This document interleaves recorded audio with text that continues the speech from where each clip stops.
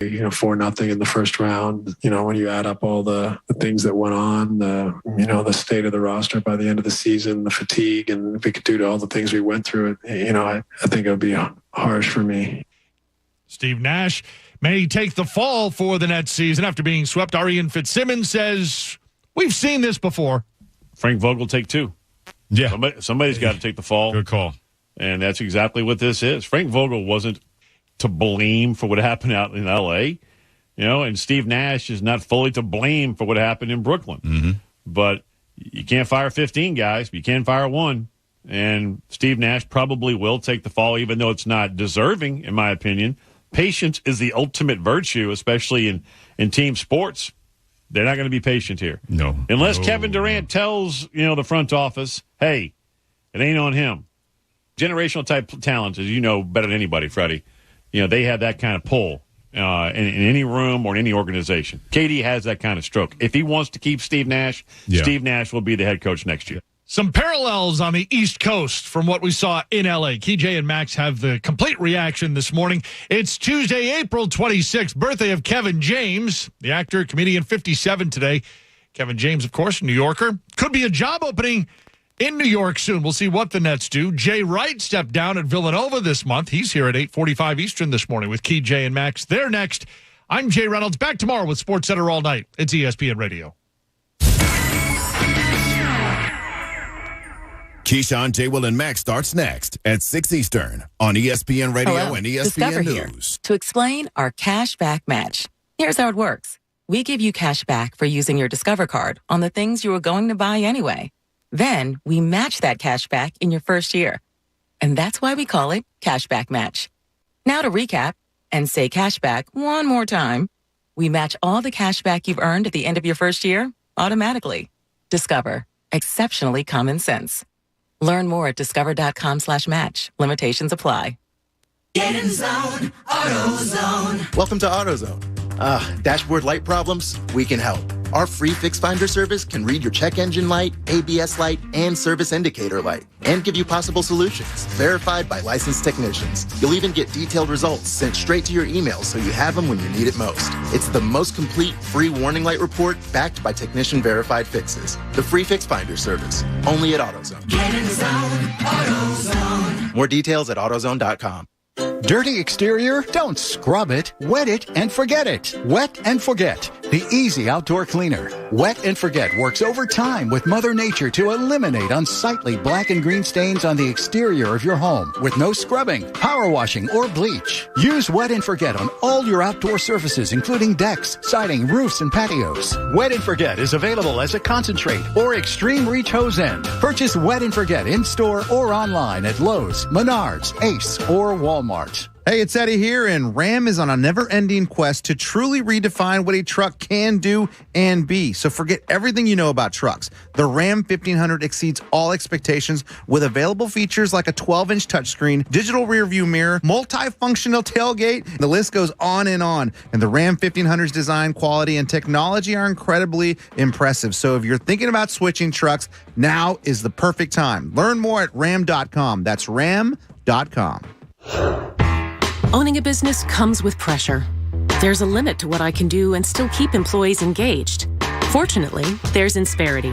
They put 30-plus years of HR experience to work to help me with hiring, training, HR administration, and compliance, while giving my employees competitive benefit options.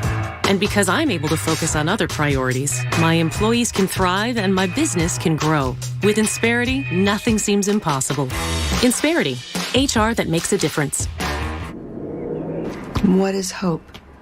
Hope to me was just that he would get to come home. I had no idea how hard it would be once he got back. I wish she'd stop drinking so much. She thinks it's helping, but it's not. I hope she sees that soon. I act like I don't care if he comes to my games, but I hope he does.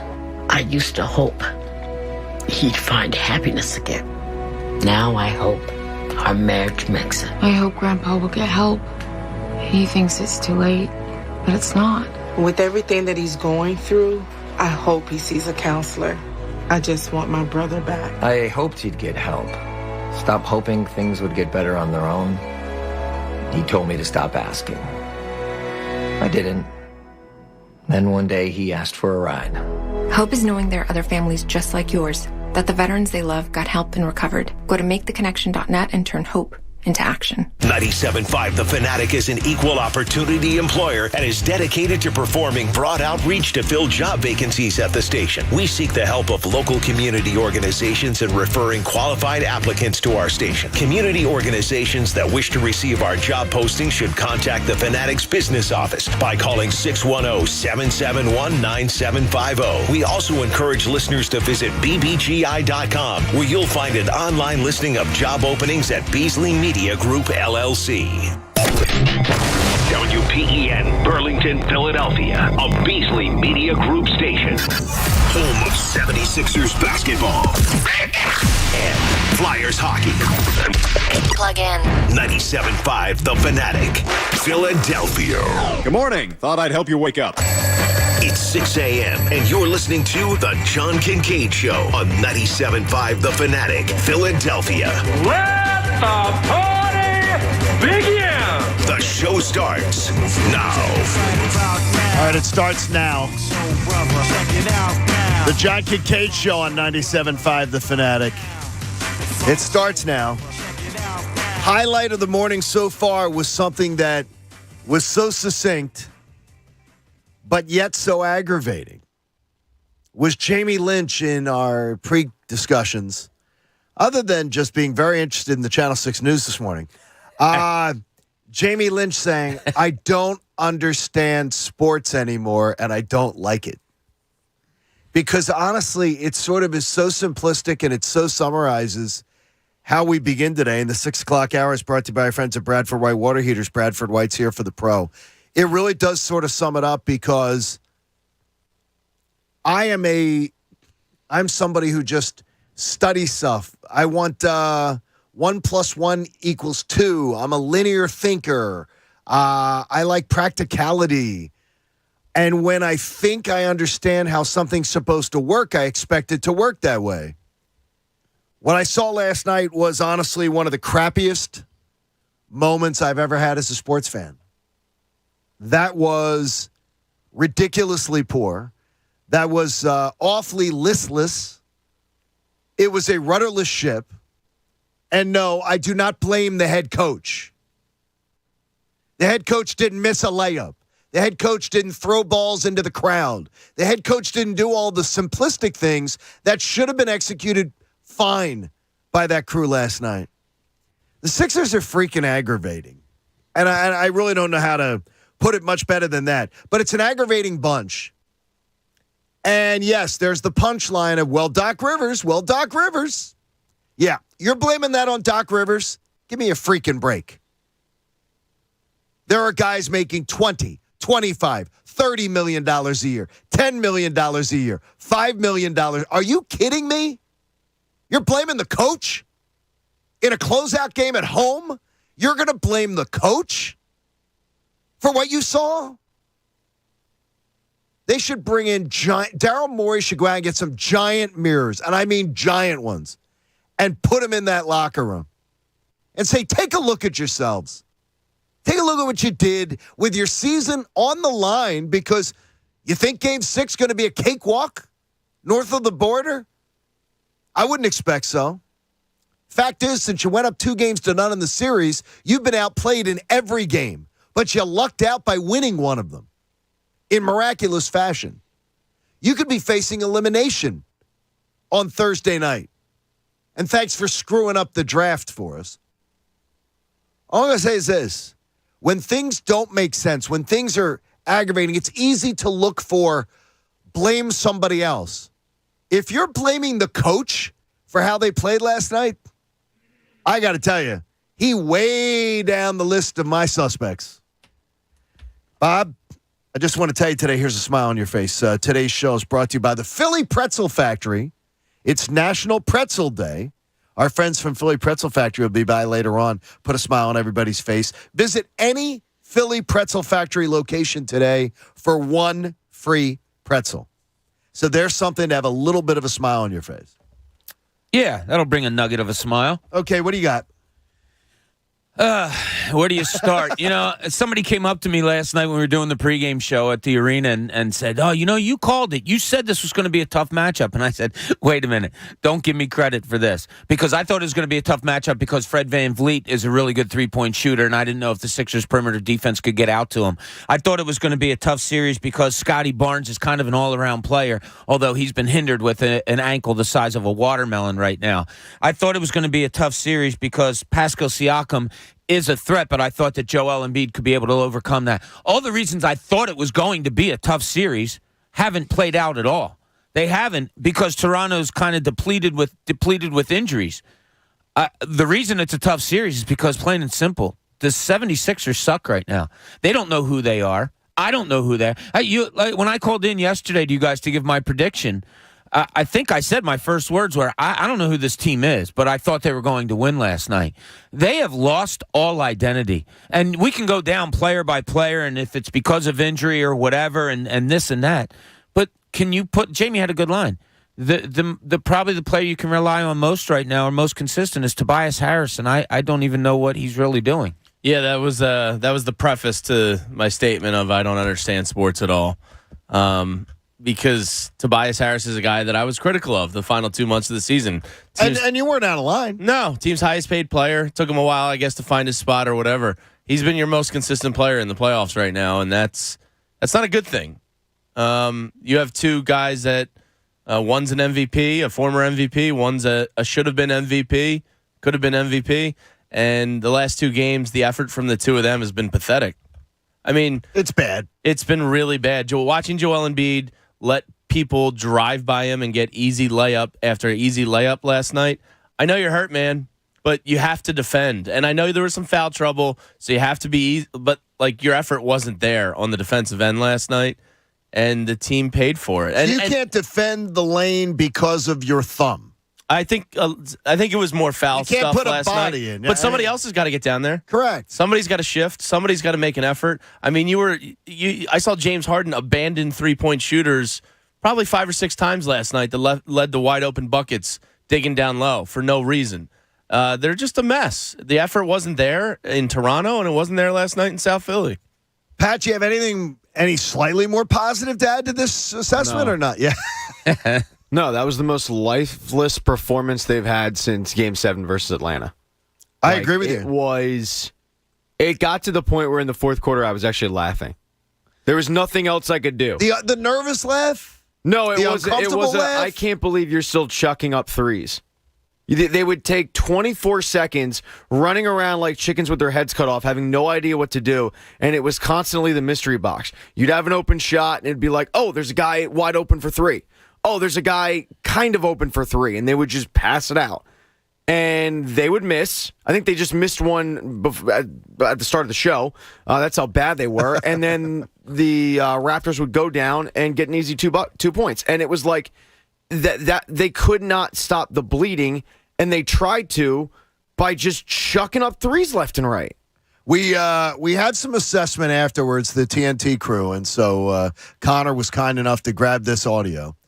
And I want you to hear from all 3 of the analysts about what they had to say regarding this Sixers loss. I want to start with Kenny Smith, where Kenny Smith is highly critical of the Sixers. Listen to this. I know a lot of people say the playoffs doesn't start until the other team wins on the road. I always thought the playoff starts when a team is faced with elimination, because then you show who your true character is. And it's the hardest game in the world is the closeout game. And there's a different type of energy, there's a different type of focus, and a different type of effort that you need. Because even a team that's down 3-0, they're going to say, we can't just come in here and lay down. So those first 20 minutes are kind of like a feel out. And you got to go, okay, no. We're going to show you what this is. We're going to stay with you. And then your will, you go, 3 more games, and then that's when human nature could take over. The Philadelphia 76ers don't understand what a closeout game is right now. Energy, they didn't understand it last year. Energy, effort, focus, he talked about. All severely lacking from the Sixers. That was a sleepwalk game from the beginning last night. You came out, no energy. You had 7 turnovers in the first 12 minutes of the game. Are you kidding me? You have an elimination game on your home floor, and you come out and you're turning the ball over in every which way. Bad passes, offensive fouls. It led to 8 points. And then you start the second quarter, and this is where I will get on Doc Rivers a little bit. he did something he hasn't been doing. He had a team on the floor that didn't include either Joel Embiid or James Harden. And he started it with Tobias Harris, George Niang, Thibault, Reed, and Maxey. And boom, Toronto goes out to an 8-0 run. Then he finally gets the starters back in there. At 8:17, they're down 10. 1 minute later, they're down 14. And it's like, why are you digging holes for yourself? How many assistant coaches does he have? Exactly. He has assistant coaches that very well could be head coaches next year. 2, maybe 3 of them. And I don't know what's going on. I don't know. I didn't understand it. And Matisse Thybulle's become unplayable. He's dreadful. And now you're losing him again, so you're yo-yoing back and forth his availability. He lost all confidence in himself. I mean, airballing a layup and a three-pointer, dude, you can't be on the court right now. Get out of here. I'm done with him. I'm pretty much Ship done. His ass out. I'm done with I'd rather Australian see Shake basketball Milk and players. I don't want to see them ever take another Australian basketball player again because somehow they find the two that just refuse to, I don't know, add regress. Add any offensive value to their game whatsoever. They're the same that they were coming into the NBA. Or they're both smarter than the room. I did my own research, and I'm not going to be here for my teammates in games. This series could have been closed out if he was there.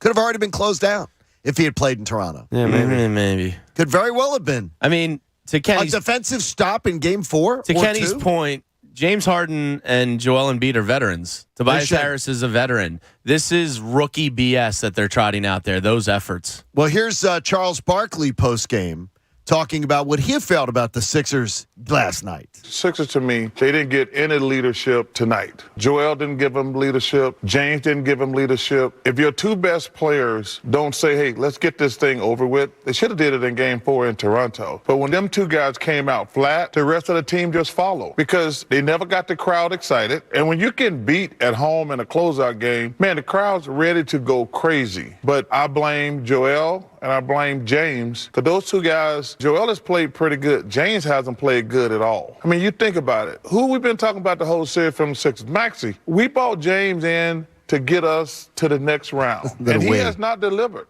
Listen to the we. I love it. And he uses us later, too. Like a lot of we and us. But, Jamie, it plays to the point you just made. It's the 2 best players on your freaking team that aren't getting it done. No. And that includes Embiid. No, absolutely. His effort. The hound dog, slump your shoulders, look like your disinterested face because I guess his thumb's hurting him. It's just, it sucks. And it started in your pregame. legs work. Your legs work. I wasn't down there, but I saw a video of John Clark or somebody showing him warming up. And he wore it pregame. He wore a lack of energy. He wore his injury in pregame. He's walking around massaging the thumb, missing shots, and he was just kind of mopey from the start, and that energy transferred into the game. When your leader is mopey and playing like he's injured, it translates to everybody else. But Bob Doc is supposed to give them some pregame speech that makes the 2 best players on the team, 2 guys who think they're going to go to the Hall of Fame one day, he's supposed to get them motivated for a closeout game at home. It's the most ridiculous point of view I've ever heard. Yeah, I never understood, and I've said it before. I don't think in professional sports you're supposed to need that. I don't think that's a job of a coach. Ridiculous. To get your team amped up to play a game. Are you kidding me? There's 20,000 people there that are paying good money to watch you play. If for no other reason, that's what you're doing it for, if you're not doing it for yourself. But I agree. The energy level was horrible. I was looking for a fast start last night, and it was funny. Devon and I talked about it. Devon wanted a fast start, meaning he wanted them to jump out to a quick lead. I wanted them to start fast, meaning that it looked like they were on their toes, and it looked like they were ready to go and ready for a game.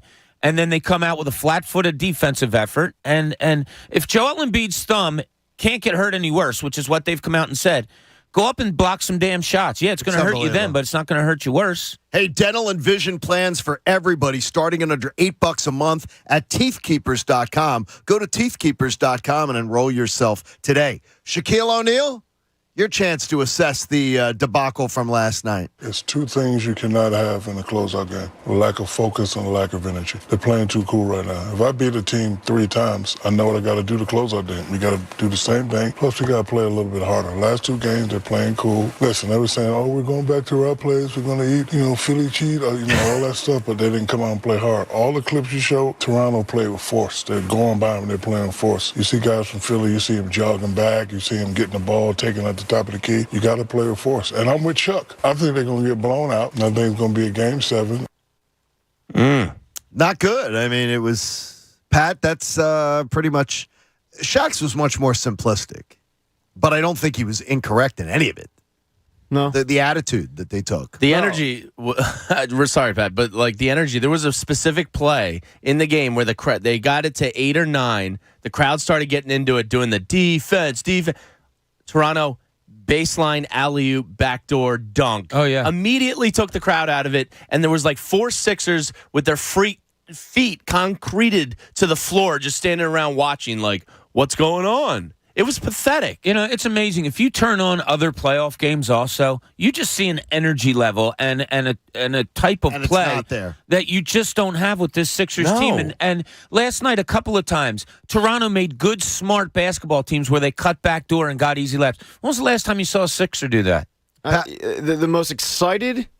I can't get over this. The most excited that crowd got in the fourth quarter of a closeout game in the playoffs was when Thad Young had the threat of a frosty freeze-out. Yeah, that was it. The fact that the crowd could at least walk away with a free frosty was the only time that the team somewhat got the crowd excited, and it wasn't even their doing. By the way, in the second quarter, Allah's like, boy, the fans really need to crank it up here a little bit.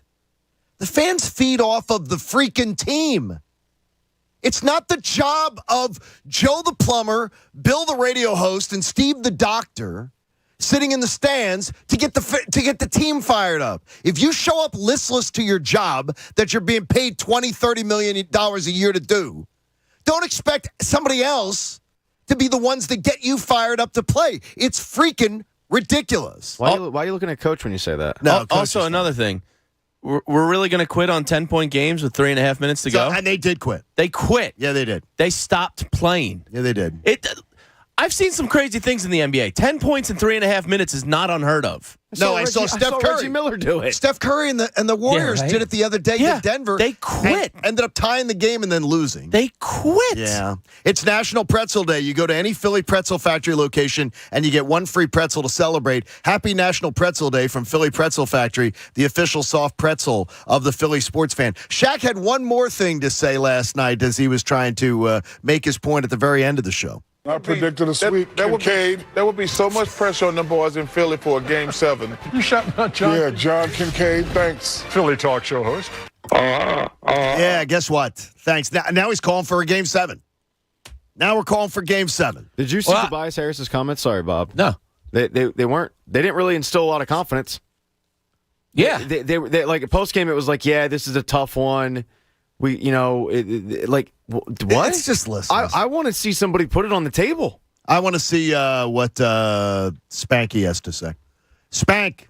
Well, we already knew. Everybody was saying that this 4-5 matchup with Toronto was going to probably be the toughest. But I'm just sick of the lackluster effort all the time, man. I'm just tired of it, man. And Thibault got to go. I don't want no more defensive players just can play defense no more. Man, he was horrible last night. Yeah, he was dreadful. The word effort, though, is inexcusable to me. It would be like me saying to, hey, Joe Bell, thanks for the contract you signed me to, but I could use you to show up in the mornings to motivate me to come to work and be inspired and get my job freaking done. He already does that. Absolute. Oh, he does. Yeah, you're right. No, he does. He usually just says, I got a cardboard box for you if you don't start showing some improvement. We all have motivation in different ways. But I don't get it. I don't understand a professional having to be people like coach should go in there. You've watched Miracle too much. You've watched Disney movies too much. Professional athletes rarely have to have a coach come in and give them a rah-rah speech. Shaq said it many times. Pat Riley, good for the psychological speech after practice. Not before a game. What's his name? The Zen master. I'm drawing a blank. Phil Jackson. Nothing. Sometimes nothing before a game. Yeah. Nothing at all. If you're looking for blame this on Doc. It's such a load of crap. The hard part is he has it in his resume that he's blown a lot of these leads, so it's easy to point a finger at him. But last night was not on Doc Rivers. Oh, my gosh. That was a pathetic effort by your players and your core leadership. And here's another thing. The narrative that Matisse Thybulle is this great defensive player, sorry, he hasn't been for about 2.5, 3 months now. And Anthony looked at me last week like I was saying something like, Matisse isn't the same player defensively. Every defensive metric tells you that. Yeah, and you can just see it. He's allowing guys to get past him so easy. If you watch that game again last night. Watch how many times he's on his man and his man just gets by him off the dribble. It's way too easy. It happens way too often, and then he commits stupid reach-around fouls. He's allowing his man to get by him way too easily for any kind of defender, let alone a premier defender that he's supposed to be. All right, Will in Brookhaven joins us on The Fanatic. Good morning, Will. Hey, good morning, guys. Sorry. Yeah, good morning. I'm with you, John. It's total embarrassment. You can't blame it on Doc. Like, these guys look like their feet with molasses. Like, they're getting paid millions of dollars, and I don't want to, talk about people's paycheck, but you got to get better effort. Like, show up motivated. It's a closeout game at home. You just heard three guys who played in the NBA, in Kenny Smith, in Charles Barkley, and Shaquille O'Neal. Every single one of them telling you, blame. It's Embiid and it's Harden, and they all sort of point almost more fingers at Harden because they're not as pleased with his performance. I heard Andrew was saying the other day, like, Harden was playing a great game, and I'm like, I haven't seen a great. I thought he had a really good first 3 games. The last 2 games, I think it's been pathetic. I'll tell you what, when I rolled over this morning and got the email about the Sixers practice schedule today, I wanted to throw my phone because I thought of you too when I saw it. Look, I'm not. Look, practice is off, and today's a film session only. If I'm Joel Embiid and James Harden and Tobias Harris, guys, we're getting out on the court. Or is it what they want? I don't. I think it's what they want. I mean, I don't know. Look, I understand film's a big part of this. And, tail wags the dog, and rest is what key. I'm believing. No, you need to get back on the court. So you're telling me James and Joel are like, man, we wish we were back on the court practicing? No, I don't know that. But if I was them, if I was James Harden or Joel Embiid, I'd want to be out on the basketball court today. I know, because that's the kind of competitor you are. You care. I mean, it's Doc's call ultimately. But this team needs to practice. And this rim protection that's been labeled on Joel Embiid, it's ridiculous. They gave up 56 points in the paint last night and scored 26. They got outscored by 30 in the paint against a team that they're going against right now that is 6'8", 6'8", 6'8", 6'8", 6'8", 6'9", 6'5". Like, what is going on? They ran 5 forwards at like all times last night. They have a bunch of 6'8" athletes that go out there and are just dominating this game and doing whatever they want offensively. All right, a lot of you are going to want to chime in. We're going to get to you. A lot more of interaction than maybe on a usual day. You need to vent. You need to get it out, even on National Pretzel Day, 610-632-0975. And wait till you hear what Joel Embiid said about his coach. It's the John Kincade Show here on 97.5 The Fanatic. With Mother's Day almost here, yes, it is now, 12 days away? There's still time to get the best gift for Mom, and I'm talking about the best gift with free shipping that'll arrive in time for Mother's Day. It's Steven Singer's brand new Creamsicle 24-karat gold dip rose. The Creamsicle rose is beautiful. It's the latest in his collection, an absolutely awesome sort of creamy peach color. You can see it exclusively at IHateStevenSinger.com. And they've got an incredible selection of roses of all different colors. If you think Mom might like a different one, these things are real roses. They're dipped and trimmed in pure 24-karat gold. It's absolutely awesome. They're preserved and guaranteed to last a lifetime. Mother's Day, again, it's coming up Sunday the 8th. It's early this year. So give her a gift that she's going to cherish forever. The new Steven Singer Creamsicle 24-karat gold dip rose. Go to IHateStevenSinger.com today. Fast and free shipping is yours. For Mother's Day, a free personalized love note, free lifetime guarantee. What are you waiting for? They start at just $59. Only available at IHateStevenSinger.com. The John Kincade Show. They put it on the air? Of course they put it on the air. It was a big success. On 97.5 The Fanatic, Philadelphia. Sure, any 2 slices of bread with something in the middle makes a sandwich. But what makes a Wawa hoagie a hoagie? Is it the roll? Perfectly crispy on the outside, chewy on the inside? The deli meats? Premium quality piled high? The fresh, crisp veggies, sauces, aiolis, spices, oil, and vinegar? Or is it getting it made with fresh mozzarella just the way you like? Yeah, it's all of that. Now you can add fresh mozzarella to any hoagie. Gotta have a Wawa. Right now, Wawa Rewards members earn twice as fast on hoagies through May 8th. What day is it? It's a good day to save when you fuel up at Wawa. Get 15 cents off per gallon when you pay with the Wawa app now through May 8th. Just pull into Wawa, pull up the app, select your pump, and pay. You're ready to start fueling and start saving. We're going to Wawa right now. And don't forget your phone, so you can pay with the Wawa app and get 15 cents off per gallon at Wawa now through May 8th. You're still talking? Let's go. Gotta have a Wawa.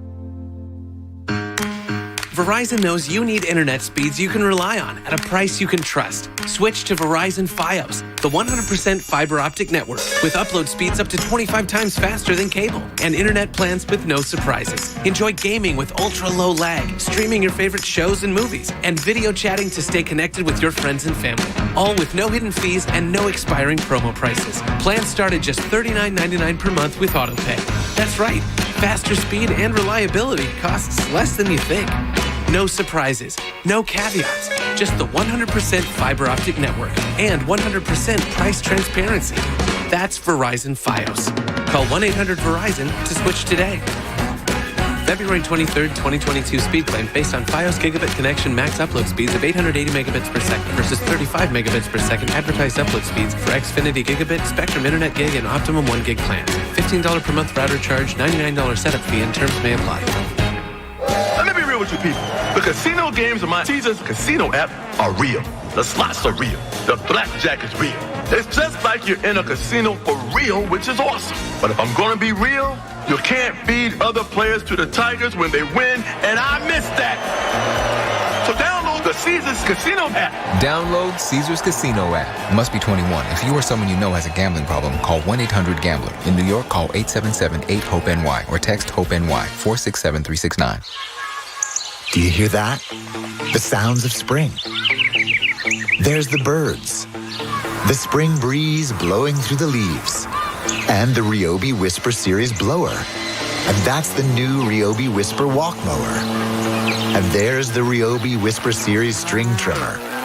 All with interchangeable lithium-ion batteries and gas-like power.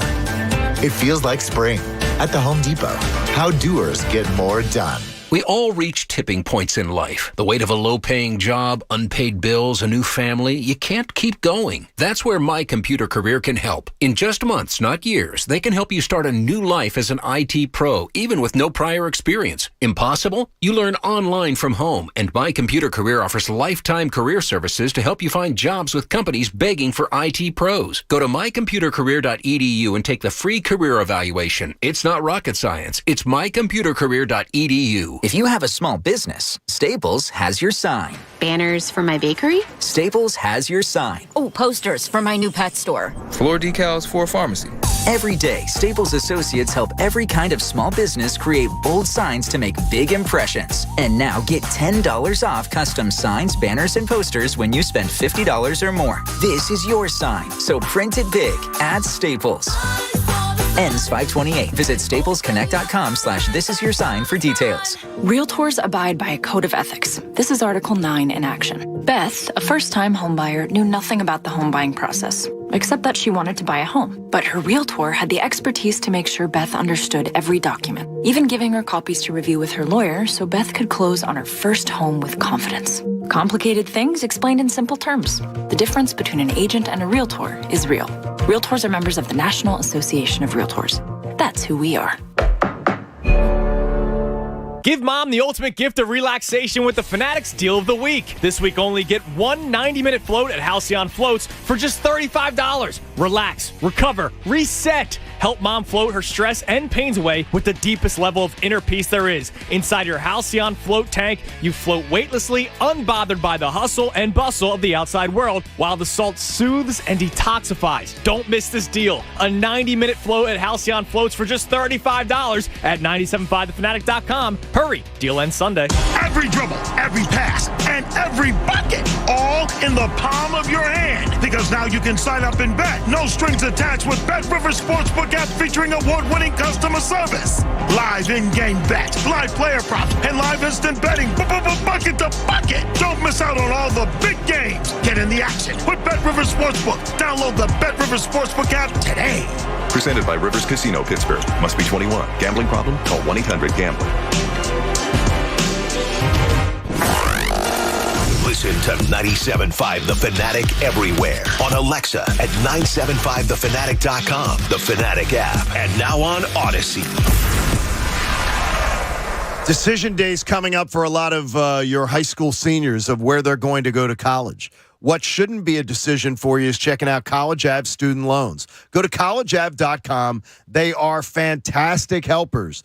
You're looking at your financial aid award letters. You're thinking about how you're going to pay for the college choice, and you're trying to make the final decision. Well, they help take the stress out of paying for college with private student loans that fit your family's personal budget and goals. And you go through this process with your high school senior before they make the choice. Do the exercise together. Try College Ave Student Loans Calculator, and you'll see what a future loan's going to look like and how you can make your loan work for you. Plus, you enter to win a $1,000 monthly scholarship. It's collegeave.com, a better student loan experience. It'll help you breathe easier. And there's no purchase necessary to enter the college scholarship contest. I want you to see official rules for details at collegeave.com. Decision day's upon you. Make the choice with College Ave Loans.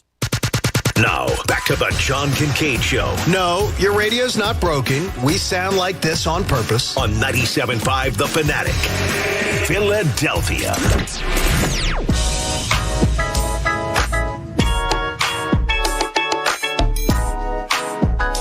You're going to have that chance to beat the bro, the mock draft contest at 97.5thefanatic.com. We'll talk more about it in the course of the day today, but Jamie has suggested you wait till a little later in the process this week till you get going, but know when the deadline is. We'll get that for you. Yeah. I would, do your due diligence. Check out the Todd McShays and Daniel Jeremiahs of the world and see what's being said.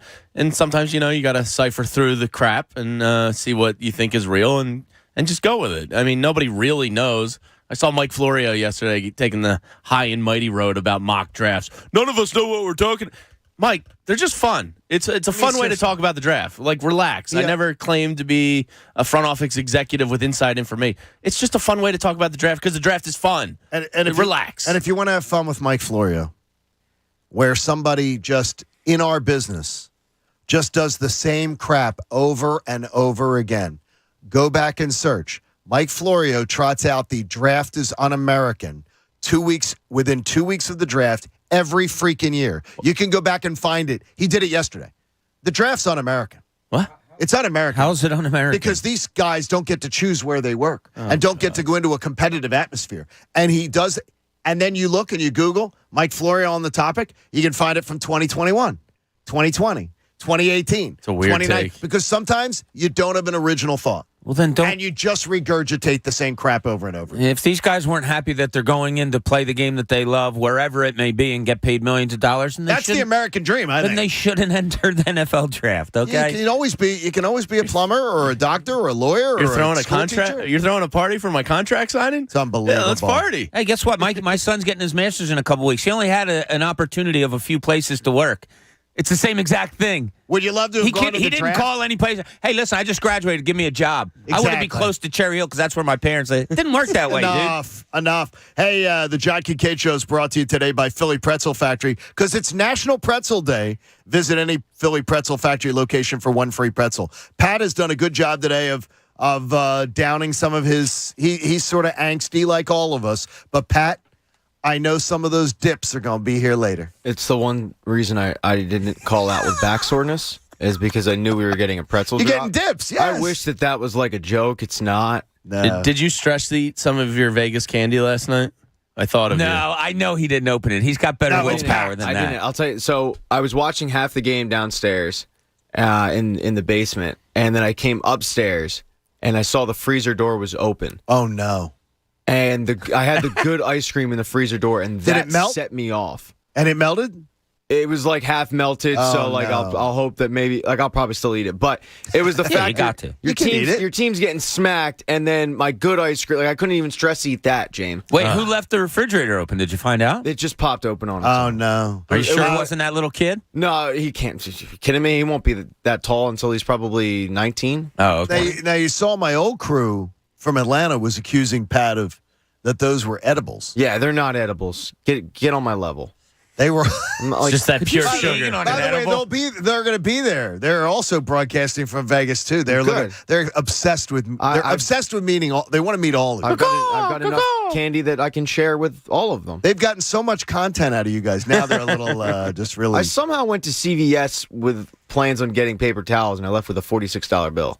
I had a buddy yesterday. Why are you getting paper towels at CVS? Most of it was candy. Yeah, CVS is expensive, man. It is very expensive. I went to the Wawa Ridge on Ridge Ave, and right next to it to CVS, and I remember we needed paper towels, so I just ran and grabbed it. I had a buddy yesterday ask me, "Oh, you're going to Vegas, huh? What's the thing you like to do most there?" And I said, "Ice cream." He goes, "What?" I said, "With Pat Egan." Yeah. He's like, "I don't It's a fun, understand joyous you." part for you. You can join us, and you can Eurostep your way through Vegas like we do. There you go. And sing at the same time. I think we were singing. We were. Yeah. Hey, Joel Embiid postgame had a comment about James Harden. And I just want you to hear it for yourself. I've been saying all season since he got here, he just needs to be aggressive and he needs to be himself. That's not really my job. That's probably on coach to talk to him and tell him to, take more shots, especially if they're going to guard me the way they've been guarding. But, that's really not my job. Okay, people are going to spin that. People are going to sugarcoat it. People got all the goody laughing, backslapping videos, which did disappear. That is why in the hell is Joel Embiid though pointing fingers at James Harden? Well, he obviously feels he wants him to shoot the ball more. That's pretty clear. Yeah, but he says play his game and be aggressive. Okay, Joel, you too. You too. Well, I think what he means How about you do that first. He means and he's then getting doubled and tripled all the time, So and in he other needs words, somebody else to step up offensively is what he means. I got you. The fact I have a problem with, or the point I have a problem with is, no, that's literally your job. If you think there's something that's going to help the team play better basketball, you address it. Because leadership. Why do you think Shaq and Kobe butted heads? Why do you think Michael Jordan butted heads with everyone? Great players tell other players what they expect from them and demand it and push them to be that player. So it's not your job, baloney. It is your job. Let's see what Tom in Alabama has to say. Good morning, Tom. Yeah, John, how you doing? Good, buddy. Hey, the thing about it is you just hit it on the button as far as leadership. That's the problem with sports today, professional sports. They've become anically driven with these load management, and we're going to take this day off. You're going to be assigned this day off, especially the NBA player with the money they're making. James Harden's making $42 million this year. He made $50 million last year. It's a joke, man. As far as aggressiveness, they were within 9 points at the end of the third quarter. They let up a silly. Yeah, they did. They were within. They had momentum going, and then it all just crapped out. I just think it was ironic that you've got Joel Embiid telling another player on the team to be aggressive and to play their game. Because he is not playing his, and he's not being aggressive. And I understand it's his thumb, Bob. But there's other things he can do with that giant frame and with those legs that are working supposedly beautifully that he can be doing, that he's not getting back down the court. He doesn't look lively. He doesn't look spry. And they brought it up during the broadcast. He doesn't look spry. He doesn't. Yeah, the thumb does have some. Look, we know he's a drama king, and when those things happen, injuries, he plays to it and all of that. I don't disagree with what he said. No, I don't either. You know, right? But yeah, I would first say something about myself before saying something in that effort he came out about and said, somebody else. Yeah, he came out and said, I didn't play good defense, and I need to be better. I need to move my feet better. He did say all of those things, which he always does. Look, he and Harden, they appear to be on the same page. I mean, they're getting blown out the other day in that loss in Toronto, and they sit down on the bench, and Embiid has his arm around him, and Harden's patting him on the leg, saying, yeah, we're okay, we got this. You know, we don't know what goes on behind closed doors. They may talk about, Joel may bust on him all the time and say, dude, come on, man, I need you to get 20 shots a game. That could be. That wouldn't surprise me if that is what's happening. But, yeah, coming out in public and saying that's on the coach, I agree with Jamie on that. No, the coach doesn't need to, or maybe the coach hasn't told him enough. I don't know. I don't know anything about this team. I swear to God, I can't understand a thing about them. Hey, Jay in D.C. joins us. Jay, good morning. Jay. Something happened to Jay. Hopefully they didn't get to him. He was probably pissed off and just lost his phone. Yeah, we'll let it veg. Yeah, I mean, come on, Joel. Like, you might be saying things, but why would you say that in public if you're saying things behind closed doors? That's what I don't get about. That's up to Coach. I've been saying this all. It's up to Coach. No, man. Like, our boss says all the time here, everybody, what's the Disney motto? Everybody cleans the park. Like, everything's your job this time of the year. Everything Sixers related on the court is your job this time of year. You are the leader of this team. And even watching, and again, Pat, watching Joel Embiid behind a microphone, it's mopey mope. It's the shoulder slump, the mopey, the slow cadence, the I'm not enthused. And that's infectious. Yeah, it is. He's the leader. I know he's frustrated because we get frustrated as a fan base going, this guy's just always, it's always something. Meaning like injuries. And it's not like they're his fault. No, exactly. It's just these freak injuries that happen and we throw our hands up and we forget what it probably feels like to be that guy who's having a career year and is dominating. And he was dominating early on in the series and then he has an injury. You got to get over it, man. Oh, my gosh. Like, you got to get over it. And I think Bob's right. Like, nothing he said I disagreed with. Yeah. I was waiting, and we'll do the time capsule. I think I said, I'm waiting for one of these guys to take over. I expected it to be James Harden. He didn't. But, yeah, I don't really want to hear it afterwards. I tell you, one of my docs who I've worked with in fundraising in Atlanta, who deals with cancer patients all day long, who's one of the great doctors that I've known over the years. Big Hoops fan. Big Hawks season ticket on everything. He's watching the game last night, and he texts me, and he says, the guys who roll in and the ladies who roll in for their chemotherapy every single day have more livelihood, more energy, more positivity than that team of yours looks like. Yeah. And he goes right now. And these are people facing death, feeling sick. They look they look like they're like Joel Embiid. It's your freaking thumb. They look like it's your thumb. A team that was waiting. They knew, okay, we can flip a switch. And that's what. And that's dangerous because sometimes when you're so good, you can turn it on. But then when you keep waiting for somebody else to turn it on, eventually it becomes too late. And here's what really bothered me last night about this team. It's here you do it attitude. If you watch it, I rewatched the first half. If you watch it, it was kind of I don't want it, you take it. It was like little kids afraid to shoot or afraid to try to do something to help the team because their first thought isn't positive. Their first thought seems to be failure right now. I don't want to shoot this three. James Harden has wide open threes that he's passing up. What is that? And he's bricking a lot of the others. Yeah, you see Tobias Harris is dribbling, and it's like, I'm not really getting anywhere here. You take it. Tyrese Maxey last night played a game that I didn't even recognize. He had a couple moments, highlight moments, but that's it. The floater. That one layup was beautiful. Yeah, that was a great layup. But the rest and he had of the floater. Night. Yeah. But last night was a game, and I said it before the game, that was a game that you needed Tyrese Maxey for all the reasons that we've been saying it was bad last night. You needed helter-skelter last night. You needed somebody to be running all over that floor and doing things so that the other players on your team needed to catch up, meaning they had to go a pace faster. And he wasn't that last night. And I was as disappointed in him as I was in anybody. I've been disappointed since game one. The only person performance has not been that. The only person I haven't really been disappointed in is Tobias Harris. And you brought that up. Yes. And that shocks me. Like I if you had told me that before the series, who's the one player you'd say you're not disappointed in?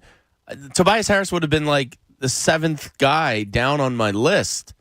It's not, and I don't say that in a positive light. Kudos to Tobias for doing it on both ends of the floor, but my Lord. I wonder how much of this, too, is Maxey's workload. Because the jump from last season's game log to this is astronomical. Like, he played in half the games last year, if that. And this year he's pretty much played in all of them. Hey, Martin Law is Philly's original law firm for injured workers. Schedule a free consultation today at paworkinjury.com. Want to get to Ken in West Philadelphia, born and raised. Hi, Ken. Hey, what's going on, fellas? What's going on, brother? Not much. Well, quick question. What does Chase Utley, Brian Dawkins, and Allen Iverson have in common? Self-motivated. And motivate others by their energy. For me, it would be effort. Oh, that's a good one. Yeah. It's the reason why the city loved AI. It's the reason why they love B-Dog, B-West. It's the reason why they love T.J. McConnell. He wasn't the biggest. He wasn't the fastest. But he gave effort, diving out of bounds for balls and all that. Last night was a disgrace to watch. And I don't know how many high-priced athletes have to come through this city for them to understand that effort comes first. I don't care how tall you are. I don't care how far you can shoot it from deep. If you're not giving 100% of the effort every play, we're not going to applaud at all. Ken, you said that perfectly. Said it perfectly. Yeah, I don't understand why guys making $25, $30, $40 million a year have to be motivated to come to work in a closeout game and give their best effort. There was a loose ball, foul line extended. I want to say late in the third quarter, early fourth quarter. It was just kind of up for grabs amongst like three players. Embiid was the 1-6er. There was two Raptors around it. I mean, the effort he gave to get that ball, and I know he's hurt, and I just don't care anymore because you're playing. What's hurt? His thumb. You got to make a better effort. Like, it was just a kind of a synopsis of the whole night. The two Raptors closed on it hard, went after it aggressively, and Embiid, like, threw his arm in there and half-assed it. And I just went like, oh, do you guys realize what you're doing? Yeah. After last year, Bob, I really think that they would embrace the severity of this situation. Yeah, you would think. Lesson learned, right? I mean, it should be there. Why isn't somebody taking this team by the throat and saying, all right, let's go? Joel Embiid just doesn't appear to be that guy because he can't grab anybody around the throat because his thumb doesn't work. So I don't know. I really am at a loss. I saw a lot of concerns with this team. When you saw good, you saw really good. And when you saw bad, you saw really bad. And as I said to you before, really good teams, you can't tell who they're playing. You can't tell if they're playing a fifth-grade team or they're playing the best team in the NBA because they give that effort every night. They come out there and do it. John, you were talking earlier about Joel Embiid being behind the microphone and looking slumped and all that. Right away, who popped into my head? Timmy Duncan. Yes. He was exactly the same way. It looked like he was going to fall asleep when we were interviewing at press conferences. But as I told this story before, you couldn't tell if Tim Duncan was playing a game that he was up 30 or down 30 because he gave the same effort every night. And we don't see that with this organization. And I'm not saying person, I'm not saying this team. With this organization, we haven't seen it in years. This Philly Pretzel Factory gives you National Pretzel Day today. They're celebrating with you. You can go to any Philly Pretzel Factory location. It'll make you feel better today. A little comfort food. Enjoy one free pretzel to celebrate. Happy National Pretzel Day from Philly Pretzel Factory, the official soft pretzel of the Philly sports fan. You know, Jamie, are you going to be able to box out Pat on the dips? Smuggle some rivets and dips on the trip with us? Yeah, I think that you might be able to do. Kate? We communicated. We didn't do it publicly. Exactly. Although we kind of did because it's on the radio. Whatever. There you go. No one's listening anyway. It's a rough start to the day. Congratulations to the Phillies, though, on a nice victory last night. And a lot of this season so far has been feast or famine for the Phillies. How about that? Nice offensive night last night. Yeah. I think 3 more RBI for Bryce Harper last night. Third home run. And the Phillies have game 2 of their series with the Rockies tonight. Sorry, not getting a little more play, but that was good. It just seems like it's up and down the offense right now. And part of that could be early season, knocking the rust off, but when this team hits, they are a lot of fun to watch. And maybe their up and downness at the offensive end is contagious from what's going on across the street. Kyle Gibson looked good, which he battled. Struggled early. Yeah, but if they're gonna compete in this division, he's really, sorry, Jamie, but he's a linchpin in that rotation. They really need him because he's a guy that really hadn't turned it on in his career until last season with Texas. So if he can even replicate close to that for this team, it's going to go far for their chances of making the playoffs. I thought Jamie was the linchpin. That's why I said, I thought it was. Is right now around the Eagles, by the way, just a quick mention as we get closer and closer to the draft, as we'll be getting on a plane tomorrow heading out to Vegas for Thursday's first round. A lot of things all over the map. So yesterday I just spent some time being a dork and said, okay, the Eagles have currently 2 first-round picks. And over 5 mock drafts, 8 players were mentioned for the so 10 out of picks. 10, yeah. So 8 different players were mentioned. Nobody knows. Nobody has a handle. And by the way, I want to applaud Howie Roseman on that. I applaud Howie Roseman and the Eagles on that. I think it's great that nobody knows. Or they have so many holes that you don't know where they're going to go. Yeah, but a lot of people would be like, "Oh, they're frothing mouth." Like this whole Jameson Williams thing. We'll mention a little bit later on. I'm leaning towards, since it's so public, that it's the BS patrol. That it's what Mort tells you. If you're hearing something very, very publicly, look somewhere else. You're getting distracted. They're getting you to look here because they don't want to see what they're sneaking in through the back door over here. Yeah, we'll talk about it. But we'll get into some of that there. And check that out. Kareem in Philadelphia. Kareem, the Sixers could have used Kareem last night. That's funny. Yeah, but I think 2 things. One, when we had a conversation the other day when I talked to you guys, it was about Joel and his post game. And like some of those posts are classified as posts, but I think he left the defense off with those fadeaway jump shots and all those things. He's not punishing or making the guys feel that he's bigger. And second point was the fact that with James Harden, these were some of the concerns that people brought up when he first got the trade. Yep. And some people gave a lot of resistance to it. Like in some games, his effort and his output can be like, what's wrong with James? And it's not the first year. It's a continual thing this time of year for him. So those were some of the concerns, and they creep in their head now and in this particular series. Yeah, that's one of the things, too, that I felt is that it was and it bothered me, Kareem, is you got tons of data on James Harden as a playoff player. And a couple of my buddies in the Houston sports media were tweeting last night going, yeah, I recognize this James Harden. We've seen him. We've seen this guy before. This is the guy we've come to know and love. When the bright lights are on the most, he doesn't excel. He doesn't go above. He never goes above it. Guy like Joe Flacco in his NFL career. Joe Flacco, his playoff numbers are better than his regular season numbers. Yeah. He won, is that some guys elevate when the lights are brightest. Yeah. And James is not. How's everyone doing? He's not that guy. Nick Foles. Yeah, I don't recognize who James Harden is from what he was the first couple of games that he came here. Now, look, when you play in a playoff series and you're going against the same team 5, 6, 7 times in a row, sure, they understand how to defend you better. Yes. But it's incumbent upon you as a future Hall of Famer, as one of the better offensive players in this league over the last 10 years, to be able to figure out, okay, what can I do against what they're trying to do to me? And you have a teammate that's getting double and triple teamed. When one guy's getting triple teamed, there's plenty of court to work with. I don't understand why James Harden can't find it to work there. Mike has gotten into arguments with people on the air in the afternoons, Mike Missinelli, that, he's like, oh, come on, you're picking on him for like a few select games of his career where he hasn't lived up to capabilities. That's absolutely not true. When you get past the first round, James Harden tends to shrink in his career. And there's tons of data to show that. It's not something new. This isn't something where you're cherry picking a couple games.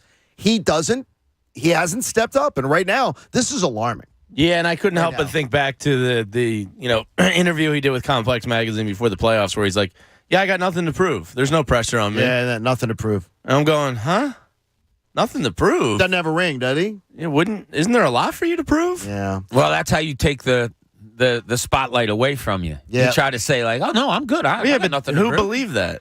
Nobody, but he's trying to make himself believe it. That's a problem. I'm going to sum up some thoughts that I had last night. They were a little bit of dark thoughts, but we'll sum them up at the top of the hour. Plus, you'll get more in with us. We'll talk more draft. It's going to be a good week, I promise you. We just got to get this off our chest. It's the John Kincade Show on The Fanatic. And with Philly Pretzel Factory celebrating National Pretzel Day, it's today. Each location is giving away one free pretzel to every customer who stops by, and there's no purchase necessary. Go to phillypretzelfactory.com today, find your nearest location, and stop on by and grab your free pretzel. They dropped pretzels off this morning here at the station coming in. We love the guys at Philly Pretzel Factory, Dan Dizio, and the whole team over there do an amazing job. And the pretzels are a great treat. Get that crispy shell, the soft inside. So go get your free pretzel today. Take a moment, savor the best pretzels in town, and maybe you want a pretzel tray or something you can order online to bring back to your office so you can all celebrate together. Locations all over the air. Check them out online. Happy National Pretzel Day. Go get your free pretzel today from Philly Pretzel Factory, the official soft pretzel of the Philly sports fan. The John Kincade Show. If you don't like it, go on the internet and complain. On 97.5 The Fanatic, Philadelphia. Today's John Kincade Show is brought to you by Philly Pretzel Factory. It's National Pretzel Day. Visit any Philly Pretzel Factory location for one free pretzel. When I was a kid, my grandpa used to say to my grandma, "I love you to the moon and back." Then he used to say it to my mom, "I love you to the moon and back." It always symbolized his deep love for the mother of his children and the mother of his grandchildren. So this Mother's Day, I've created a beautiful to the moon and back sterling silver diamond necklace. I wish you could see it right now. Wait, you can. Go to IHateStevensinger.com and see the silhouette of a crescent moon filled with sparkling diamonds, hugging a silver heart. It's engraved with "I love you to the moon and back" right on the other side. A thought she'll hold next to her heart every day. Tell the mothers in your life that you love them to the moon and back, just like my grandfather did. It's only $98, shipped for free in my signature black gift box. Visit us at the other corner of 8th and Walnut. By phone, 888-I-HATE-STEVEN-SINGER, or online at IHateStevensinger.com. Steven Singer Jewelers, one place, one price. Hi, I'm Patrick Fingles, owner of New Look Home Design. Let's be honest, getting a new roof is not easy. You got to call contractors and hope they call you back. You got to get 3 estimates, then you got to figure out how you're going to pay for it. Well, at New Look, it's different. Schedule a same-day, on-site, or virtual estimate. All estimates come with a free 3D rendering of your roof so you know exactly what it's going to look like, and we give you line-by-line pricing so you know exactly what you're going to pay for. Plus, it's a great time to save. Most contractors will let you pay half up front for the roof and the other half later. At New Look, we let you pay half later and the other half never. Through April 30th, only pay for half your roofing materials and pay the other half later with interest-free financing. Call 800-279-5300. That's 800-279-5300. NewLookHomeDesign.com. It's the easy way to roof. Gain presents a tale of longing and long-lasting scent. Dear love of my life, we were on the 12B bus when I caught a whiff. A scent so fresh, so life-changing, I had to find its source. I didn't know if you were the woman in the pink freshly washed cardigan or the retired mailman next to me, but I knew one of you was my soulmate. Ah, the scent of Gain Flings. Add Gain scent beads for an even longer lasting scent. Get help managing your money for the life and years ahead. With Fidelity Income Planning, we'll look at what you've saved, what you'll need, and build a straightforward plan to generate income, even when you're not working. A plan that gives you the chance to grow your savings and create cash flow that lasts. Plus, you can start, stop, or adjust your plan at any time without the unnecessary fees. Talk to us today so we can help you go from saving to living. Fidelity Brokerage Services, member NYSE SIPC. Hi, I'm Flo from Progressive. You know me, I'm a huge football fan, but it can be stressful for us super fans. So Progressive is going to help take your mind off your team for a moment. Instead of thinking about how your team threw the wrong ball on the wrong net, just think about how Home Quote Explorer lets you easily compare our direct rates with multiple companies. Well, hope this distraction about Progressive's Home Quote Explorer was helpful. It sure helped me from stressing about my team for a bit. Anyway, go sports! Progressive Casualty Insurance Company and affiliates. Comparison rates not available in all states or situations. Prices vary based on how you buy. Spring is here, which means it's time to take advantage of the Home Depot low price guarantee. We're offering the best brands at the best prices so you can take on as much as you want. Add the thrill of a great deal to the satisfaction of getting your projects done. And if you find a lower price from one of our competitors, we'll match it.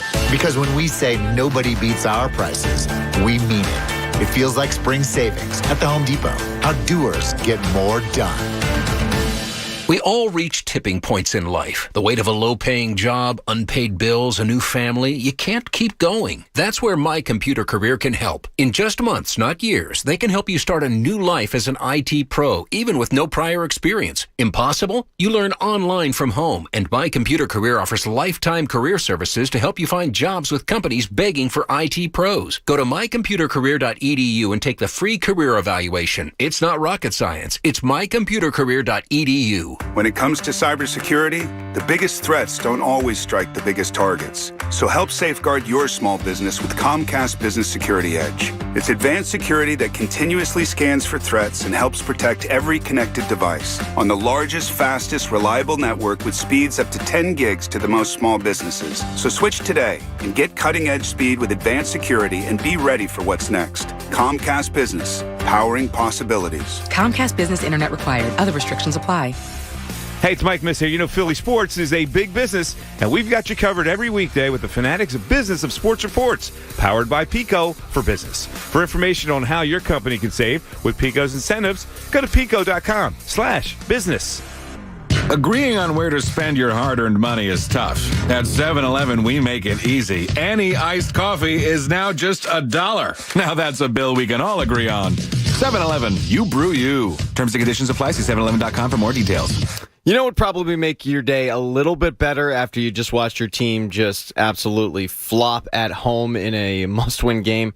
$200 in free bets. That's what BetMGM is going to do for the Philly sports fan out there. They realize that this day could be tough, so they want to hook you up. And they want to hook you up with a sport that's going to make you forget about last night's game, baseball. Here's what you do. You hop on BetMGM.com or you download the BetMGM app, and when you register and they ask you for a bonus code, you simply type in Pat Egan 200. Then you place a $10 money line wager on any Major League Baseball game. It doesn't have to be local, but I would pick the local team. But you can pick any Major League Baseball team. And if either team hits a home run in that game, you'll win $200 in free bets regardless of your bet's outcome. So basically, just pick two high-powered offenses, and you're basically guaranteed $200 in free bets. It's that simple. Head on over to BetMGM.com, download the app. Don't forget, though, you have to enter the promo code PatEgan200 when you register, and then you just put $10 on any MLB game, and when the first ball leaves the yard, you just cashed in $200 in free bets. Visit BetMGM.com for terms and conditions. 21 years of age or older to wager. New Jersey and Pennsylvania only. New customer offer. All promotions are subject to qualification, eligibility requirements. Rewards issued with non-withdrawable free bets or site credit. Free bets expire within 7 days of issuance. If you or someone you know has a gambling problem, help is available. Call 1-800-GAMBLER. WPEN, Burlington, Philadelphia, a Beasley Media Group station. Home of 76ers basketball and Flyers hockey. Plug in. 97.5 The Fanatic, Philadelphia. Now, back to the John Kincade Show. It's spelled Kincade, Kincade. Just so you know when you're writing your complaint emails. On 97.5 The Fanatic, Philadelphia. That's upbeat of you, Mr. Egan. The 7 o'clock hour is brought to you by the all-new Bet Parks app. Sportsbook and casino in one sleek, easy-to-use app in PA and New Jersey. I bet you the sports book at Bet Parks cleaned up last night. I'm done. I took the Nets and the Sixers last night. I thought the Scott Foster fixer was in. He tried. And, did you see the calls? Did you see the calls they showcased on SportsCenter with Scott Foster last night? No. There were 3 calls. They said calls, whoever was doing the late SportsCenter said calls even the only Angel Hernandez could love. He literally, I'm telling you. Yeah. We talked about it yesterday, Bob. Yeah, I was listening. Anybody who tries to spin to me, it doesn't mean anything. He called Scott Foster as, Tim Donaghy called Scott Foster only as much as he called his wife. Like, that's the only thing that went on. That's, it's just, they're just good buddies. Yeah, well, it backfired on me last night. He didn't do good enough. And then 30 seconds later, calling the bookie over and over again. It's unbelievable. I can't wait to see that Netflix series that Tim Donaghy signed on for. Well, there'll be lots. Guess what? And I'll be honest with you. And I've told it to Tim. He was on the Shaq podcast with us. He's on my local show and national show. There's going to be a hell of a lot of lying on it. Sure. Because I called him out on a few things that I said, that's a bunch of crap and you know it. I said, come on. His whole thing about the mob he was worried about the mob going after his family was the biggest load of crap. And he knows it. And anybody who knows the story and knows it. They weren't like, this isn't, he isn't being knocked off. That whole thing was just, it's unbelievable. But, okay, let's just, as we start this hour, just want to get this off my chest a little bit. And there are some dark thoughts because of last night's game. But you wonder, when an organization can't get over the hump, when an organization has a problem with motivation, guys showing up motivated to work, guys not reeling and understanding the desperation of the situation. Go back and read quotes from last year's playoffs. They talked about it during the Hawks series. And now we're seeing it again this year in this series versus the Toronto Raptors. And you heard the guys, you heard Charles, you heard Kenny, you heard Shaq talk about it last night. These guys don't have any desperation. They don't have any energy to close somebody out. They don't know how to do it. It could be because of the jersey they're wearing. An organization that literally embraced, hey, here's our strategy to finally get good. We'll do it by losing over and over again. Stop blaming things on Ben Simmons. There's no Ben Simmons fingerprints on this crime scene. So what's the problem this time around? The scapegoat for last year's playoff debacle, and I will tell you that this one is worse. It's worse the way they're playing right now. And if they don't close out this series, it will be epically worse. It's not on Ben Simmons. Don't put it on him. And if James Harden, for the James Harden truthers out there, I would just say to you, could you please do your research? James Harden has long had issues on the biggest stage. And I will say it here, and I'll say it here for the first time, and I'll say it 1,000,000 times again, unfortunately for you. I wouldn't pay James Harden a long-term contract extension with anyone else's money. If I was a general manager, if I was an owner or otherwise. If he opts in next year and makes, $45 or $44 million a year, so be it. He has that option. It's his right. But I would sure as hell let somebody else bite the bullet for a big 4-year deal. You got rid of trouble in Ben Simmons, and now you've picked up James Harden, and James Harden is showing you what he has already shown in the past numerous times. When the pressure is on, when the lights are brightest, he doesn't elevate his performance. And he doesn't seem like he's got a lot of energy and excitement for it. And for Joel Embiid, yes, I bet it's very painful to have your thumb hurt when you're a basketball player. I bet it's painful. But if you're going to play through it, play through it. There's nothing wrong with your legs. There should be nothing wrong with your energy level. Playing tentative. You talked about it yourself post-game last night, Joel. You played tentative. Maybe you need to be more aggressive. Maybe you need to be more aggressive. They need a hell of a lot more out of you than they got last night. That's about it. I mean, that just sums it up. This is an organization, Bob, that told everybody, that taught people losing and not having a sense of urgency. And then now when they're supposed to be winning, those same lessons come back. Well, who's left from that besides Joel Embiid? I'm told the most pivotal person. Yeah. I don't know. Look, culture is something that you strive for. A good culture is something, whether it's college basketball, pro basketball, or whatever the sport, to get that proper culture. And that's what they were trying to do during the process, to lead to a culture of winning, is really hard to attain. And as I've said many times, we can throw a handful of teams out there that over a 5 to 10 year period had that great culture that you knew they would come into a stadium, arena, whatever it may be, and they had the advantage as soon as they walked in. New England still does, although it's waned since, obviously, Tom Brady left. But we've seen it with so many teams. I think the Celtics still have that kind of a culture. Even when their teams are down, they just have a culture that they live up to. Sixers don't have that. This organization does not have a good culture.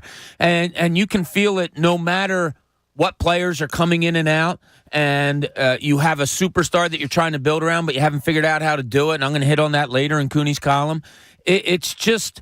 It's not an organization that has a great culture right now, and they certainly haven't reached the culture that they wanted to when they started the process.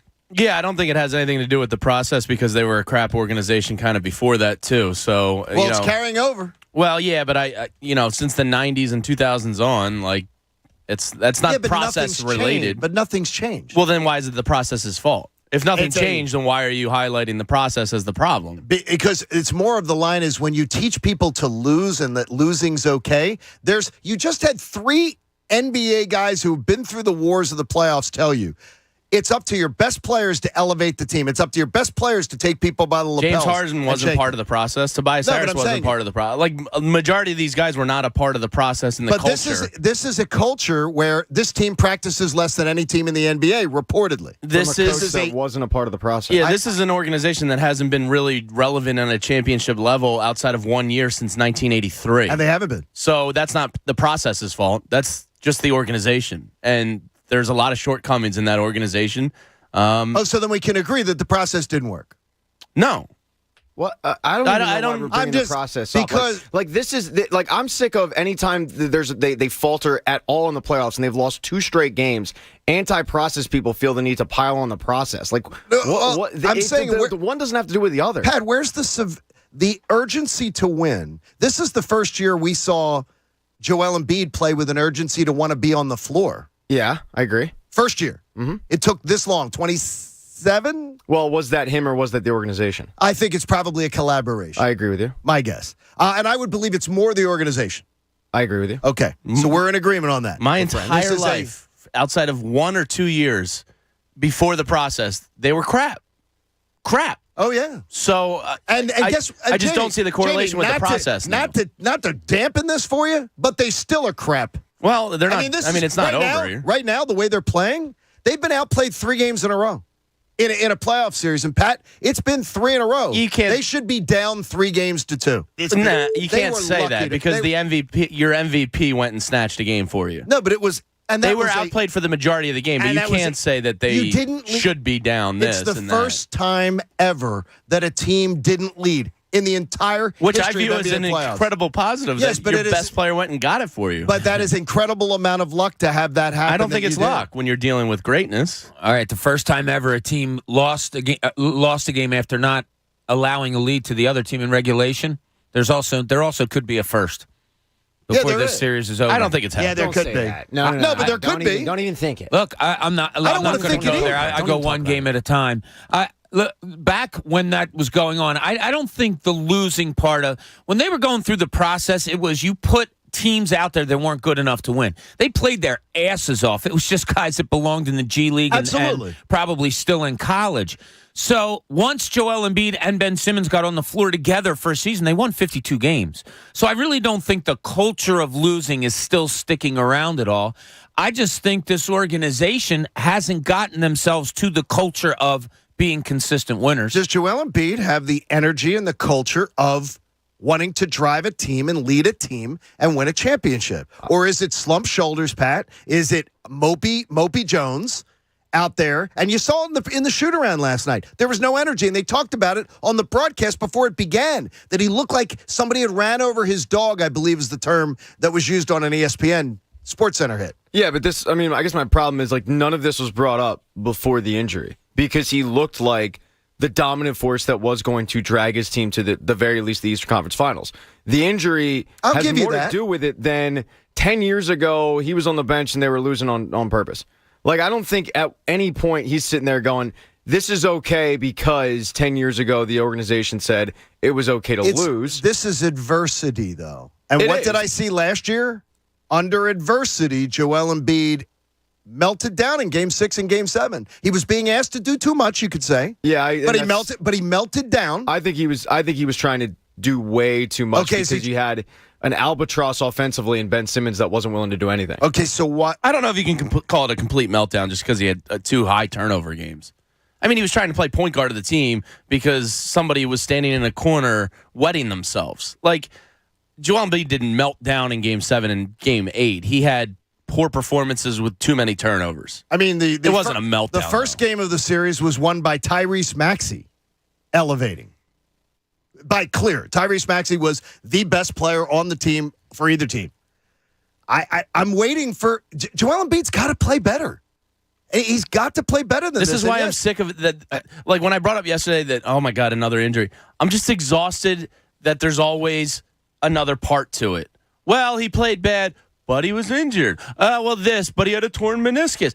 It's just exhausting. I just want to evaluate him in a freaking 7-game playoff series when he's healthy. By the way, the torn meniscus, before they're getting torn meniscus thing, remember last year, he's battling through these playoffs. He's going to have surgery right when the season's over because he's so injured during these playoffs. He never needed surgery. He never had surgery. And coming out and saying after the thumb was exposed that he felt sick in game 1 and 2, that he had an illness also in game 1 and 2. It's just, I don't know, Jamie. I'm with you. It is. It's like every time a playoff comes around, there's something. It's almost like excuses are being built before even needed, just so that they're in the holster. But he's the one supplying them. Yeah, supplying what? The excuses. Oh, I was feeling sick too. It's like he's constantly got an excuse come playoff time. Injuries aren't an excuse. I wasn't feeling too good. Diarrhea is pathetic. There's Imodium, Joel. I take it all the time. It works. Do you? Do you really? Not all the time, but you said all the time. Okay, doctor. When I'm at a point and scared of going out in public, I'll Are take you making excuses? And when I need home field. How often does that happen to you? You can never trust a fart when you got I think it's because you're eating spinach pizza at 5 in the morning. That's a whole nother issue. And the other thing is, like, part of me goes, all right, well, before the series started, I said Sixers in 6. Now, the fashion in which they've lost these 2 games is pathetic and ugly and all that. Correct. But if they go up to Toronto and take care of business, it's kind of just what I thought. It isn't, though. But it's style. Yeah, and but it's effort. Nothing like you expect. But it's kind of like what I was talking about. But if they win before 4-2, they win 4-2. You can watch a game and they can win, much like Game 3, and be like, "Oh my God, what the hell was that?" I'm different. I think differently. Obviously, I don't come out of a Game 3 and say, "Wow, that's a great win," because they played so bad. I look at it like, "Wow, they played so bad. What if that carries over? You got to fix the bad." They play bad and then they don't fix the bad, and it could go from one game to the next or from one quarter to the next. They just don't seem to fix what's not working. Well, they can fix it today at practice, Bob. They have 2 days off before they have to play again, so they can fix it at practice. In film study they're not practicing today. Now, look, if they practice tomorrow... It's another symptom. Yeah, if they practice tomorrow, I'm okay. Will they practice before a flight, or will they just do a shoot-around? Well, during the season, you practice before a flight. That's not uncommon at all. So I imagine they'll have them out there a little bit more. But, yeah, what you're going to see on film is Joel Embiid standing in a lane while any number of guys get beat off the dribble and guys going to the hoop and Embiid moving aside saying, "Olé, there you go. There's the basket." Hey, the weather right now in Jamaica is warm and sunny. Hopefully the Sixers won't be available to go there on Sunday. Call your travel agent or go to visitjamaica.com. It's a great spot to check out to learn more. Visitjamaica.com. Jay and DC got back with us. Jay, good morning. How are you, buddy? Yeah, how y'all guys? Good, man. What happened? There you go. I got a couple of points. You brought up something about Harden saying, he don't have no pressure on him. We've been trying to tell, other people like Mike Missinelli that, he has a history of this, but a lot of people don't want to. They don't want to hear it, and you can't. And Jay, you can't deny it. It's there. I mean, his career. And then you got what I was going to say. You got I just don't think Embiid and the Sixers. I don't think Embiid has like a killer instinct, in my opinion. I just don't see him wanting to destroy a team. Like Shaq keeps getting on him, and I think Shaq just needs to realize that Embiid is not that intense. The assassin. I want to destroy you type of guy. Yeah, I'm worried about that. But it was there in Game 2 and 3, like when he's sitting there telling Nick Nurse, like, "You can't stop me. You can't, like, it's over." Like, that's competitive fire that's coming out of him. That's what I mean. Like, the injury changed his entire mood. And it can't. I agree with you. He's a professional. I 100% am on board with that. I mean, you can't. But the Joel Embiid we have seen the last 2 games and the Joel Embiid that we saw the first 3, the one that was walking Drake off saying, "I'm coming for that sweep," they're 2 different people. All right, Jamie, you have to supply me with a list, let's say by like the 9 o'clock hour. I have it already. Oh, you already have it? Yeah. I did my work, and I did a little research, too. I gave Jamie a challenge. Now, the challenge is this. For $50, Jamie must list every quarterback in the order they will come off the board. He's not risking anything, so this is just a bonus for Jamie. That comes off the board before the Eagles make their first selection. Who's your list? Malik Willis. Okay. Kenny Pickett. Matt Corral. So you have 3 off the board in that order. Yep. Corral. Is Corral going to the Commanders in your mind? He might. I don't want that, by the way. He might. I'm intrigued by him. If I was the Commanders, I'd be considering it. I went back and looked. The last time 3 quarterbacks haven't gone inside the top 15 was 2016. Wow. Where they went 1, 2, and 26. And that was Paxton Lynch at 26, Carson Wentz at 2, and Goff at 1. So it's Willis, Pickett, and Corral will be off the board before the Eagles make their first pick. That's my guess, yeah. And Jamie will get a crisp, well, you might get 2 20s and a 10. That's fine. You might not get a crisp 50. But there it is. That's fine. I like... It happens every year. By the way, they were the 3 names I didn't want you to have. Well, they're the top 3. But I wondered about your order. Yeah, I do too. And so the order could screw it up immediately, and you could lose it on that. Yeah. But if Pickett or Corral goes off before Willis, but they were the 3 I did not want you to. I wanted you to reach for somebody else. No, I'm not going to get too bad. cute. This is it's going to be interesting. And by the way, we have to watch the draft, and we got to watch the Sixers. Yeah, it's not horrible. No, Yeah, but I know we want to put focus. You want to focus. Some of us can. Some of us can focus on a couple of things at a time. Yeah, we'll be all right, John. Don't you worry. We'll teach you how to do it. Trust me. I think Pickett and Willis go before the Eagles pick at 15. I think Corral isn't gone yet. I think Corral's not gone yet either. Really? I took a chance. I don't think he's on yet either. I took a chance putting him in there. The one I worry about is the Commanders taking him because I actually like Matt Corral. Yeah, so do I a little bit. He has... I think he's worth the risk, let's say. Yeah, I don't know about... I don't think he's a lock by any means, but he's worth the risk. Hey, remember, it's Philly Pretzel Factory celebrating National Pretzel Day today. You can go to any Philly Pretzel Factory location and enjoy one free pretzel to help celebrate. They've got them for you. Happy National Pretzel Day from Philly Pretzel Factory, the official soft pretzel of the Philly sports fan. I am not. Okay, just a gut instinct. Pat, I'm going to go to you first. It's April the 26th. You have plenty of time to change. Are you letting Harden has the option to do the player option for next year? Are you offering Harden a long-term contract extension? Yeah. Jamie? Can I hope he opts into his 1 year? No, but that could happen. That's my ideal situation. That could happen. No, but are you going to offer it to him? Because he may say, if you don't, I'm not opting in. Man, they are in a rock and a hard place with this one. See, I don't think they are. You were getting nothing. Ben Simmons was never going to play here. No, it's the issue of extending him 4 years. I'd never do it. Not in a million years. I really want him just to take the option. Yep. That's what I want. And that's I don't. Bob, if I'd love the 1 year option. Yeah. If he says I'm not taking the 1 year option, I'll sign my own deal. Yeah, I really need to know where he is physically right now. It could be a case where, unlike Joel Embiid, it could be a case that he's really hiding an injury. And I'm not defending him. I'm just saying, what if this is the scenario? What if his hamstring really is 65%?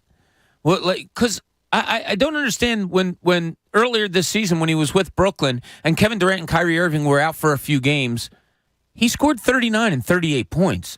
And he said he was going to do it, and he went out and did it. Well, that just doesn't go away over the span of 2 months. Yeah, I'm very confused by him. Yeah, so if the Sixers know that there is a serious hamstring injury and he could be much better than he is right now, then I'm intrigued. But if this is the James Harden you have right now, I'm doing the 1 year or nothing, I think.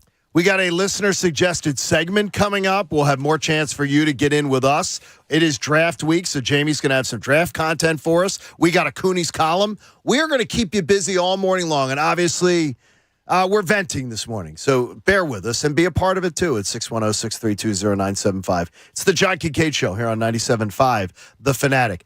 Download the BetParks Casino and Sportsbook app. They've got you covered. Now, a lot of people are betting on the long ball with the Philadelphia Phillies and the way they've been hitting it. How about this long ball offer for you?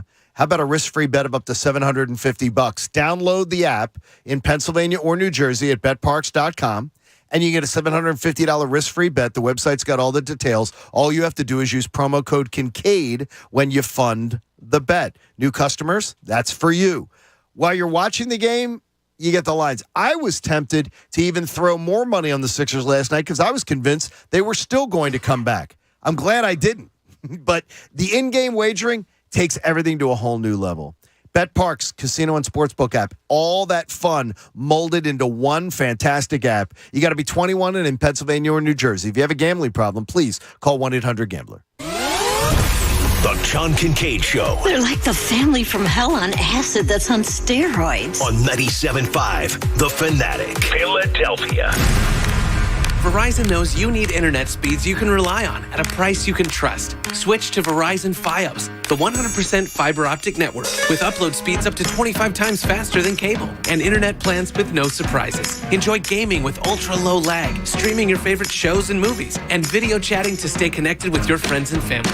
All with no hidden fees and no expiring promo prices. Plans start at just $39.99 per month with AutoPay. That's right. Faster speed and reliability costs less than you think. No surprises, no caveats, just the 100% fiber optic network and 100% price transparency. That's Verizon Fios. Call 1-800-VERIZON to switch today. February 23rd, 2022 speed claim based on Fios gigabit connection max upload speeds of 880 megabits per second versus 35 megabits per second advertised upload speeds for Xfinity Gigabit, Spectrum Internet Gig, and Optimum 1 Gig plans. $15 per month router charge, $99 setup fee, and terms may apply. League of Legends is making its grand return with in-person events as the League of Legends Championship Series Spring Finals is coming to Houston, Texas to fill the NRG Stadium on April 23rd and 24th. The best teams in North America will be there duking it out to determine who goes on to the World Championship to face teams from across the globe. For all coverage of the event, head to checkpointxp.com. The latest esports and gaming news. Find it online at checkpointxp.com. Something you probably do know. Progressive can not only offer you a great price when you bundle home and auto, they offer you round-the-clock protection. Something you probably don't know, the average garage door is made up of 1.3 millimeter aluminum panels. Something you probably do know, your neighbor likes to tinker with his dirt bike. Something you probably don't know, a runaway dirt bike can take out your garage door and a good portion of your car bumper. Bundle your home and auto with Progressive and get more than a great price. Get round-the-clock protection. Something you know for the things you don't know. Coverage from Progressive Casualty Insurance Company, affiliates, and third-party insurers and subject to policy terms. Bundle discount not available in all states or situations.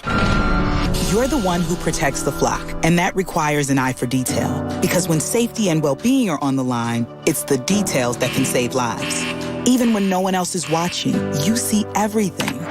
Grainger gets you, and we're here for you, and all the ones who get it done with a wide range of safety products and solutions, plus board-certified safety consultants here to answer your questions. Call, click Grainger.com, or just stop by. Grainger, for the ones who get it done. If you have a small business, Staples has your sign. Banners for my bakery? Staples has your sign. Oh, posters for my new pet store. Floor decals for a pharmacy. Every day, Staples associates help every kind of small business create bold signs to make big impressions. And now get $10 off custom signs, banners, and posters when you spend $50 or more. This is your sign, so print it big at Staples. Ends 5/28. Visit staplesconnect.com/thisisyoursign for details. And they're off. Hi, it's Pete from Chicky and Pete's. It's Derby time, and we're throwing a big party. Saturday, May 7th. Join us for the best in-race experience at all locations. And in Malvern, play here and get paid here. The first and only race and sportsbook in the country inside a standalone location. At the spectacular new Chicky and Pete's Malvern. Eat, drink, wager, and watch all the action. Wear your Derby hat and enjoy a complimentary mint julep. Plus, the best Derby outfit contest dressed to impress. The Chicky and Pete's experience. Race day, game day, every day. It's Ford Truck Month. Now's the time to get a great deal on the only trucks built Ford tough. Work or play, get after it in a new Ford F-150 or Super Duty truck. Get a Ford Maverick or get after any adventure in a Ford Ranger pickup. Take advantage of our best offers on the full Ford lineup of trucks. But you better get going. These deals won't last. Get to Ford Truck Month. Maverick has limited availability. See dealer for inventory stock. High-efficiency equipment for lower bills, special financing, and rebates on qualifying systems. What? Oh, I'm trying to memorize something I heard on the radio. Peace of mind warranties. Why? Because our AC is on its last leg, and I need to convince you to call a Bryant Heating and Air Conditioning contractor. No, you don't. I heard the same ad. And you forgot cleaner, healthier air. Pierce Phelps Bryant will do whatever it takes to keep you comfortable. To find a local Bryant Heating and Air Conditioning dealer near you, visit nopaybryant.com. Brian. Whatever it takes. My mom's the bomb. Her hugs are so good, there's a wait list. Her laughter is the life of the party. Her smile makes everyone smile. Everything worth knowing, I learned from her. That's why this Mother's Day, I'm heading to Hellsberg Diamonds. They have beautiful diamond pendants, gemstone rings, and more. Hellsberg makes it easy to find a gift she'll love. One that hopefully she'll pass down to me one day, along with her secret to perfect hugs. Save big on mom-worthy gifts at a Hellsberg store near you or at hellsberg.com. Hurry, Mother's Day is Sunday, May 8th. Meet Allison, teammate at Truist Bank. Hi. She was born to care, and she always had your back. You could say that. Like that time back in the mid-'80s when she spotted Stacy Kaminsky with her new perm, and a car was coming, about to hit a puddle. So Allison jumps in front of the splash, just in time to protect Stacy's fresh curls. Look, I had to do it. A wet perm just doesn't work. Today, Allison's a teammate at Truist, the bank that starts with care. When you start with care, you get a different kind of bank. Learn more at truist.com/care. Truist Bank, member FDIC. Hey, guys, you can go yard all summer long with $5 Dinger Tuesdays on FanDuel Sportsbook in partnership with Valley Forge. This season, all customers will get $5 for every home run hit by both teams when you place a $25 two-hit-a-home run wager on Tuesday MLB games. And the best part about Dinger Tuesdays is even if your bet loses, FanDuel will pay you $5 for every home run. Look no further than Citizens Bank Park tonight, people. I'm telling you, you're going to see some more dingers tonight from the Phillies. You saw 8 runs from them last night. Bryce Harper hit you a home run. I think Nick Castellanos gets you a home run tonight. I think Kyle Schwarber might go yard tonight. But take a look at the opening lineup because you never know what Joe Girardi's going to do. So what are you waiting for? Pick your home run hitter and turn big swings into big wins. There's no better place to bet America's pastime than on America's #1 sportsbook. So head on over to your FanDuel account or download the FanDuel Sportsbook app and sign up using promo code Bob. That's promo code Bob. 21 plus and present in Pennsylvania. Bonus issued as non-withdrawable site credit that expires in 7 days. Max bonus $25. Restrictions apply. See full terms at sportsbook.fanduel.com. If you have a gambling problem, call 1-800-GAMBLER. Now, back to the John Kincade Show. You think Jamie has some really crazy opinions? Don't worry. We do too. On 97.5 The Fanatic, Philadelphia. It's the John Kincade Show on The Fanatic, and today's show brought to you by Philly Pretzel Factory. You can enjoy one free pretzel today to celebrate. Stop in any Philly Pretzel Factory location, and don't act like you don't know where it is. They're everywhere. You know where they are. You see them all the time, and you probably stopped in before. Drive 5 minutes in any direction. Happy National Pretzel Day from Philly Pretzel Factory, the official soft pretzel of the Philly sports fan. Before Betty moved to Drexel Hill, when she was still in her home in Broomall, she loved the Philly Pretzel Factory in Broomall. She would just go in there and she absolutely loved it. Get a soft pretzel. I remember her saying, when you're here, you're family. I think that. That's what they say, yeah. Yeah. She wouldn't have known how to take you. Me? It would have taken her longer. I've told you before, and by the way, Danny and my brother and everything agrees. Bob would have been Betty's favorite. Bob and Betty at a happy hour would have just been hanging out. They would have been the favorite. I could see that. Yeah. She wouldn't have known how to take you sometimes. She would have found affection for you. Yeah, a lot of people. She may have smacked you down. That problem from time to time. She may have smacked you down. She smacked me down. She found me aggravating, so I'm guessing at time to time she may have found you aggravating. Oh, I am. Yeah, I think I'm insanely annoying. You know what though? When Pat gets in his, I like revel in it. I think it's. I'm almost jealous that I don't have the emotion that he gets after losses or after something bad happens to a player or whatever. So, like sometimes I leg him on a little bit just to get him going even more because I really do enjoy watching you. I don't want to say watching you in your misery, but watching your passion is what I should say. Please don't do that. Her favorite thing was to go, "Okay, Dad. I know what I'm doing, Dad." To use "Dad" on me.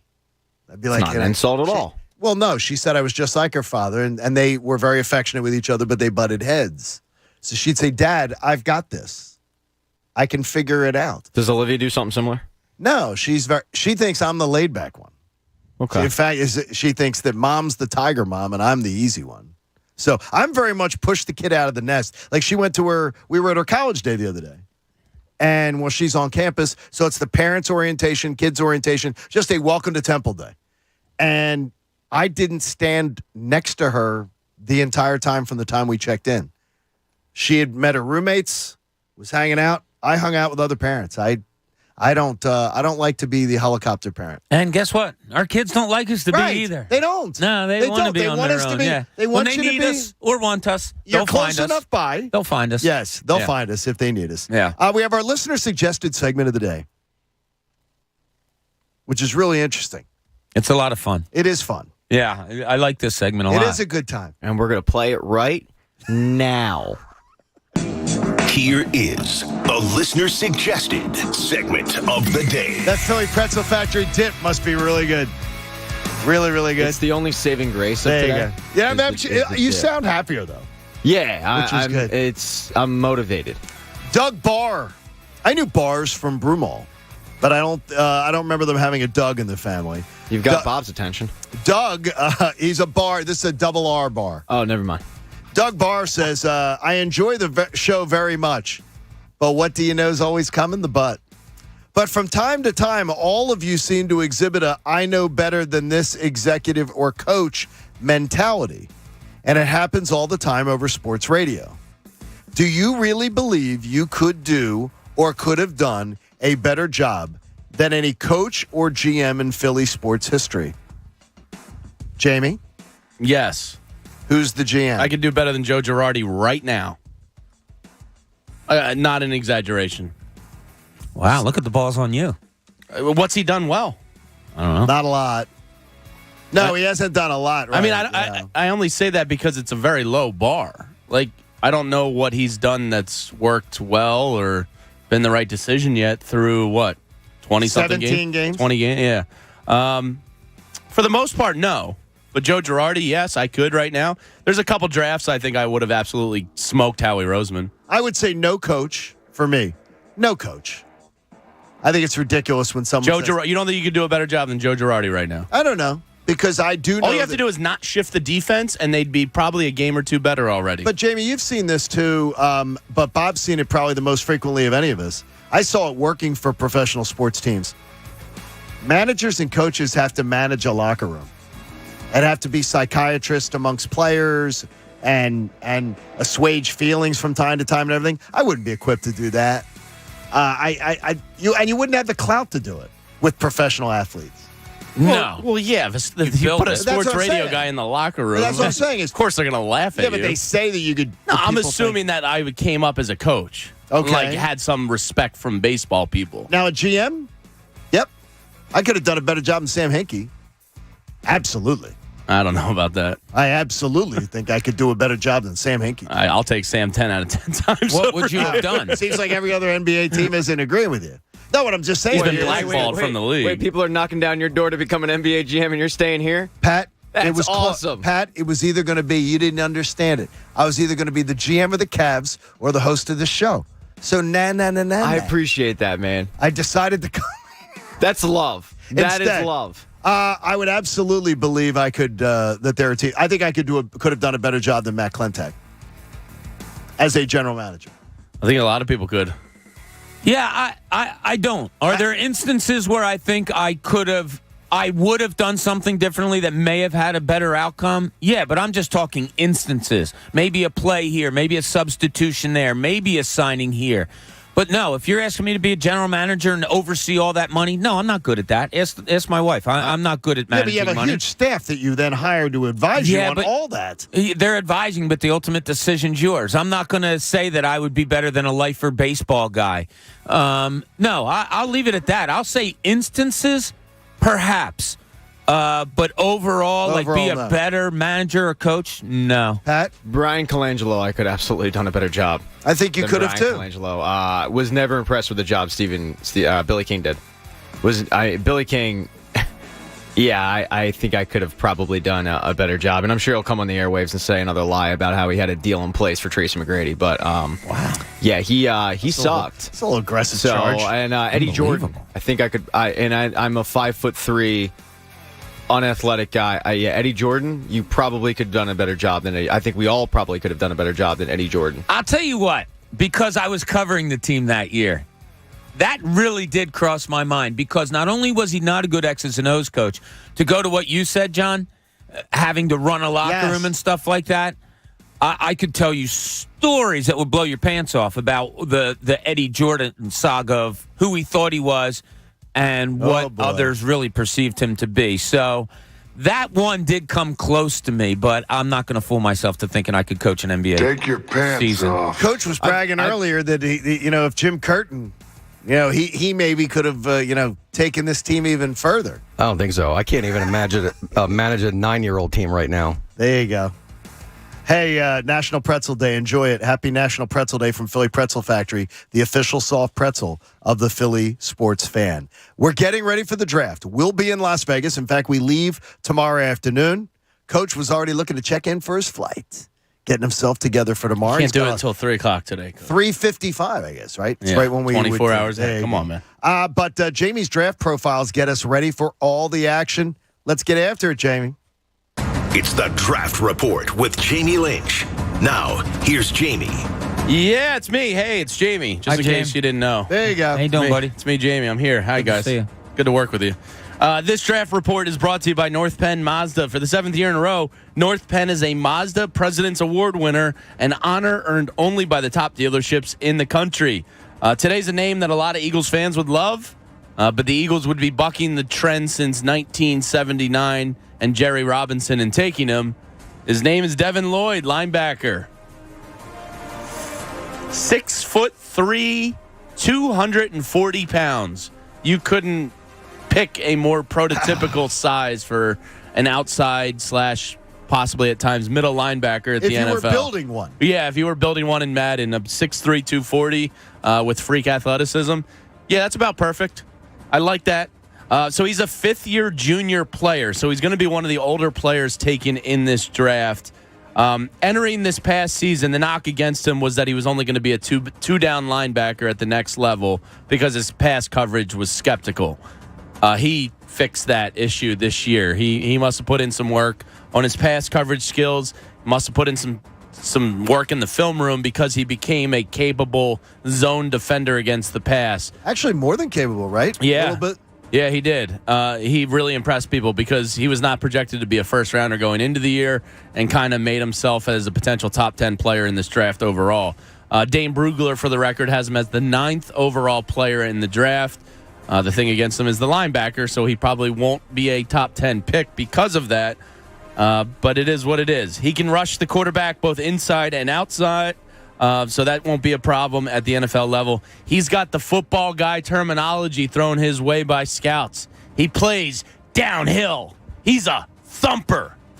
Though you're mocking, you do appreciate it. No, yeah. I mean, it's accurate. But you do appreciate it. It's just funny how football guy terminology gets, thrown at certain people. I always love the thumper. He's a thumper. His mother was a thumper. I'd like to be known as a thumper. His mother was a thumper? I don't know. Maybe it's in his DNA. I don't know. That's a little provocative. He displayed an ability to pass the rush from several different situations on the field. The scouts say he's a great tackler in the run game. He plays downhill. Mom was a thumper. Yeah. He was amongst the nation's leaders in tackles for losses last year.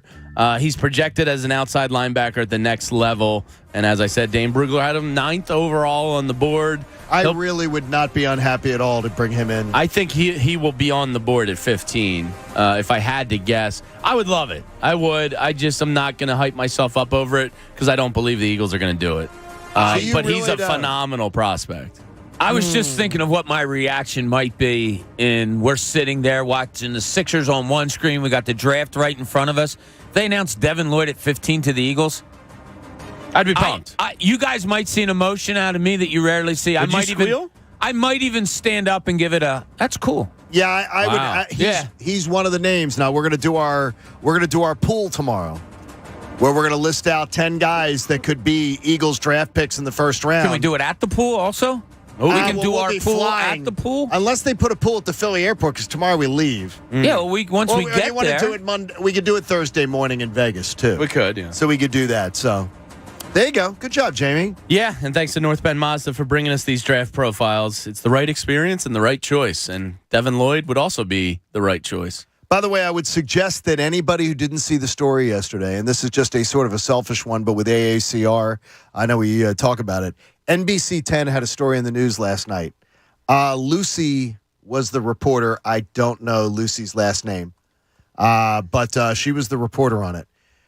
2 Penn doctors, it appears, have cured cancer in 2 men. Huh?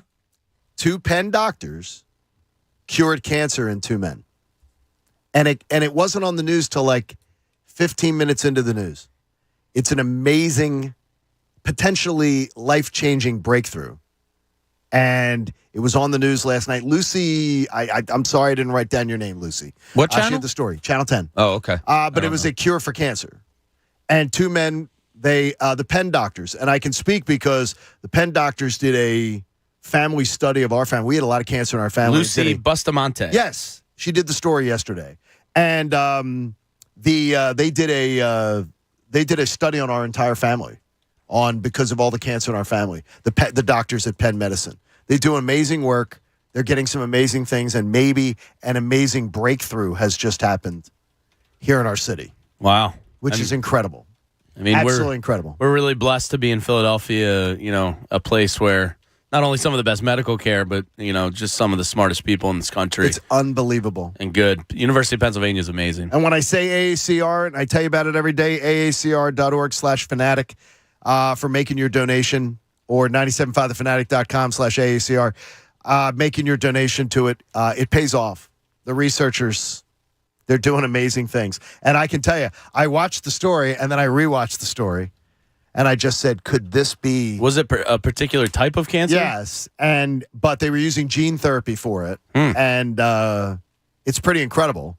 And I was thinking to myself, all I was thinking about at the time was weird, is that I was thinking about my own daughter, and I was thinking about your kids, and out there, and saying to myself, could we be getting close to the day where, at least for certain cancers and things like that, the doctors have... That'd be nice. It's amazing. Yeah. It'd be absolutely amazing. That is incredible. Let's wander to Cooney's Corner, where you're always hearing about injuries and not from Bob.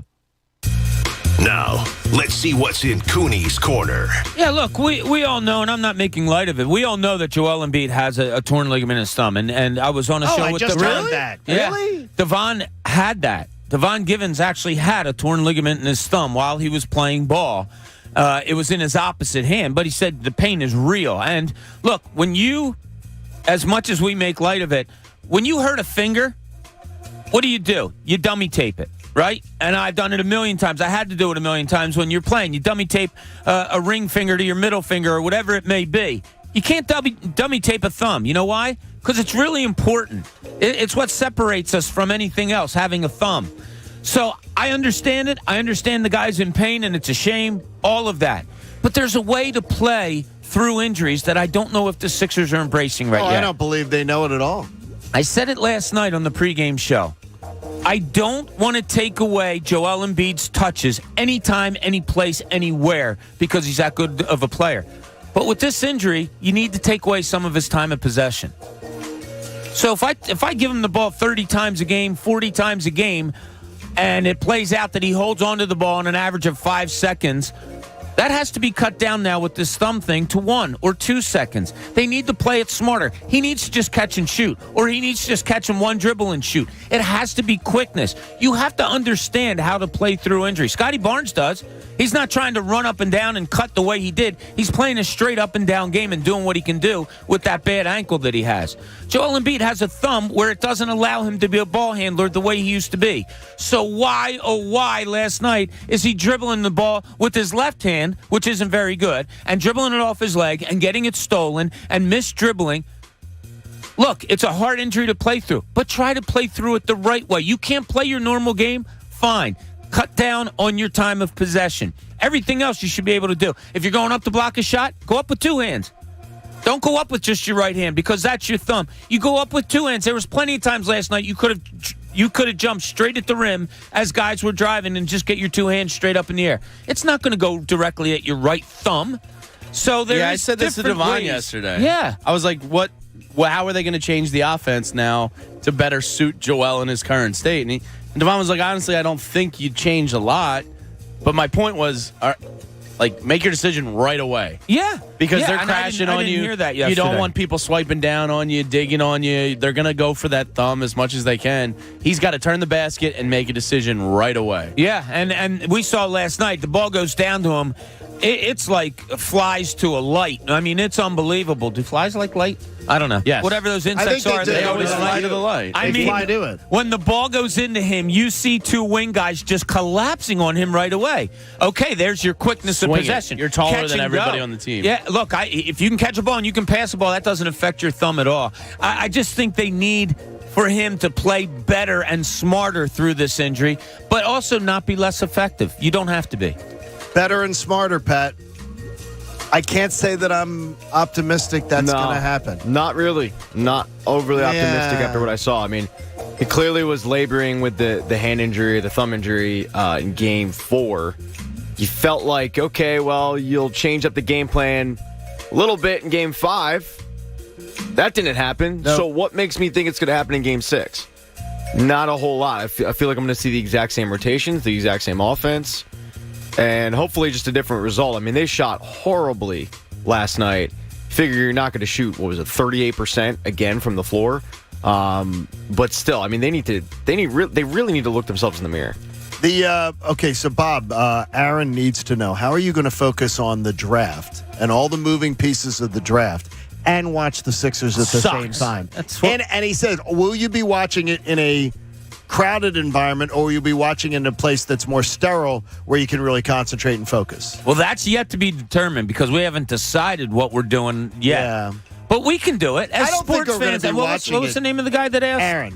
Aaron, I'll bet you're a good enough sports fan that you can keep an eye on two different things at once. He's just thinking there's going to be a lot of movement with the draft. Yeah, and there's going to be a lot of moving parts. I figured that I'm going to have my draft sort of like stuff in front of me and marking off when guys are going. Oh, absolutely, yeah. I mean, have you ever written notes about one thing while you're watching another?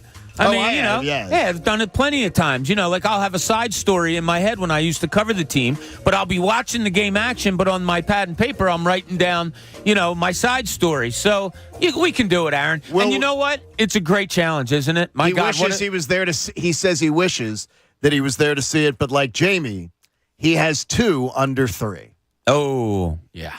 And he said Vegas Dome. He said Vegas really isn't in the cards anymore. Well, mine wouldn't have been either, except I got to claim a work trip. Right, it's a work trip. Yeah, so. Well, it is. It's a work trip. Yeah, it is. Otherwise, I wouldn't be going. Oh, man. I mean, it's incredible. If this was a for pleasure trip, you wouldn't be seeing me. Oh, man. Absolutely awesome. He says, Aaron, I feel for you, Aaron. That does suck. He said he enjoys it big time, but he says he will be with us in spirit as we board the plane tomorrow. He says he wonders if we'll feel him in the carry-on luggage. Be sure to check. He said he's been really excited about it. He goes, a draft in Vegas. Yeah, I really wanted them. I wanted them to win last night. I didn't want the distraction on Thursday night. I really didn't. Yeah, and talk about Miami or talk about whatever's going on. Imagine if the Heat close out tonight. And then the Heat closed out their series before the Sixers. I just wanted it for the rest. Yes, I did for the rest, too. Yeah. But selfishly, I didn't. But I also wanted it for the not distracted. Well, for the draft. yeah. I don't think it's going to be all that distracting from the draft, honestly. No, I mean, each team has 10 minutes, and you have the stupid commercial breaks. I mean, they prolong that thing like nobody's business. But I think it was somebody from the Inquirer, and I forget who it was, but they interviewed surgeons and doctors about the injury. And basically the overwhelming conclusion was the first couple of days it was going to be really bad for him and really painful. After that, the pain would subside and it would be manageable. So hopefully if they do end up advancing, second round comes around and you can kind of manage it better than what you're managing it now. Here's Steven off social media saying, yes, I'm a little tired of watching Joel Embiid with a sore thumb walking around like he's an extra from Saving Private Ryan. Sore thumb?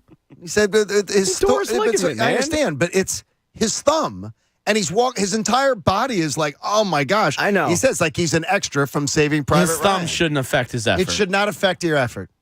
Should not affect your legs. It can affect other things. It should not affect your effort. Oh, man. You can't wear your injury on your sleeve like that because when the other team sees that and your own team sees that, it's blood in the water.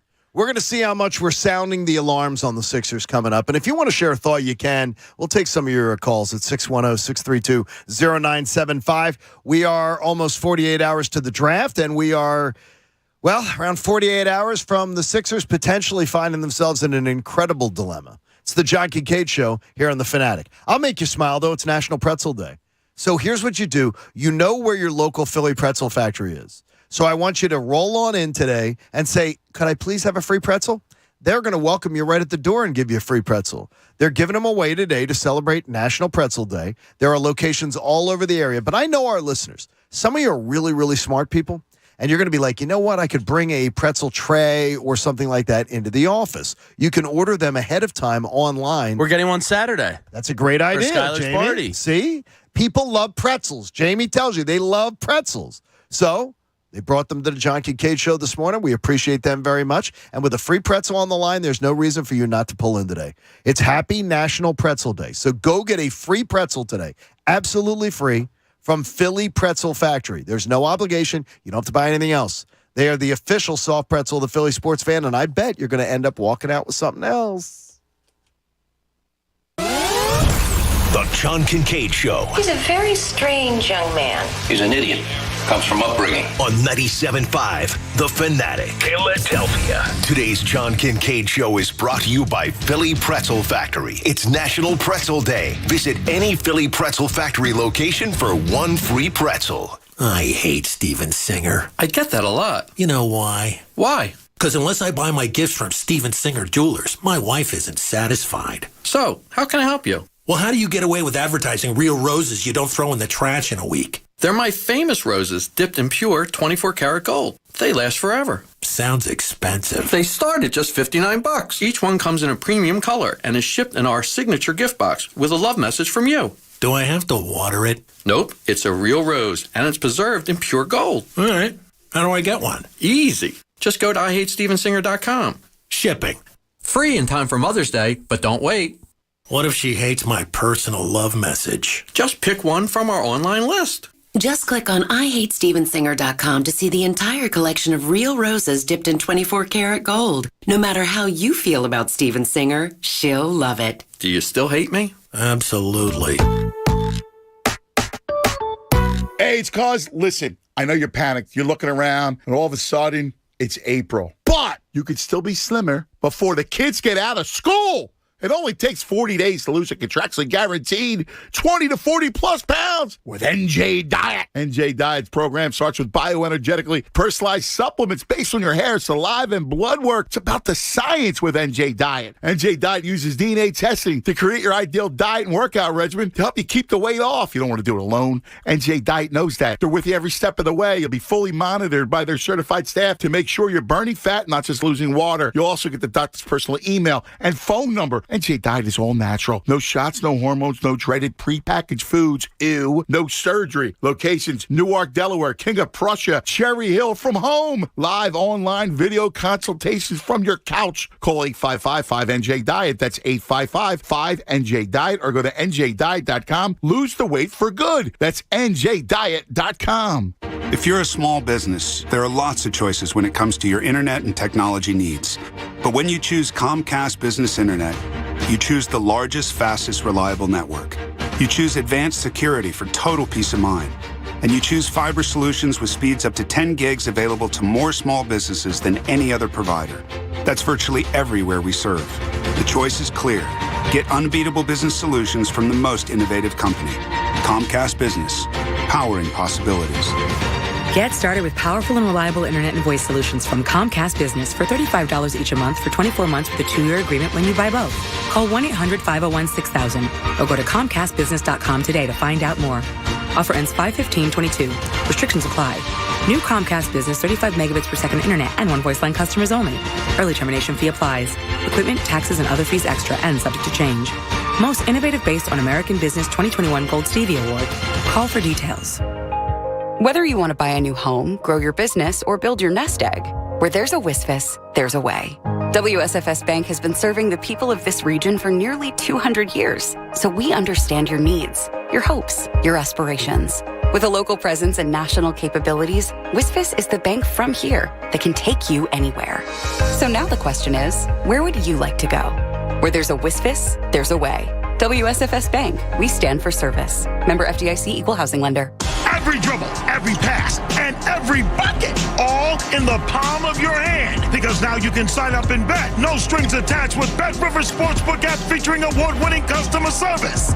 Live in-game bets, live player props, and live instant betting. Bucket to bucket. Don't miss out on all the big games. Get in the action with Bet Rivers Sportsbook. Download the Bet Rivers Sportsbook app today. Presented by Rivers Casino, Pittsburgh. Must be 21. Gambling problem? Call 1-800-GAMBLER.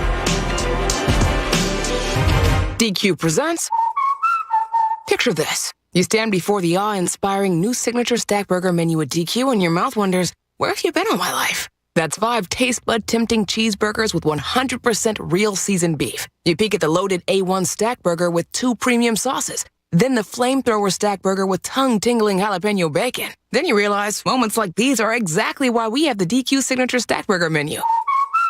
DQ. Happy tastes good. Get it delivered at DQ.com. Car shoppers, with light inventories and heavy markups, is it even possible to find a fair deal out there? To be sure, Faulkner Buick GMC in Westchester is the region's trusted name for selection and savings, with no markups and nothing priced above MSRP. Fair, honest pricing has been our way for over 30 years. Find the perfect vehicle, whether you pre-order or drive it off the lot today at Faulkner Buick GMC in Westchester on Auto Park Boulevard. And at FaulknerAuto.com. To be sure. Make sure your home is ready for the sizzling heat with one call to CNC Heating and Air Conditioning. Their technicians will ensure your system is ready to handle the scorching temperatures ahead. Air conditioners can dramatically increase energy bills. A tune-up from CNC can ensure your system is running at its most efficient so you can stay cool without breaking the bank.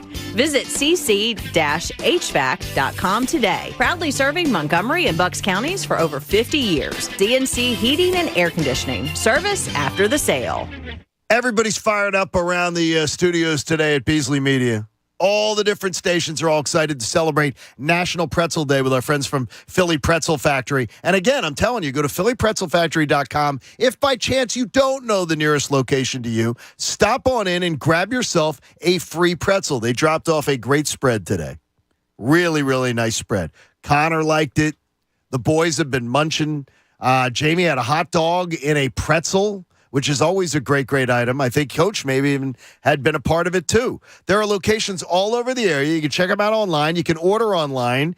And National Pretzel Day is a day for some joy, and we need it after last night's Sixers game. So celebrate today. Go get your free pretzel today. You don't have to buy anything else. Just go on in and visit. It's National Pretzel Day from Philly Pretzel Factory, who are the official soft pretzel of the Philly sports fan. WPEN, Burlington, Philadelphia, a Beasley Media Group station. Home of 76ers basketball and Flyers hockey. Plug in. 97.5 The Fanatic, Philadelphia. Now, back to the John Kincade Show. Yep, this is really happening. You're listening to us knuckleheads instead of doing something that you could be productive in. On 97.5 The Fanatic, Philadelphia. It's the John Kincade Show on The Fanatic. We're halfway home today. Our 8 a.m. hour is brought to you by Martin Law, the law firm for injured workers. Visit paworkinjury.com. A lot of times here in the building, we will wander on over to Peter and Stan's studios, and they always have like great food at their show. Mm-hmm. They always have a great food spreads and everything. It's quite popular today, the Philly Pretzel Factory drop-off. I just saw Melissa. I haven't seen Carter yet from the Peter and Stan show. I saw enough. I was just going to say, Jamie and I saw a lot of Carter last night. Don't get on one of Carter's text chains. Yeah. Really? Did you see too much? Way too much. Way too much. Way too much. Yeah, me, Jamie, and Carter are on a group text that's not good. You don't want to be on this group text. You don't. You couldn't handle I don't want to. I don't want to be on this group text now. You've said it so much. No, it's scary. No, you don't. I mean, I'll show you during the break, and you'll thank me. See that? It's the Peter and Stan show. They have a real interesting vibe around them. Yeah. I don't know how that Melissa puts up with them. But it's great. Thanks, Philly Pretzel Factory. Good to have you here today. We're playing golf in a event with Carter from Peter and Stan on Monday. How are you? Yeah, St. Pius. Oh, nice. Parish in Broomall. So a golf outing. It was a little pricey. I've got to say, I don't know if they're going to like. It was a little pricey, but I'm hoping there's going to be some great swag. Yeah, I mean, but it sounds like it's going to be a lot of fun. So looking forward to that. So is it I want to ask everybody about how much you are sounding the alarms this morning, and Devon Gibbons will join us for the 3-pointer. Now that scared somebody driving their car. Yeah, right. Right now, that's scaring somebody right now. Okay, I'm getting under a desk. Pat. On a scale of 1 to 5, how much are you sounding the alarms that this thing could totally collapse? 0. Jamie? I was more annoyed last night. But You're more annoyed? Yeah. Okay. Jamie, I'll come back to you on that, Pat, since you gave me a 0. That it could totally collapse. 5 is full panic, right? Yeah. I'd go 2. Okay. Bob? Put a number to how 1 to 5 on where you are, or 0 to 5, because Pat took a 0 on that. This whole thing could collapse. They could lose the next 2. I'll go 1.5. That's what I was thinking originally, and then I upped it. I'm at 1.5. You were at 2. Pat was at 0 though. So Pat, do you expect a closeout Thursday night? Yeah. Well, look, I'm the guy who said they would sweep. So you're not that guy, are you? You and Shaq both. I've been expecting them to close out, and even if we go in the time capsule, you hear, I thought they were going to hammer them. Last night I was way more annoyed than anything than scared. I've been in series before where they lose a game and you're kind of terrified they could go south. I do think they're the better team, even with the injury. I've constantly said it's the second round that really worries me. This matchup not so much. But I don't think there's a shot in hell that they lose in the first round. And if they do, people need to lose their chops. I expect to close out Thursday night. I'm expecting it, but I expected an easy game last night. Well, my gut said there's going to be a game 7, but then this team never does kind of what I expect them to do. So I think they could close it out in Toronto. Hey, at Whole Foods Market, you get 25% off Forager Project, Light Life, and Field Roast plant-based products through April 26th while supplies last. Plus, Prime members save an extra 10%. Restrictions do apply. Devon joins us in a little over 5 minutes. Adam in Germantown has been holding on. Adam, good morning. You're on The Fanatic. How are you this morning?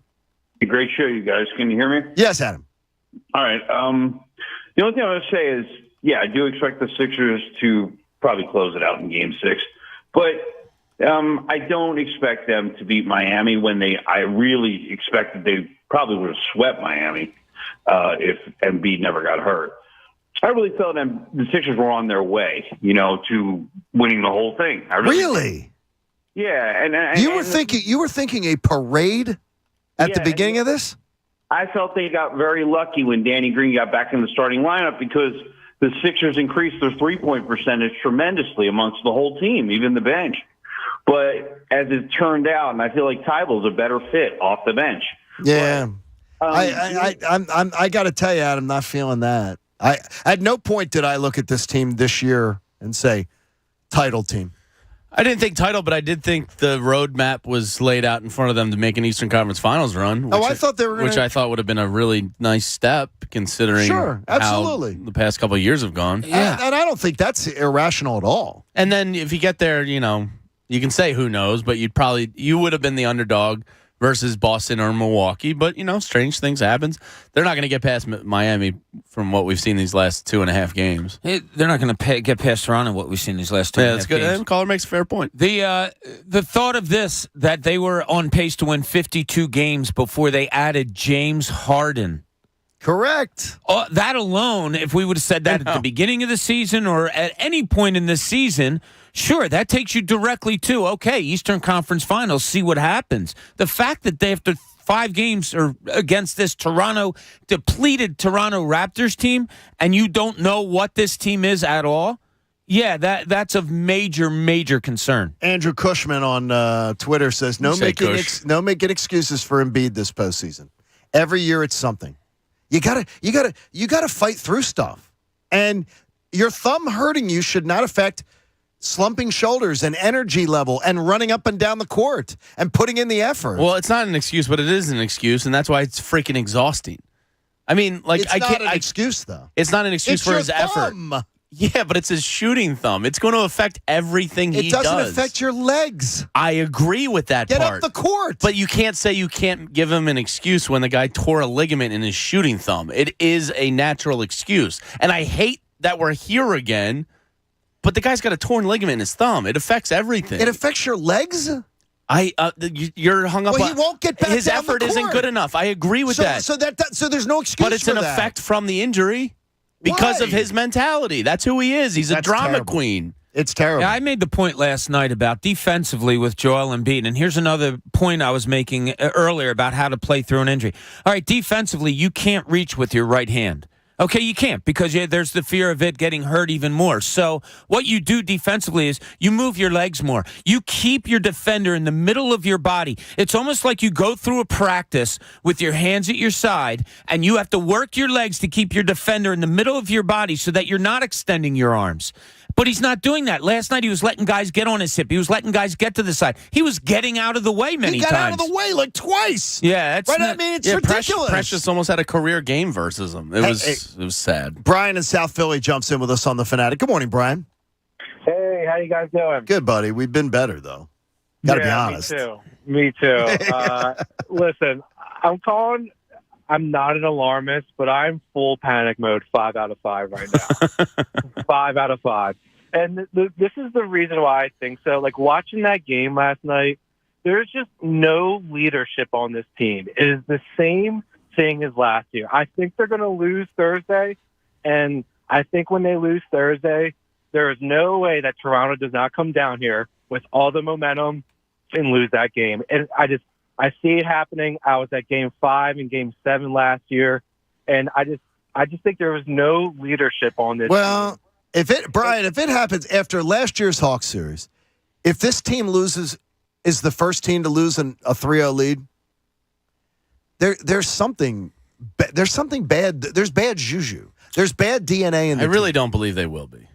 I don't believe they will be either. But if we wake up Friday morning and we're talking about Game 7 on Saturday, I will absolutely believe it could happen. When I said earlier I don't understand sports, we say that about you. And, sure. I'm sure a ton of people say that, right? But you're going to tell me that something that's never been done in the playoff history of the sport is going to be done by a team with Joel Embiid, James Harden, Tobias Harris, and Tyrese Maxey as its core? And they're missing perhaps their best player. And 2 of their top 4, right? Like, on what planet does that... In what world? Yeah, does that make sense? Here's another thing. In what world? I'm convinced right now they are going to lose on Thursday night. Therefore, because in what world that you're talking about, they're probably going to win in a blowout. That's how baffling this team is right now. All right, you know what's not baffling? Getting answers from a more level-headed mind amongst us. He's Devon Givens. This is the three-pointer with Devon Givens on 97.5 The Fanatic, home of 76ers basketball. I'm sure all the feelings were very rational last night, Devon, as you were watching that game. Or were you sounding more like us? Yeah, I don't know how rational I was last night after that. Well, let's get to your first shot of the morning because I honestly don't know exactly what direction you'll go. I'm guessing on 2 of them, though, so I'm looking forward to it. Oh, interesting. Okay. All right, so first I wanted to talk about how Toronto was more of the aggressor last night, while the Sixers were only down by 2 after the first quarter, and there were some promising things to look forward to going into the second. You saw where they started to really take over. That 12-0 run to start that second quarter, for me, was my first one, and you just saw where they go scoreless, the Sixers, for those few minutes, and just look lifeless. At that point, it seemed like they got punched in the chest, punched in the gut, and they did not know how to respond. And then you get a 12-0 run, and Doc Rivers has to call the timeout. They don't get a three-pointer until it is, 41-27, I believe it was, when Danny Green hit that three-pointer. So that for me, John, it just showed right there that the aggressor, or again, when we talked about the physicality, having the first punch, Bob and I talked about it last night, getting off to a good start, fast, quick, but steady, however you want to look at it. get off to a much better start. The aggressor, the Toronto Raptors, they were not afraid. It did not matter to them that, as you guys just talked about before bringing me on, that Fred VanVleet was unavailable to play last night. So, Devon, you bring up, it's 29-27 starting the second quarter. Doc Rivers throws out a starting lineup of Tobias Harris, Niang, Thibault, Reed, and Maxey. Unbelievable. Did you have a problem with that? Because right off the bat, and he went zone, and they get out to boom, an 8-0 run. Then he brings back Embiid. He brings back Danny Green. Harden had come in a little bit earlier, but they still up at the 41-27. Did he make a major mistake there starting that lineup in the second quarter? And this is weird for me because I think all of you know that I can't wait to blame Doc Rivers for something. And last night, I didn't blame him as much as I saw it trending. I didn't blame him as much as a few other people in the arena talking about it post-game as most. But I did, when that lineup was out there, because we all do it, we check the lineups, I'm like, this one is interesting.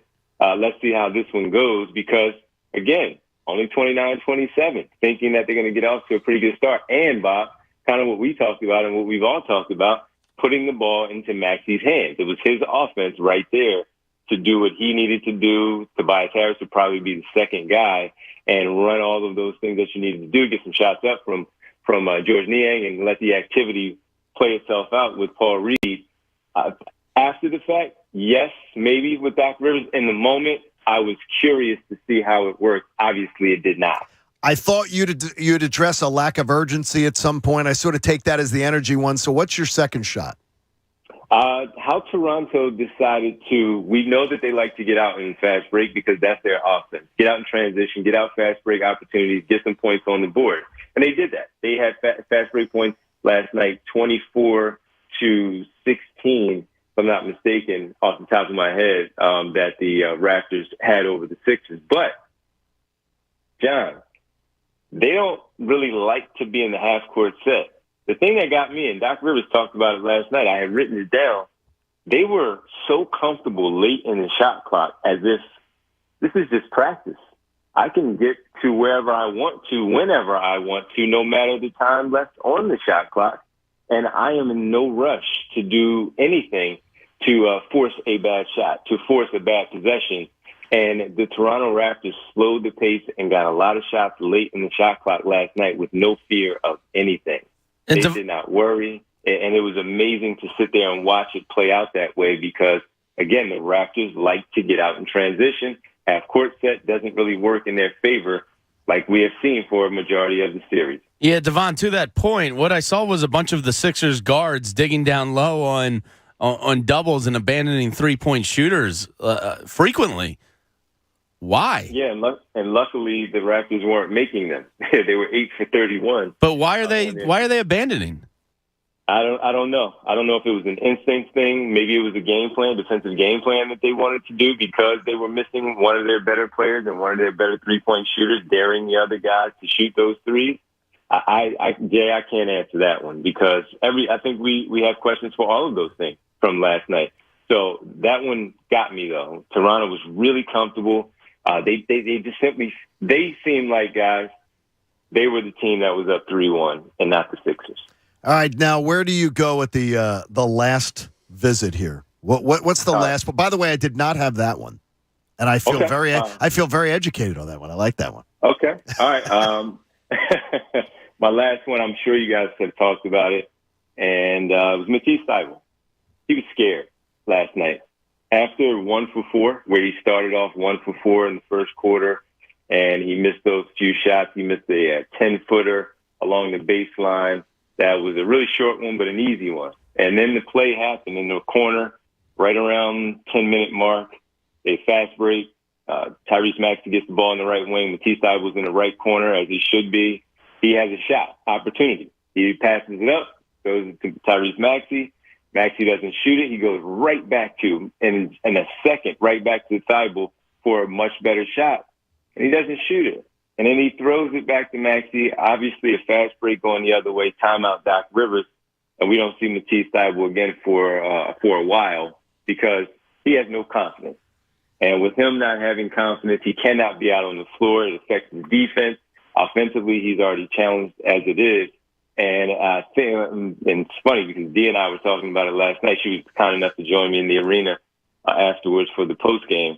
And we were just talking about how this has to be something about the whole vaccine thing, how he's letting his team down, and everything is in his head right now. And now he cannot play in game number 6.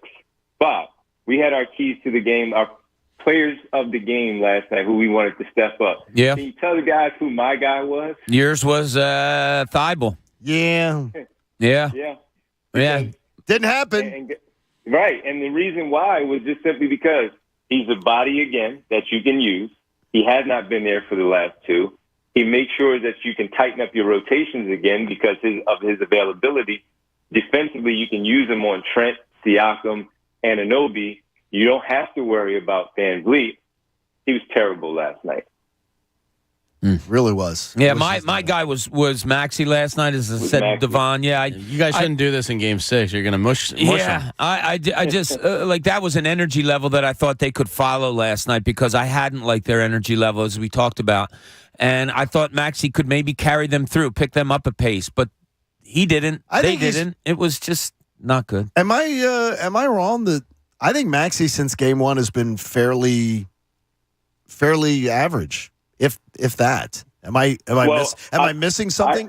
Game 2, I thought he was still good, if not really good, because in game 2, if you remember, he had the 11-point second quarter when they put the ball in his hands and they were able to turn things up right there. Game 3, he had 19 on 8 of 18 shooting, and I didn't mind it, John, just because he took 18 shots. Okay. And you needed somebody to take those shots, especially in a tough situation like it was in Toronto. So, he fell back down to earth. I think many of us were on a super high with that 38-point performance, everything that we saw, the 21-point quarter, all that he was doing. And yes, he has come back down, but even still with the performances, last night wasn't great. No, last night, 5 of 14, he did get some shots up. He had a spurt, 12 points overall. But we remember a lot of impactful stuff with him. And I can remember a couple of plays, the one reverse layup that he had, the other where he went up right hand, switched left hand in the air. It was amazing. Tremendous. Yeah, it was a great finish. But other than that, he was just out there. And after the game, this is where I will point out Doc Rivers missed on an opportunity. He says himself, Maxey didn't seem like, he didn't have it, and he didn't get a lot of opportunities. And Bob talked about it pregame. They don't call a lot of plays for him. Well, in that case, especially when you're struggling a bit, and I know he gave him the ball to start the second quarter, you have to call those plays for Tyrese Maxey to get loose. And he did not get loose last. Okay, 1 to 5 before we let you go. 1 to 5, your feeling of anxiety that this team could cough up a 3-0 lead and lose the series. 1 to 5. Oh, losing. I thought you were going to go with playing a game 7. Oh no, I mean it seems like Bob's already there. He thinks that game 7's there already. Yeah, I'll see you Saturday night, Devon. See you Saturday night. Absolutely. Oh, jeez. That they lose. I'm at a 4. I won't go 5 because they have 2 chances, and I will not allow myself to believe that they're going to get swept in 4 games after having a 3-0 lead. Not yet. Maybe I'll change by 6 o'clock tonight, but right now, I'm not allowing myself to believe that they're going to lose 2 more and lose this series. It will get ugly if that happens. Therapy session with Devon Givens tonight on The Fanatic. Oh, look at that. Get on it there. Be on there for it. Thanks, Devon. Yeah. Get yourself a free guys. pretzel today. They didn't get to do that. There you go. Hey, National Pretzel Day at Philly Pretzel Factory. They're celebrating it. Any location, go on in, drop in, get your single free pretzel today at Philly Pretzel Factory, the official soft pretzel of the Philly sports fan. Everybody could sort of use one today. Sure. It's a good day for it. It's a good day for it. And I must say, it's one of the discussions that I have with it's one of the discussions I have with Vance, the guy who's helping me with the co-pair, is that I find is, okay, I'm either having a lazy day where I'm rushed, or I'm having a day where I'm sort of feeling like, man, today's been just terribly overwhelming. Okay, I want fries. I want Philly Pretzel Factory. I want something like that. And getting that discipline, it's really, really hard for some of us. For some of you, it's not. Not for Coach. He just downs those hot dogs. It's not hard for Bob. You have an excellent relationship with food. Yeah, I just try a little bit. Yeah. You got an excellent relationship. I'm lucky because for some reason, although I love it, I know not to do like sweets. Yeah. And I just don't. Hey, we have a lot coming up for you in the show. Hopefully you'll stick around. I think it's smokescreen season, but some others are going to want to jump in at 610-632-0975. We're getting ready to go to Vegas for the draft. We'll be all over it here. It's the John Kincade Show on 97.5 The Fanatic. I got a spring cleaning tip for you from H&H Heating and Air Conditioning. Cleaning your house starts with cleaning the air that you breathe in your house. And you can install a new air scrubber and MicroGuard air cleanser system. It's awesome. I've got one in my house, and I can tell you, every time that I've been gone from the house and I open up the door from the garage, I can smell it. It's a freshness. It's a cleanness. And my wife and daughter both notice how they breathe differently in our home when they're here compared to being back down south. It's going to help eliminate harmful contaminants, airborne particles. It helps fight allergies and viruses. And you can get $200 off the air scrubber system when you mention John Kincade at H&H Heating and Air Conditioning. Spring allergies mean summer isn't far behind. If your AC unit was on its last legs last year, get a tune-up right now for just $99 or a discount on a new system. Find out more about H&H's indoor air quality solutions. Schedule an AC tune-up. Visit DelcoHVAC.com. It's my friends at H&H Heating and Air Conditioning. That's DelcoHVAC.com. The John Kincade Show. Ladies and gentlemen, can I please have your attention? And I need all of you to stop what you're doing and listen. On 97.5 The Fanatic, Philadelphia. Join Anthony Gargano and Mike Missinelli as they broadcast live on Thursday from 10 a.m. to 6 p.m. at Chickies and Pete's in South Philly. 97.5 The Fanatic's Draft Day headquarters. They'll be counting down the minutes till one of the biggest drafts in Birds history. Chickies and Pete's, the home of the real Philly sports fans and world-famous Chickies crab fries. Hey, it's Andrew. If you need a roof, call New Look Home Design. Just look at their website and you'll know why. They have a team of people who will help you through the process and make shopping for a new roof easy. And they offer everything to give you peace of mind. Totally opposite of what you might expect from smaller contractors. New Look Home Design offers same-day virtual and in-person estimates, line-by-line pricing, so there's no hidden fees, 3D rendering of what your new roof would look like, so there are no surprises. And in my opinion, best of all, a solid warranty. So if you need a new roof, call New Look Home Design now through April 30th. When you buy a new roof, you can pay half later and the other half never. Save 50% on roofing materials and qualify for interest-free financing.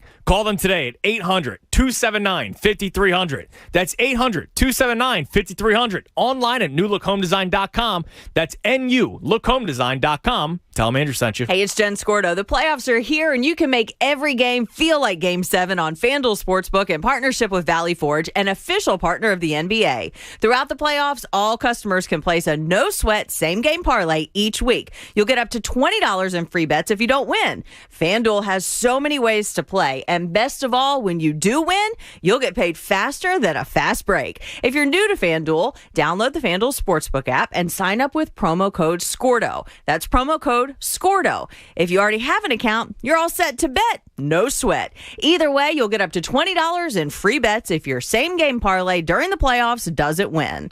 FanDuel Sportsbook, an official partner of the NBA. 21 plus and present in PA. Refund issued as non-withdrawable free bets that expire 7 days after receipt. Max free bet $20 per week. Restrictions apply. See full terms at sportsbook.fanduel.com. Gambling problem? Call 1-800-GAMBLER. Get help managing your money for the life and years ahead. With Fidelity Income Planning, we'll look at what you've saved, what you'll need, and build a straightforward plan to generate income, even when you're not working. A plan that gives you the chance to grow your savings and create cash flow that lasts. Plus, you can start, stop, or adjust your plan at any time without the unnecessary fees. Talk to us today so we can help you go from saving to living. Fidelity Brokerage Services, member NYSE SIPC. Whether you want to buy a new home, grow your business, or build your nest egg, where there's a WSFS, there's a way. WSFS Bank has been serving the people of this region for nearly 200 years, so we understand your needs, your hopes, your aspirations. With a local presence and national capabilities, WSFS is the bank from here that can take you anywhere. So now the question is, where would you like to go? Where there's a WSFS, there's a way. WSFS Bank, we stand for service. Member FDIC, Equal Housing Lender. Join Macy's and Trust for Public Land to bring more parks to more people. Throughout April, you can help turn bare schoolyards into vibrant parks that communities across the country can use outside school hours when you donate online to Trust for Public Land. Or round up your Macy's store purchase up to 99 cents and donate the extra change. Give back today and find out how we're helping people and the planet thrive together at Macy's.com/purpose. Gain presents a tale of longing and long-lasting scent. Dear love of my life, we were on the 12B bus when I caught a whiff. A scent so fresh, so life-changing, I had to find its source. I didn't know if you were the woman in the pink freshly washed cardigan or the retired mailman next to me, but I knew one of you was my soulmate. Ah, the scent of Gain Flings. Add Gain scent beads for an even longer lasting scent. Every dribble, every pass, and every bucket, all in the palm of your hand. Because now you can sign up and bet. No strings attached with Bet Rivers Sportsbook app featuring award-winning customer service. Live in-game bets, live player props, and live instant betting. Bucket to bucket. Don't miss out on all the big games. Get in the action with Bet Rivers Sportsbook. Download the Bet Rivers Sportsbook app today. Presented by Rivers Casino Pittsburgh. Must be 21. Gambling problem? Call 1-800-GAMBLER. We all reach tipping points in life. The weight of a low-paying job, unpaid bills, a new family. You can't keep going. That's where My Computer Career can help. In just months, not years, they can help you start a new life as an IT pro, even with no prior experience. Impossible? You learn online from home, and My Computer Career offers lifetime career services to help you find jobs with companies begging for IT pros. Go to mycomputercareer.edu and take the free career evaluation. It's not rocket science. It's mycomputercareer.edu. My mom's the bomb. Her hugs are so good, there's a wait list. Her laughter is the life of the party. Her smile makes everyone smile. Everything worth knowing, I learned from her. That's why this Mother's Day, I'm heading to Hellsberg Diamonds. They have beautiful diamond pendants, gemstone rings, and more. Hellsberg makes it easy to find a gift she'll love. One that hopefully she'll pass down to me one day, along with her secret to perfect hugs. Save big on mom-worthy gifts at a Hellsberg store near you or at hellsberg.com. Hurry, Mother's Day is Sunday, May 8th. Iron Mountain Men's Health is the leader in men's sexual health. If your energy level in the bedroom, guys, isn't what you want it to be, call them today. Dr. Avidan Appel and his team specialize in the treatment of low testosterone and ED. Maybe you've tried pills and they didn't work. It's probably because you weren't given the right treatment for your specific body chemistry. At Iron Mountain Men's Health, though, you meet with a physician who will take proper care in making sure you do receive the right treatment. Some patients even experience results after their first visit. They offer financing for qualified patients and telehealth appointments for your convenience. So get yourself back into the game, guys, before summer begins. Set up your free consultation today at ironmountainmenshealth.com. That's ironmountainmenshealth.com. Or call 215-659-3770. Tell them Bob Cooney sent you. Now, back to the John Kincade Show. There is nothing bougie about this show. Look, I'm the only guy in here from Delco. On 97.5 The Fanatic. Philadelphia.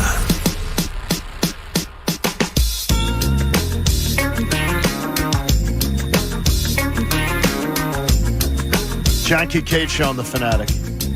Anyone else have a Ring doorbell?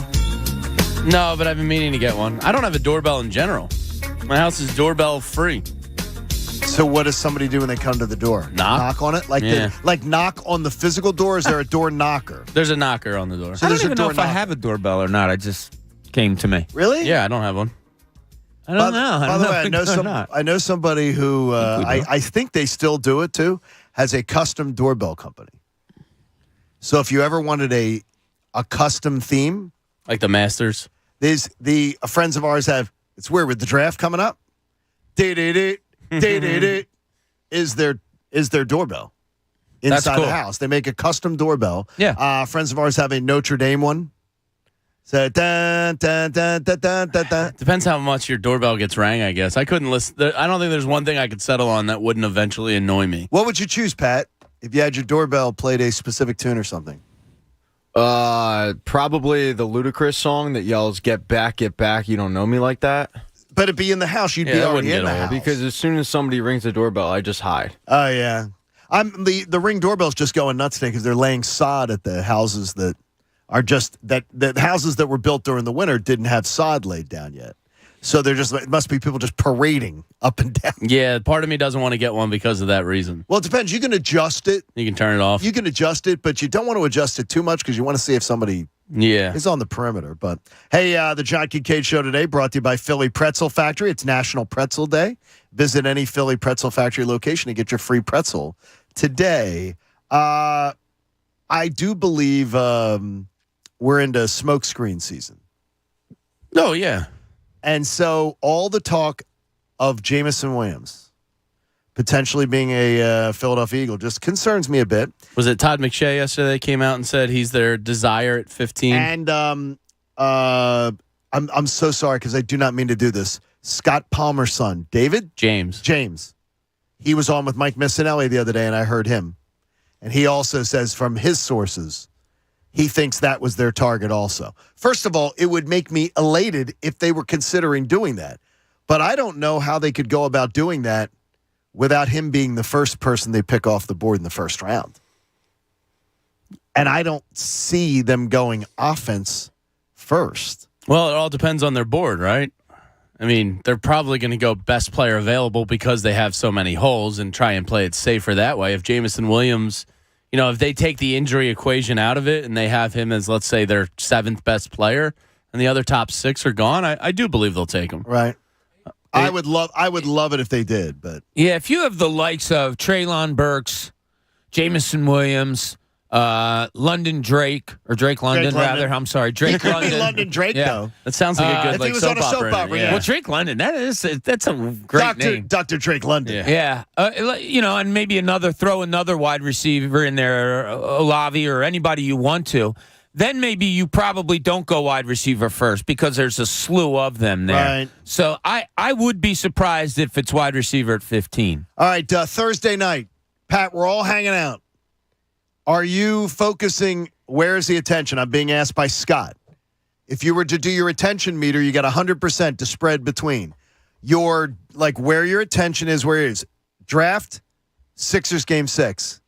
And he's saying you're in a public place. Sixers. I mean, the Sixers game starts at 7. Right. The draft 4. starts. In Vegas, it'll be 4. I don't care about that. Last year, the 15th pick went off at 10:14 p.m. Which would be 7:15. Yeah, we're all going with which will be the Conference fourth quarter. time. Right. So the game starts at 7. The draft doesn't start till 8. The first pick probably won't get picked until 8:10. Oh, I was going to go later than that. I was going to go 8:25. Well, they've been because the commissioner has to come out and do the parade, and we all have to clap for him, and he has to open it up. And the thing is, though, the average first round has been, since they've been doing this on the Thursday night, the average first round ends at 11:36. Yeah.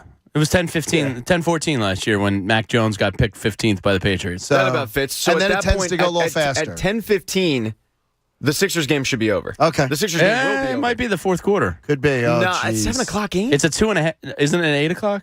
No, it's 7 o'clock. It'll be over by 9:30, quarter to 10. Then it should be just ending up. There you go. So you'll have plenty of time to get ice cream, though, Pat. Chris on a cell has been hanging on with us on The Fanatic. Chris, good morning. Welcome to the show. Chris? Hey, good morning, guys. How you buddy. doing? Good, man. Thanks a lot. I just wanted to, talk a little bit about the Sixers. I won't be too long. I watched the game last night. I agree with you guys 100%. Definitely didn't bring the energy that I thought they would have brought for a closeout game. I got to say, when I watch other teams, man, the Sixers don't have anyone that they bring in that provides a spark. Like, I look at all these other teams, and they just have guys on the bench that come in and provide a spark, whether it's offense, defense. I mean, we have Feibel, but I mean, when you look at everyone on the bench, name someone who's really just a consistent bench player that comes in and offensively gives you points every night, and on the defensive end, I just don't think Niang's their only guy. Seth Curry and games when our stars play bad, it's easy to focus on what Embiid didn't do, or Harden, or even a second-year player like Maxey, who you're looking at to be your second scorer. I just think that if the bench played better or more consistent, I think that it takes a little bit of the pressure off of the guys that you expect to do it every night. And then my last point that I want to make, just continuing to watch Harden since he's been a Sixer. I watched him in Houston. He's definitely, to me, he's lost his step, but this guy doesn't have, it's either a three or going to the basket. He doesn't have, a mid-range game. He doesn't have any other ways to score. And I think when you watch them offensively, like when Maxey has the ball, like everyone is just standing around. James Harden is literally just standing around. He doesn't cut to the basket. Yeah, I agree with you on that one. He doesn't give guys passing lanes that, I just think that maybe if he opened his game up a little bit more and added more to his, repertoire as far as just being able to score on different levels, not just ISO 3 or go to the basket and try to draw the foul. I think that, we would get more out of him. But he's been playing like that his whole career. Yeah, I think he has, Chris. I think that's the truth. Got to let you go. I think that's the truth. Yeah, George Niang's the only guy from the bench that can give you some consistent scoring, and that's just because he unconsciously shoots out there. They haven't had one for many years. Their bench has sucked. It's always sucked. It's been overlooked and underappreciated for the past 5 or 6 years. Well, this year, to go get James Harden, though, you had to. But you only lost Drummond from your bench. It sucked to start with. Yeah. But still, though, you did only lose Drummond, but the loss of Seth Curry was huge. Yeah, but he was a starter for you. I got you. They've also talked themselves into guys and waited for them to take the next step that never happens. Like Furkan Korkmaz is a prime example of that. It's like they want to draft and develop Furkan, not realizing that this is what Furkan is. Well, at best. They only paid him like another. He's paid $5 million over 2 more years. He's got 2 more years at $10 million total. Unbelievable. $5 million per. Yeah, unbelievable. Good work if you can get it. The outline was there too. I mean, you're talking about a 6'7", close to 6'8" kid who could really shoot, who was a little slow of foot and all that. And what they did was when they got him, they tried to get him down to the G League and let him handle the ball a little bit more, knowing that teams would run out after him and he'd be able to. All right, 1 or 2 dribbles, you got to get to your spot and then shoot. And then they just get to a point where guys climax at a time that they should be still improving. I've been there before. All right, I've been there Pat's before. been there. Call Dr. Javi down at Pell could help with that. Yeah, you should, Pat. Let me give you. 07. He could help with that. You were 7 at your senior prom? Senior prom 07. I know this, though, that on a day like this, I could really use the calming influence of a Cooney's column. I really could. Let's turn the page and find out what's in Cooney's column. The list is long and filled with recognizable names, from Jimmy Butler to J.J. Redick and all the Bellinellis and Ilyasovas and Simmonses you can think of. There have been a couple of head coaches, different general managers, and a slew of assistants whose resume has or will include being head coaches in the NBA. And yet, here we are, frustrated as all hell with yet another underwhelming playoff performance by the 76ers. The one constant through all these years? Joel Embiid. Yep. Now, don't read too quickly into this and think that I am blaming Joel Embiid for playoff past and present failures. Quite the opposite. He is one of, if not the best player in the league, and we are fortunate to see him show off those unimaginable skills on a nightly basis. But here may lie the problem. Joel Embiid does things on a basketball court that no one has ever done at 7'2", 280 pounds. No one has ever coached a player like him, and none have ever played with a player like him. Is it a case of it being a problem, of trying to figure out how best to surround him to ensure more success than they have been able to have in the playoffs, which so far is climax, there's that word again, in a Game 7 loss to Toronto? Know where Bob's brain is. Is it a problem in a way of trying to figure out how to coach a team with a guy like Embiid? Perhaps. Maybe it's a combination of the two. I certainly don't see Joel Embiid as being the problem of playoff failure. All the guy does pretty much every night is go out and be the best player on the floor. You can't fault him for that. But someone, whether it be Daryl Morey, Elton Brand, Doc Rivers, or some other coach, has to figure it out before Joel Embiid loses his prime ability. The cases are all out there. Just ask Al Horford, Ben Simmons, J.J. Redick, Marco Bellinelli, T.J. McConnell, Ersan Ilyasova, Jimmy Butler, Seth Curry, Dario Saric, Robert Covington, Mike Scott, Dwight Howard, James Harden, and Tobias Harris, who have not reached the ultimate success story with perhaps the best player. He's the best player in the game. No one can figure out how to coach him, and no one can figure out how to surround him, it appears. What is the common denominator, do you believe, that as to why nobody's figuring it out? Because they've never seen it before. Honest to God, I think it's going to take some kind of a brilliant mind. You can bring in I just mentioned 13, 14 prominent players that they've brought in here to try to surround Joel Embiid to make this team better, and it hasn't worked. And I don't blame the player, because Joel Embiid is what he is out on the basketball court, and it's really special. But you can't have a player like this that you just can't figure out. Either it's coaching, figure out how to best play with him, whether it's how to surround him in a different way. Look, you're getting your asses kicked in a series right now by a bunch of 6'8" athletes. That's it. Oh, yes. I mean, Pascal Siakam's a good guy. He is not an all-pro player. Jamie said it earlier. You have Joel Embiid, James Harden, Tobias Harris, Tyrese Maxey. You're losing to a bunch of 6'8" good NBA athletes. That's not good enough. No, it's not. My point being, I don't think anyone has figured out how best to use and surround Joel Embiid to make your team the best it can possibly be. Well, I don't know if anybody's ever going to figure it out, to be honest with you. Like, I don't know. I'm not. Do you think he's figured it out? I just saw this video on Twitter. 7 straight possessions in the third quarter, and I can vividly remember this because I kept saying to myself, is that Joel Embiid? 7 straight possessions, they attacked Joel Embiid with OG, with Birch, and maybe Precious. 6'8", 6'8", 6'8", Yeah. 6'8". 1 dunk, 2 free throws, 4 layup attempts. 7 straight possessions. They just attacked him. Now, does he need help? He probably shouldn't need help. He's a Defensive Player of the Year candidate most years.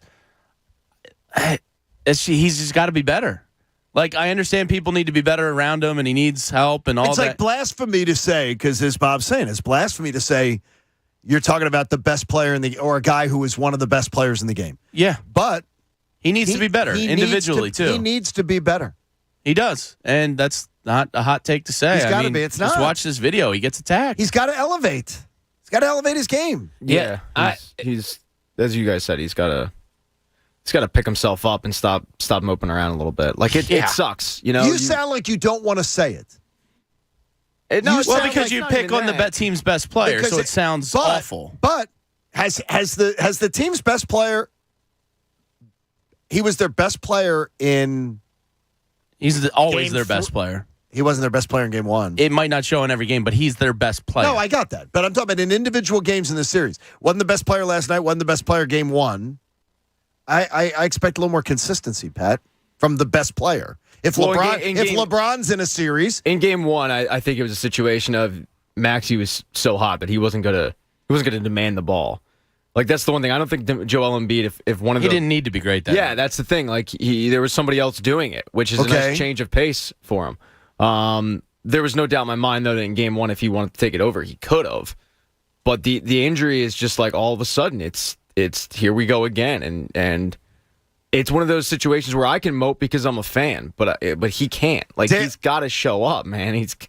I thought game 3 he was great. Well, Dale's asking here, because he's asking for clarification when you and I were going back and forth earlier. What does his thumb injury have to do with his legs, with his hustle, with his energy? I said nothing. Okay, but I mean, like, because he's hurt. Pass here. It's not a pass. It's an injury. Yeah, but on those it's just something that we talk about every single year, and I'm exhausted by that conversation. But I'm not looking for an excuse, but he's hurt. But he's not hurt where his hustle should never be questioned just because of his thumb. Sure, but his energy should not be questioned because of his thumb. But when he has to grab a rebound and rim protect, it's because of his thumb. I wish he was playing through that, but I don't know if he can learn to do that. Actually, to be honest with rebounding last night. He did some good rebounding last night. Yeah, I found the interesting thing was on Saturday's game when they were up in Toronto, how many times he went to the thumb and grimaced and all of that. And, you know it's hurting. Yes, we know it's hurting. Then last night you didn't see it at all. Was the thumb that much better? Was he told, look, you don't look good if you're sitting there grimacing and all you're doing is giving a target to your... So, like, all of those things, why is that coming into play? I don't know. I saw on NBA TV, and I've heard somebody say it at The Fanatic, and I don't know which one of our hosts says it, but I heard it on NBA TV where they were talking about he is a soccer fan. And soccer is was his first love. Oh, Salchunas was saying and this that on he's Sunday. and that what are soccer players? They constantly play up every time that they are dinged, injured. It depends what country you're from. It's a production. The English soccer players aren't really floppers. They're tough, you're telling me? Of the soccer players, yeah. Italians are floppers. Brazilians can be floppers. I mean, it kind of depends where you're coming from. Coach, you're not teaching your son to play with that Coach honor is in here like fuming that, right now. No, Come on, Coach. No. My kid doesn't flop.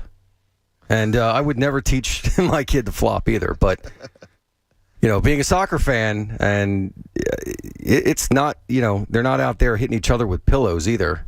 So I don't want to hear that it's like a wuss sport either. It's almost kind of like what you were saying. Nobody said that. No, it sounded like you were going that way. Dale says. Dale says we know Embiid is an obsessed soccer. All right, fan. Dale. He's a huge Real Madrid fan. There you go. By the way, there, did they Real lose Madrid. 3 in a row, and they've never lost 3 in a row? Something like At that. home or I heard a something like stat the that? other day. Hey, I'm sorry to interrupt, but we have a poll. I know you hate polls. We have a poll on our YouTube feed. Okay. And then I saw a poll that our buddy Keith Pompey put up. And it's just asking people your thoughts on the series and how it will end. I'm amazed because the majority on both polls think that this season's over. Yeah. So it's 58% on our poll. Yes, this team is dead. And with Keith, 49% of the vote says they lose in Game 7. Okay, now remember, I'm blown away. Okay, by those this. are both being taken on a form of social media. 100%. Like this isn't. It's it's less the valley of the negative. It's less than 12 hours after they just lost, but man, like what a turn of events! I get you, and I don't think you're wrong on that. That's the way it is. Hey, the all-new BetParks Casino and Sportsbook app is the official presenting partner of the Sixers playoffs. Download the app or go to betparks.com. You got to be 21 in Pennsylvania or New Jersey. Gambling problem, call 1-800-GAMBLER. That's why legitimate polling firms don't ever count anything that comes off of social media because somebody could vote 3 times. It tends to be a negative hotbed. Sure. And so that's why they don't let them. And how soon after the game last night were some of these polls taken? I can feel it. I can feel it. Leonard joins us from Philadelphia. Leonard, you're on the Fanatic. Good morning. Hey, team. Good morning. I thought that as soon as Joel Embiid mentioned or the Sixers mentioned that there was an issue with his finger, I already knew that was kind of hey guys, I'm going to take a few games off. I need someone to step up. And I'm just letting you guys know that I'm going to be taking a few games off. I mean, directly after that comment, we have this piss poor game. I mean, what do you guys think about that? You know what, Leonard? I wish I could hang up on you and say, you're out of your mind, Leonard. But I got to tell you, There's so many that play through injury, don't want to talk about injury, don't want to dwell on it, and actually fight through it. Yeah. I don't see a lot of that.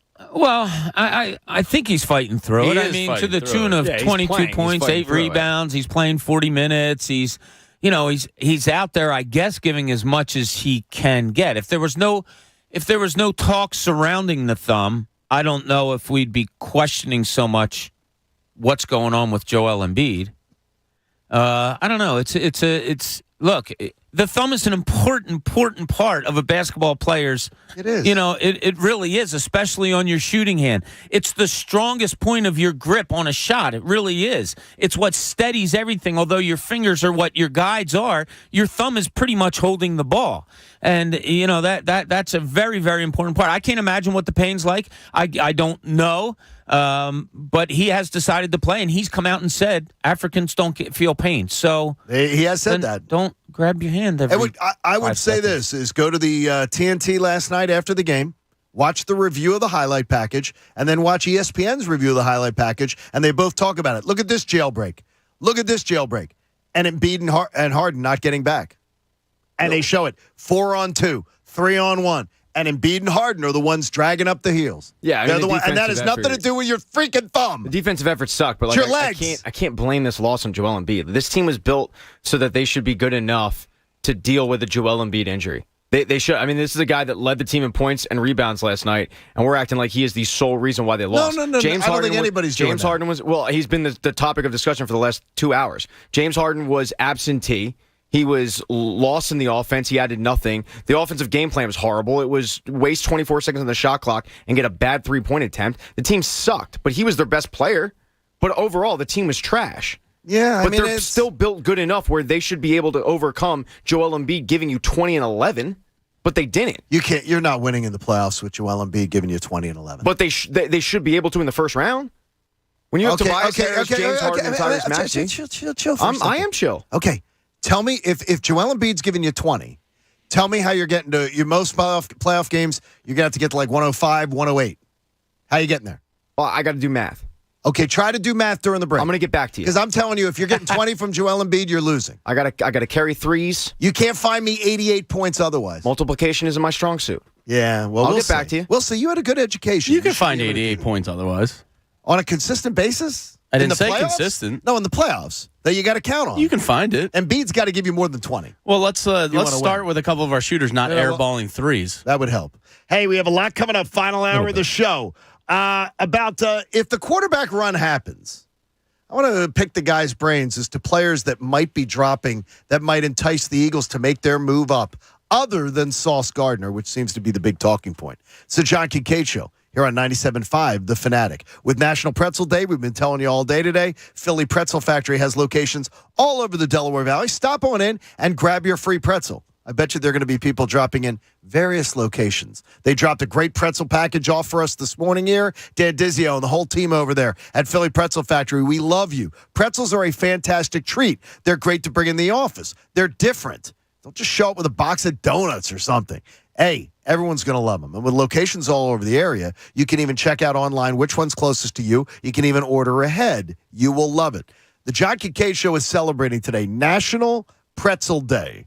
And you can celebrate, too, with a free pretzel from our friends at Philly Pretzel Factory. They are the official soft pretzel of the Philly sports fan. Tell them we sent you in.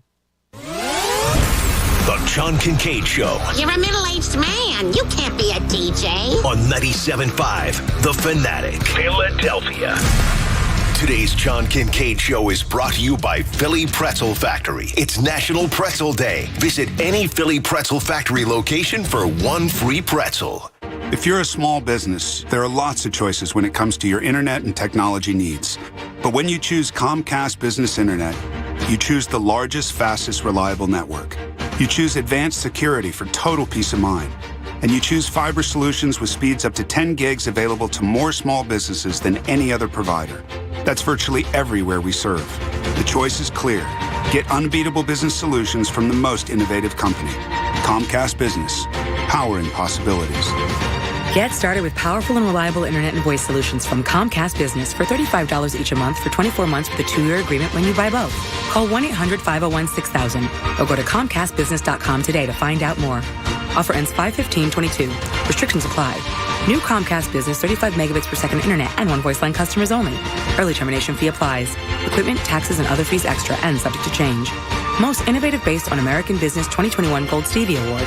Call for details. Yo, Philadelphia, Anthony Gargano here with my childhood friend, Bob Marino, now president, Huntington Valley Bank. Bob's still on the board of directors at Spring Garden Lending. But, Bob, who's the new voice? Yo, Ed, I have a superstar for you. Meet Spring Garden Lending's new president, Andy Racklin, a national leader in finance and economic development. Andy, great to meet you. Hey, man, happy to be here. What's your game plan? Look, it's to grow Spring Garden Lending. We're going to increase the number of markets we serve. We're going to increase the products we offer, and we're going to maintain the positive impact we have in our communities. Now, I know you specialize in bridge loans to acquire, rehab, construct, and refinance properties to rent or flip. Yep, and we have 30-year fixed-rate perm financing, too. What attracted you to Spring Garden Lending? Spring Garden Lending has a proven track record of supporting small developers who are often challenged with finding a square deal through traditional sources. A leg up, huh? Absolutely. Our borrowers are the backbones of their communities, and their success is our success. Bob's a GOAT. Spot on, man. Handing the ball to Andy. He's a champ. Good hands at Spring Garden Lending. This week's Pro to Watch is brought to you by Bradford White. Bradford White water heaters are built to be the best.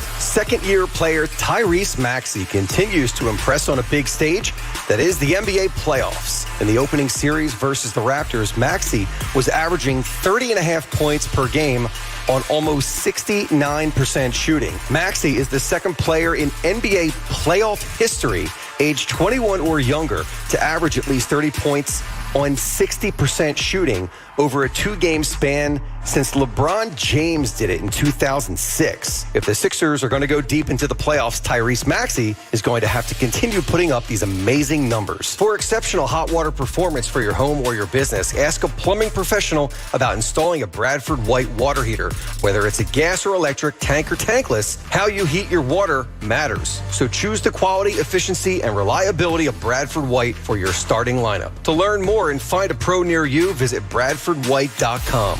When I was a kid, my grandpop used to say to my grandma, "I love you to the moon and back." Then he used to say it to my mom, "I love you to the moon and back."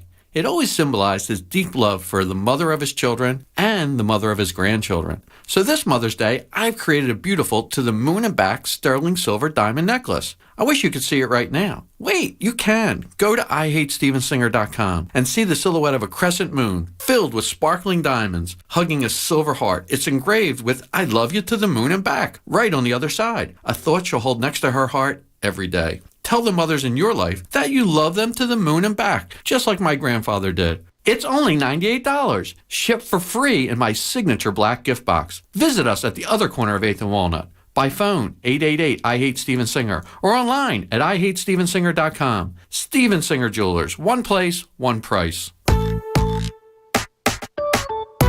You're the one everyone looks to for answers. Come rain or shine, the job must get done, and you're the one who makes it happen. We get you, Jackie in Fresno, putting your employee safety first. And Manny in Chattanooga, whose local Granger team knows him by name. We're here for you and all the ones who get it done, with 24/7 customer support and access to product specialists to help you find what you need. Call, click Granger.com, or just stop by. Granger, for the ones who get it done. Finding great candidates to hire can be like, well, trying to find a needle in a haystack, but not with ZipRecruiter. Its powerful technology actively finds and invites qualified candidates to apply to your job. So while other companies might deliver a lot of hay, ZipRecruiter finds you the needle in the haystack. See why 4 out of 5 employers who post a job on ZipRecruiter get a quality candidate within the first day. Try ZipRecruiter for free at ZipRecruiter.com/free. That's ZipRecruiter.com/free. Agreeing on where to spend your hard-earned money is tough. At 7-Eleven, we make it easy. Any iced coffee is now just $1. Now that's a bill we can all agree on. 7-Eleven, you brew you. Terms and conditions apply. See 7-Eleven.com for more details.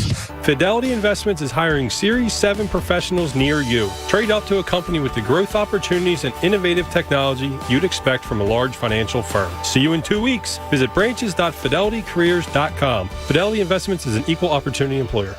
That new BetParks Casino and Sportsbook app has so many different ways for you to enjoy this 76ers playoff run. For you to be getting involved because Parks is the official sponsor and partner of the Sixers playoff run this year. So you want to get on the BetParks app. Have you downloaded the app yet? I've got enticing values for you. Go to betparks.com. PARX, by the way, if you didn't know that. Go to betparks.com if you're in Pennsylvania or New Jersey. You can get a risk-free bet of up to $750. Plus, you can do the in-game wagering where if you feel you got a good handle on how the game's going, you can really cash in big. I love the individual player props and all those kind of opportunities. And the way the Phillies can hit home runs, you may be betting on a Philly to hit a home run that day. You'll love it. Check out the details on that $750 risk-free bet. Just use Kincade as the promo code. It's the BetParks Casino and Sportsbook app. It's go time. You got to be 21 in Pennsylvania or New Jersey. And if you have a gambling problem, I implore you, please call 1-800-GAMBLER.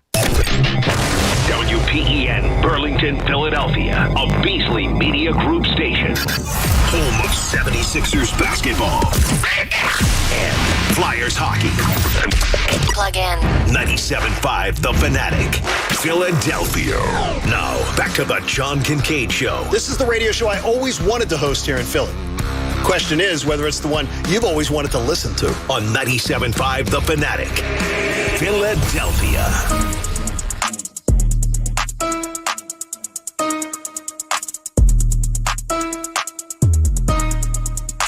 John Kincade Show on The Fanatic. Thank you so much for making us part of your routine. Tell your family, tell your friends. It's been an anxious morning. It really has.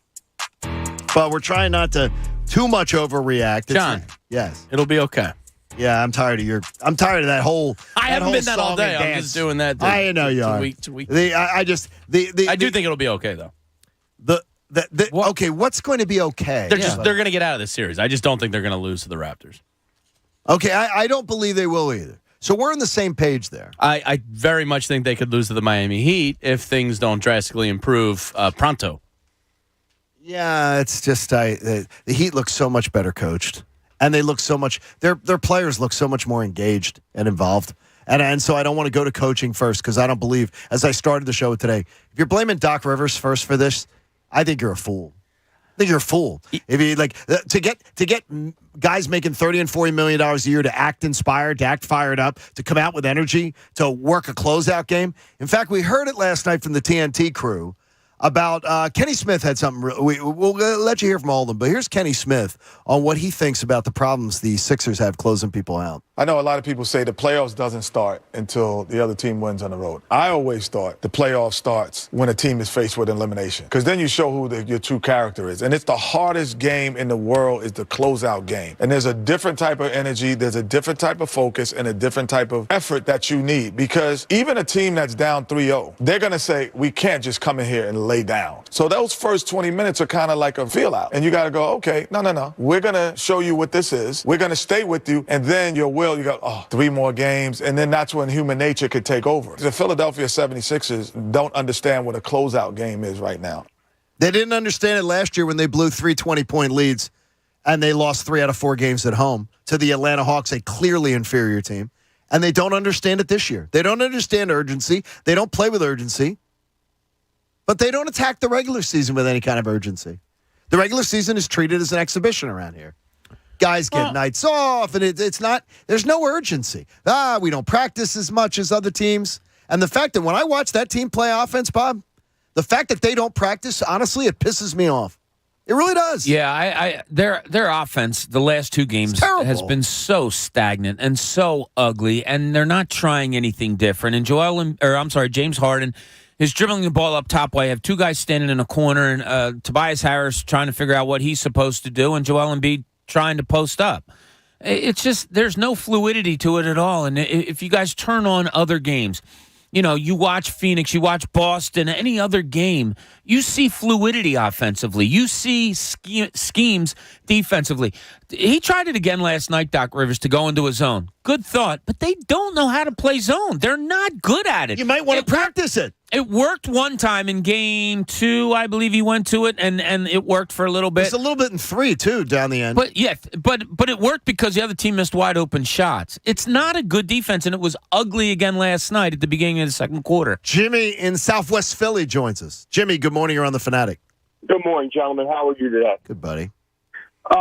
Listen, love listening to you guys and respect all you gentlemen immensely. Just a couple quick thoughts, right? Just turned 50. Lived in Philadelphia my whole life. Been watching this team, been to many games. I was at Game 7 last year, right? The one thing I just heard, I don't know if it was Jay, I don't know who said it, but they were like, it'll be okay. No, he was joking. Okay.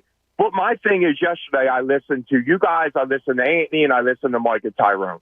Mike and Tyrone talking about how they bet money on the money line. There's no way the Sixers are going to lose that game. It reminded me of last year. There's no way we're going to lose to Atlanta. I texted my son last night. This team does not know how to close a team out, right? I watched that Boston game last night. The way they were playing D on Durant and Kyrie, right, with such urgency and with such passion that in the third quarter, the Sixers defense looked like an all-star game.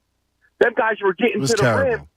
Them guys, listen, we got to start looking at the truth, man. We love the Sixers fans. And putting a Sixers uniform on doesn't mean you're from Philadelphia. Doesn't mean you have our heart automatically. You got to play with heart.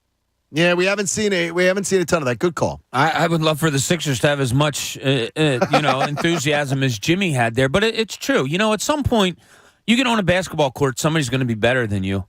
Almost always, there's somebody better than you, and your next thing is, all right, do they outwork me? Jason Tatum isn't the best basketball player in the NBA. He's getting close. My God, he worked his ass off in that series on the defensive end more than I've ever seen him do so. At some point, Joel Embiid's going to step onto a basketball court and not be the best player that night. So he has to say to himself, okay, but I'm not going to get outworked. I don't think that a lot of them have that in them right now. 9 a.m. hours brought to you by the Bagster. It's a dumpster in a bag. Get yours today at Home Depot and Lowe's. And for details, go to Bagster.com. Saw a full Bagster in the neighborhood yesterday. Were there Sixers? What was in it? Yeah, I know the Sixers roster. They probably have still at least 2 or 3 possibly the best players in the series. You got beat last night by. I haven't seen that though. I mean, but when you take their whole bodies of work, you probably have the top 3 players in this series. I mean, Siakam and Tobias is a good conversation. Whatever. You should be embarrassed by what happened last night. I mean, literally embarrassed. This is a team that should be embarrassed by their playoff past, and they don't seem to be learning from it. The lack of urgency last night, I mean, there were several times where you had a run, where you got it down to that 8-9 sweet spot, where you went on a run and got it controllable again, and then immediately gave it right back. And I mean, and it was the defense was atrocious last night. You think James Harden's torn up by losing, Pat? I don't know. I don't know him well enough as a player to know how he feels about losing. I would hope so, but I can't tell you. He's been here for a month and a half. I would think that your competitive nature would, you'd be pissed off about this. But then again, like to Jamie's point, there was no urgency, and they just looked like a team that was all right. We'll get it together, and nobody took the initiative to do that. Like I don't know if anyone noticed this last night, and maybe I was just hyper focused on it, but even their inbounds plays took forever. Yeah, like they were just allowing the ball to sit there and roll, and it was like somebody had to walk over, grab it, pass it to the inbounder. Like, guys, you're down by 10, 13, 15. Get it. Let's go. Move. And there was just no urgency. I say it a lot, and then probably ad nauseum, but like opening tap. You win the opening tap, and there's Joel Embiid walking down the floor. Walking, like and he was. That sets a tone to me. It really does. You know, Tim Duncan didn't do that. Even Shaq would lumber his ass down and get to where he needed to be right off the bat. It's kind of like, okay, here we go, game number 87 this year. Okay. Like that it means a lot. It really does to your teammates, to your coaches, and to the fans. Chris in Medford joins us on The Fanatic. Good morning, Chris. Hey, boys, how you doing? Good morning to you. What's going on? First-time caller, long-time listener here. That's awesome. We appreciate it. Yeah, love the show. I wanted to make a couple quick points here. I've been going back and forth with my Big Tickets group chat. First off, I'm very much aligned with the effort with Joel Embiid. The thumb can cause an issue, shooting, free throws, you name it. But then go get 30 rebounds and set picks and just be a freaking animal. Yeah, but it affects them there, too. Yeah, but I think there's one area though that I want to get your guys' take on here, and that is we're focusing on Joel Embiid. Harden, I just look back. I don't think he's taken more than 17 shots in the last 4 games, and you got your big man hurt right now. We just went through the bells and whistles to get him on this team. He needs to come out if Joel's hurt and put up 30 shots. I mean, I'm tired of him driving. I think those days are done, Chris. I think those days are done for Harden, though. If someone argues with me that they believe James Harden is still either on the plateau of the greatness of his career or on the ascension, I think they're out of their freaking mind. Nobody said he's an ascending player. Well, no, even if he's on the plateau of greatness, I think he's declining, and it's clear he's declining. Still a great player. That can be fine. He has a great resume. He's still a great player. He was running a really good point guard. In the 24 games of the regular season, they had the highest net offensive rating in the league. It's not like he's complete trash. He disappears at times. Nobody's saying complete trash. Well, he's still a great player. You're saying great. I don't believe you. I don't believe great.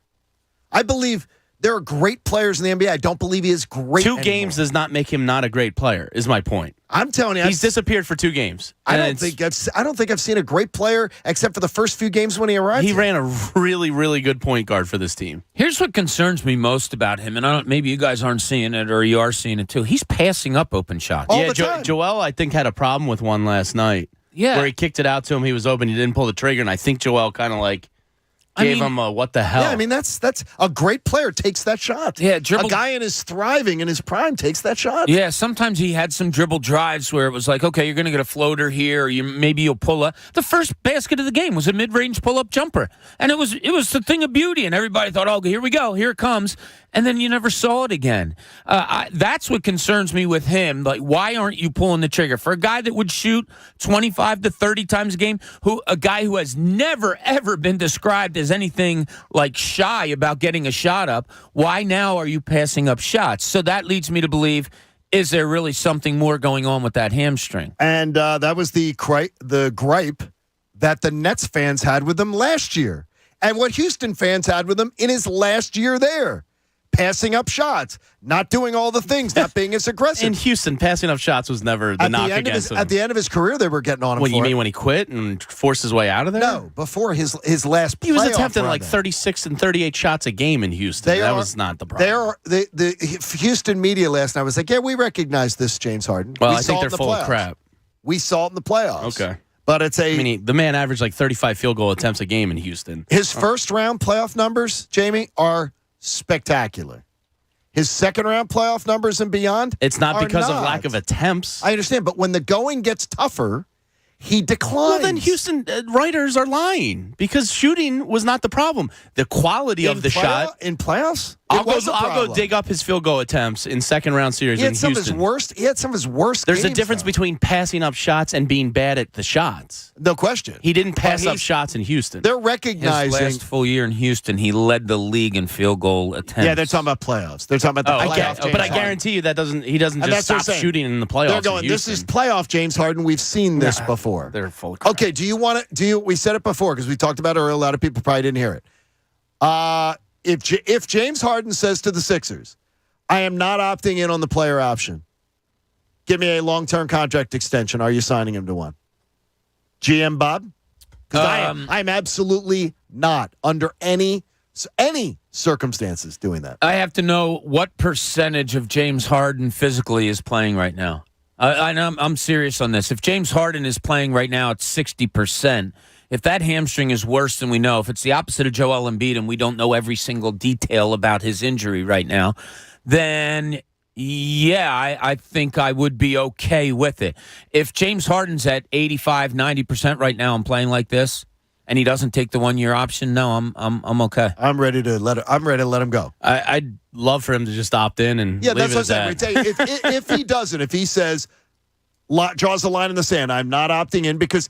Remember all the Sunshine and Lollipops crew? Oh, yeah, he wants to be here so bad. And he purposely did not opt in, even though he claimed that the claim was that he did. He'd want to be here if they offered him a long-term extension. No, that's what we're saying. I know, but you said you didn't believe him when he said he wants to be here. That was what you just implied.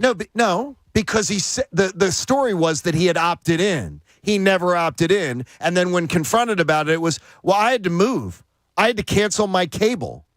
Those were the excuses. Yeah, because he wants the 4 year. He doesn't want the 1 year. So he wasn't opting in over loan. So the Sunshine and Lollipops crew on the day that he was But that doesn't mean he doesn't want to be here. He just wants the three guaranteed more years. I think he'll be there if they sign him to a max contract. Yeah, of course. And that's what he has the hand to get it. Okay, but do you sign him to it? I really need to know where he's at physically. I need to know what the problems are. I need to know what the bounce back rehab process is. I need to know a lot of information. I think it's a pointless conversation because there is no way on earth that Daryl Morey is going to let James Harden leave here under any circumstance. I mean, this is like the ultimate I can't quit you. He traded for this guy. I've been trying to trade him for 2 years. So whether he opts in or he signs a max deal, he's going to be here. It's incredible. We just have to accept it. No, now you could be a fan of that and you could hate it. No, but I it's can be a complete detractor. I mean, Daryl Morey. If Daryl Morey gets fired and somebody else comes in here, then it's that conversation is very real. But Daryl Morey is not letting him go, and he's not getting fired. So no, exactly, he's not getting fired. But I'll say then I'm on an island right now. I don't need to see anymore. I don't need to hear anymore. I would never sign him to a major extension. $40, $50 million a year, $45 million. Never. Even if you found out he's really hurt. Never. No, because I don't believe he's in tremendous shape. I don't believe he might not be in tremendous shape because he's really hurt. So he's been declining in his conditioning for years. Well, that's why I need to meet with doctors. He could have a degenerative hamstring at this point. And, if that's the case, then I probably don't sign him. But I think at least I hope. It's the only thing that explains his fall from grace is that he's seriously hurt. Bruce in Sicklerville joins us on The Fanatic. Hi, Bruce. Hi, hello. How you guys doing? What's going on, buddy? All right, good. I think you guys, are kind of discounting Toronto. They got some good players on there. All right, so I think we gave a lot of effort yesterday, but I think Toronto is just too big for our lineup. So, meaning this. All of their guys, Trent is as small as a 6'6". We got a guy 6'2", and we saw 6'6", another guy. They are way bigger than us. In my mind, You got to put Bassey on that floor. They're 6'8" across the board, first of all. So they're not bigger than Joel Embiid, Tobias Harris. They're the same a little bit, the James Harden. Like the Sixers match them size. And you're talking Bassey? Are you seriously talking Bassey? We call him C-Bass. You're not really serious. Hold on. Bassey just had 37 and 21. Right? Did he? Who did he play against? Right. What I'm saying against Toronto? The Nevada Vipers. What I'm saying, you're not getting nothing from Danny Green on the boards. Yesterday, we had 5 points off the bench. 5 points. It's terrible. We got beat up. We got beat in the middle. We got beat in the paint by Bassey's your answer. C-Bass. Bassey's your answer. Give me C-Bass. Right? So what I'm saying to you, if it ain't Bassey, don't believe in him. It's not going to be Paul Reed because he don't have the offensive skills to do it. But they're putting Paul Reed out there before Bassey because they think he's better. Okay, that's what they think. Doc thinks a lot of things that I don't agree with. But okay, I get you. We get you. Pat, if at some point you could ever put up a little montage side by side of Bob going, Bassey? You're talking Bassey? I thought it was Allen Iverson. Practice? You can't help. People are asking. You can't help the way that Bruce feels. He wants to count. He wants to count Bassey out there, and I don't blame him. People were saying to me today, you got to try some kind of a lineup with Paul Reed and Embiid out there. No, you don't. Oh, my God. No. Paul Reed shouldn't even be out there in the first place. The only reason is because DeAndre Jordan can't move anymore. But now you're going to just try something in the middle of a playoff series where it's 3-2? No, Bobby, don't. Okay. Bob, this is a safe space. I'm just wondering. If Bruce wants to call up with that thought, we say thank you for listening. We do, yeah. He did. He was very cute. I don't think you. I think Bob was a little disrespectful. He was not. Apologize to Bruce. No, I apologize Charles to Bassey call is nonsense. Yeah, no, he doesn't have to apologize for that one. Bob's justified. Bruce, we appreciate you. I love you, Bruce. I love Thanks you, Bruce. Yeah.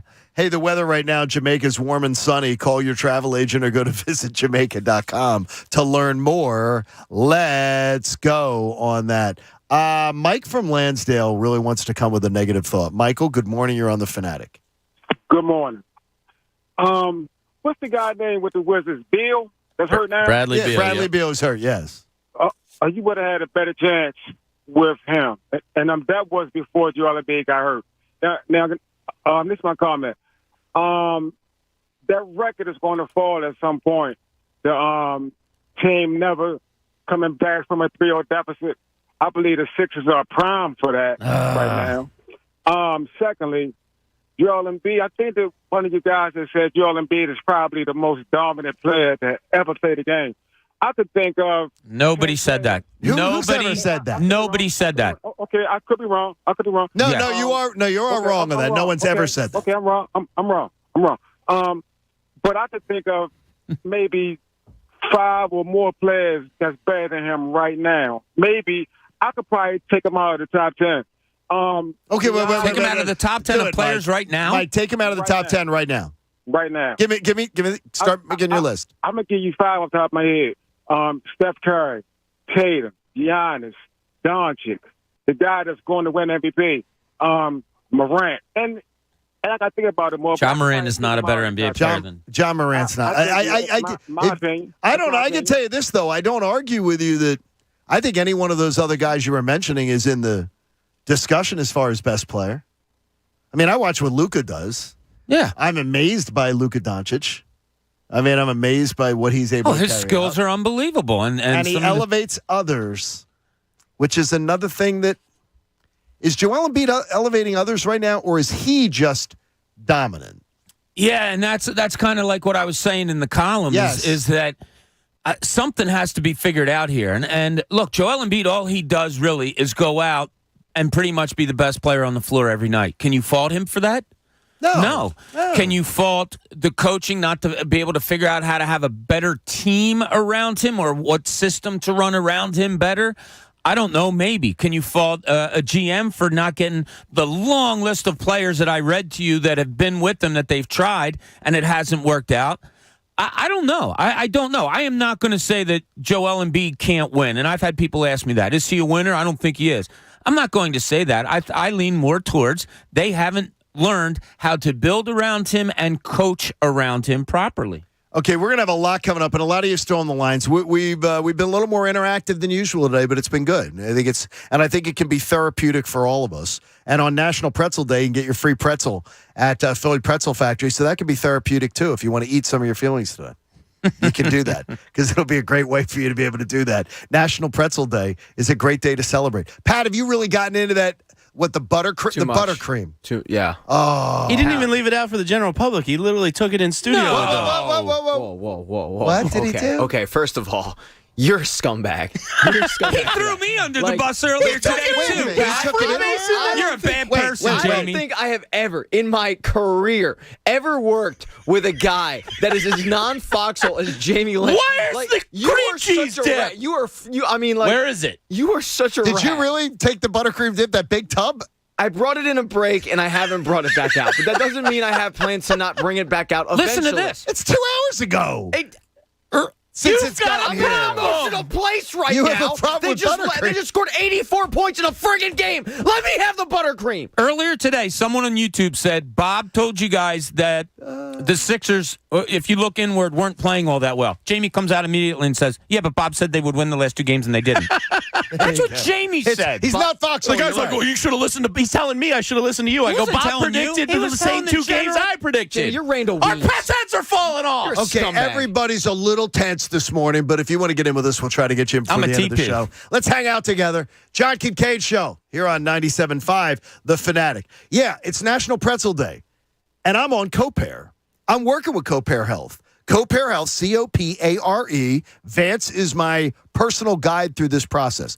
CoPare is the new standard in weight loss in the city. But more importantly, you don't have to be like morbidly obese or looking to lose 50, 60, 70 pounds to do CoPare. You can be like me. And honestly, my doctor sent my medical files. And I have gone up and down within a 25-pound range. Up, down 18. Up 18, down 20. Up 20, down 15. All the time over the last 20 years. It's not good for me. Ken is one of our listeners. He's pre-diabetic, and he's decided to team up with CoPare. Roger is tired of carrying an extra 60 pounds of weight. He wants to get healthier. And Billy wants to go back to the office feeling healthy and gaining energy. These are real listeners of The Fanatic who have gotten involved with CoPare Health. CoPare Health is completely individualized. No 2 programs are the same. I can tell you they're helping me. 4.5 pounds in 1 week. Now, that is my first week getting rolling here, and I had some bad habits. But I want to lose 20-something pounds, and that would be great for me. Call CoPare now. Start now. Go to CoPare Health, COPARA Health.com, and call. And if you're one of the first Fanatic listeners, first 100, you're going to receive 20% off a 6-week program or more. You're going to like it. You're going to look better. You're going to feel better. It's CoPare Health. Visit COPARE Health.com. The John Kincade Show on 97.5 The Fanatic, Philadelphia.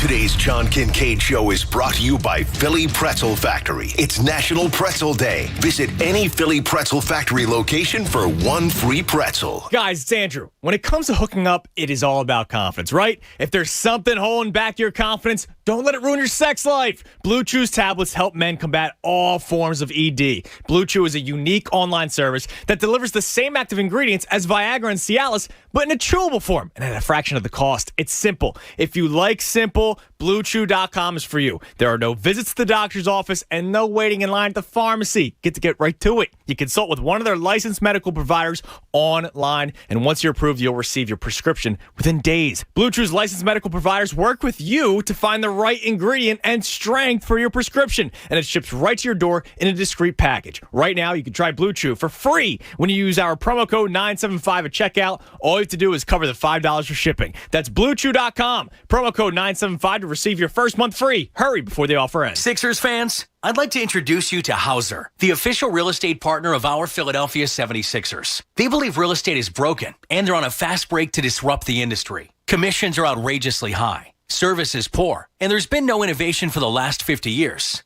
Until now. Let me tell you about Hauser. They're a disruptor, kind of like what Uber is for transportation. They're bringing so many new things to market that truly benefit you, the customer. Flat fee listings that put equity back in your pocket. Salaried agents who are local experts that truly have your back. Sellers, want to save thousands or get a guaranteed cash offer on your home? Hauser can do that. Buyers, tired of losing homes you love to other buyers? Use Hauser's Cash to make an all-cash, slam dunk of an offer on the home you love. Hauser is backed by game-changing technology, has the best reviews in the industry, and is now the official real estate partner of the 76ers. Check them out at Hauser.com. That's HOUWZER.com. Hauser.com. Verizon knows you need internet speeds you can rely on at a price you can trust. Switch to Verizon Fios, the 100% fiber optic network with upload speeds up to 25 times faster than cable and internet plans with no surprises. Enjoy gaming with ultra low lag, streaming your favorite shows and movies, and video chatting to stay connected with your friends and family. All with no hidden fees and no expiring promo prices. Plans start at just $39.99 per month with AutoPay. That's right, faster speed and reliability costs less than you think. No surprises, no caveats, just the 100% fiber optic network and 100% price transparency. That's Verizon Fios. Call 1-800-VERIZON to switch today. February 23rd, 2022 speed claim based on Fios gigabit connection max upload speeds of 880 megabits per second versus 35 megabits per second advertised upload speeds for Xfinity Gigabit, Spectrum Internet Gig, and Optimum 1 Gig plans. $15 per month router charge, $99 setup fee, and terms may apply.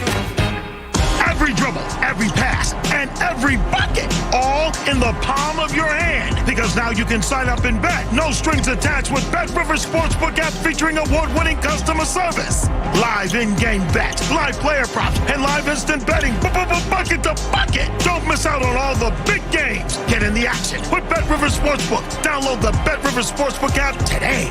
Presented by Rivers Casino, Pittsburgh. Must be 21. Gambling problem? Call 1-800-GAMBLER. Welcome to Allstate, where we bring it all together.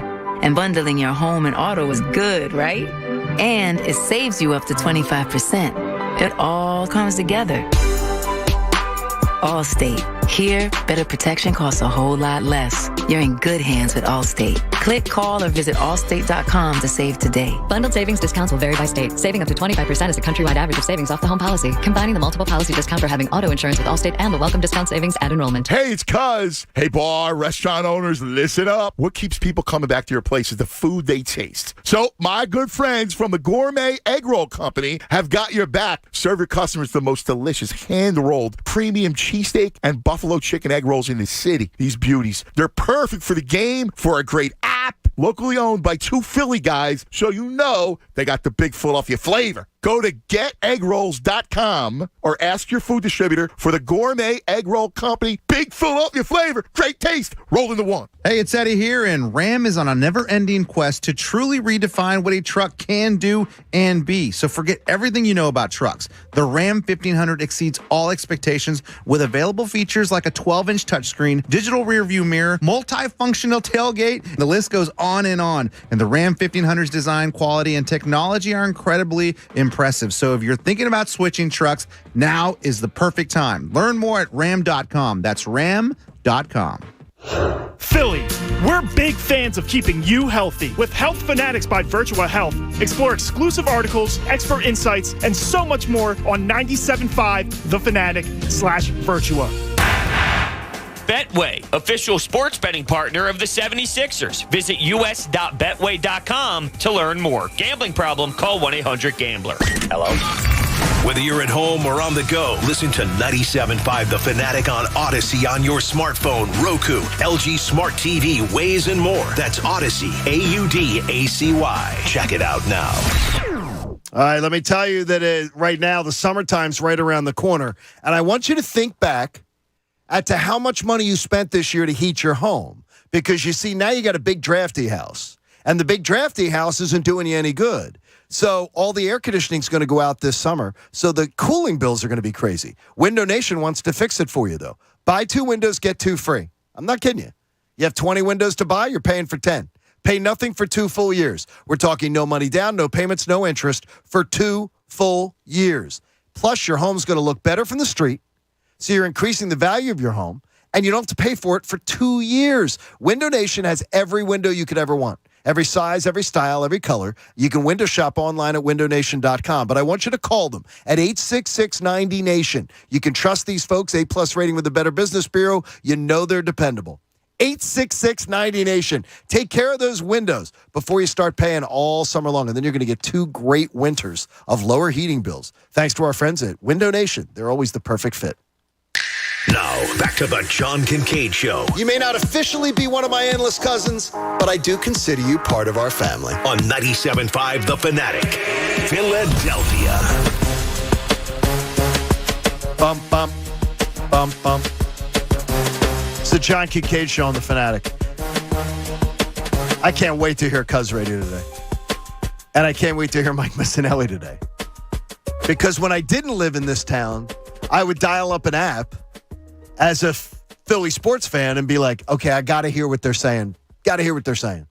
And I know that it's going to be distinctly different. There'll be distinctly different things coming in on each show. So you don't want to turn off The Fanatic today. Consider this a day where we're trying to help each other through it, even though we have found out that Bob and Jamie are really, Pat, people are... Jamie's an ass. Plain and simple. You're an ass. People are having Pat's back on this. Jamie's Kato Kalin. He's Takashi. He's Takashi 6 bro. That's what he is. Like he's a rat. I didn't know you bringing in the cream cheese and stealing it from the rest of the people. That was a little strange. Like you throwing it out there like I didn't know. You knew exactly what you were doing. Well, then leave it for the people. You know what you're doing's wrong. Too late. Exactly. You're in the wrong here. You cost everybody some delicious cream cheese. That's a lot of cream cheese spread, man. And I'm going to rub it all over my body. Eat all that. And I'm going to look in the mirror and call myself a dirty bitch. That's what I'm going to do. There is a point where you can go up to that individual by yourself and say, yo, dude, where's cream cheese? You don't have to be buttercream. I was in there before I said it on air, and I said, what are you doing with that back there? And then you have to just bring it to light for everyone to know. Here's what I'm guessing. Rat me out.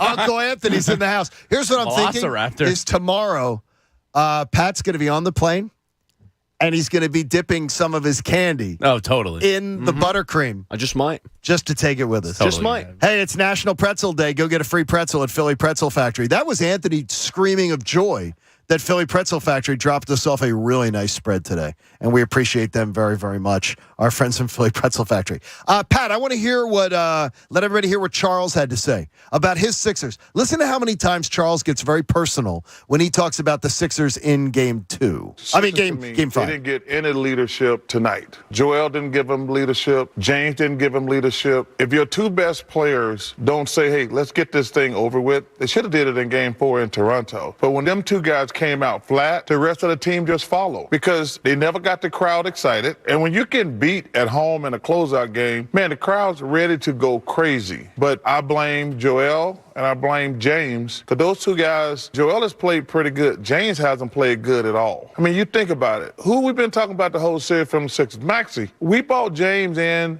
to get us to the next round, and he has not delivered. You hear that? How much he loves the Sixers.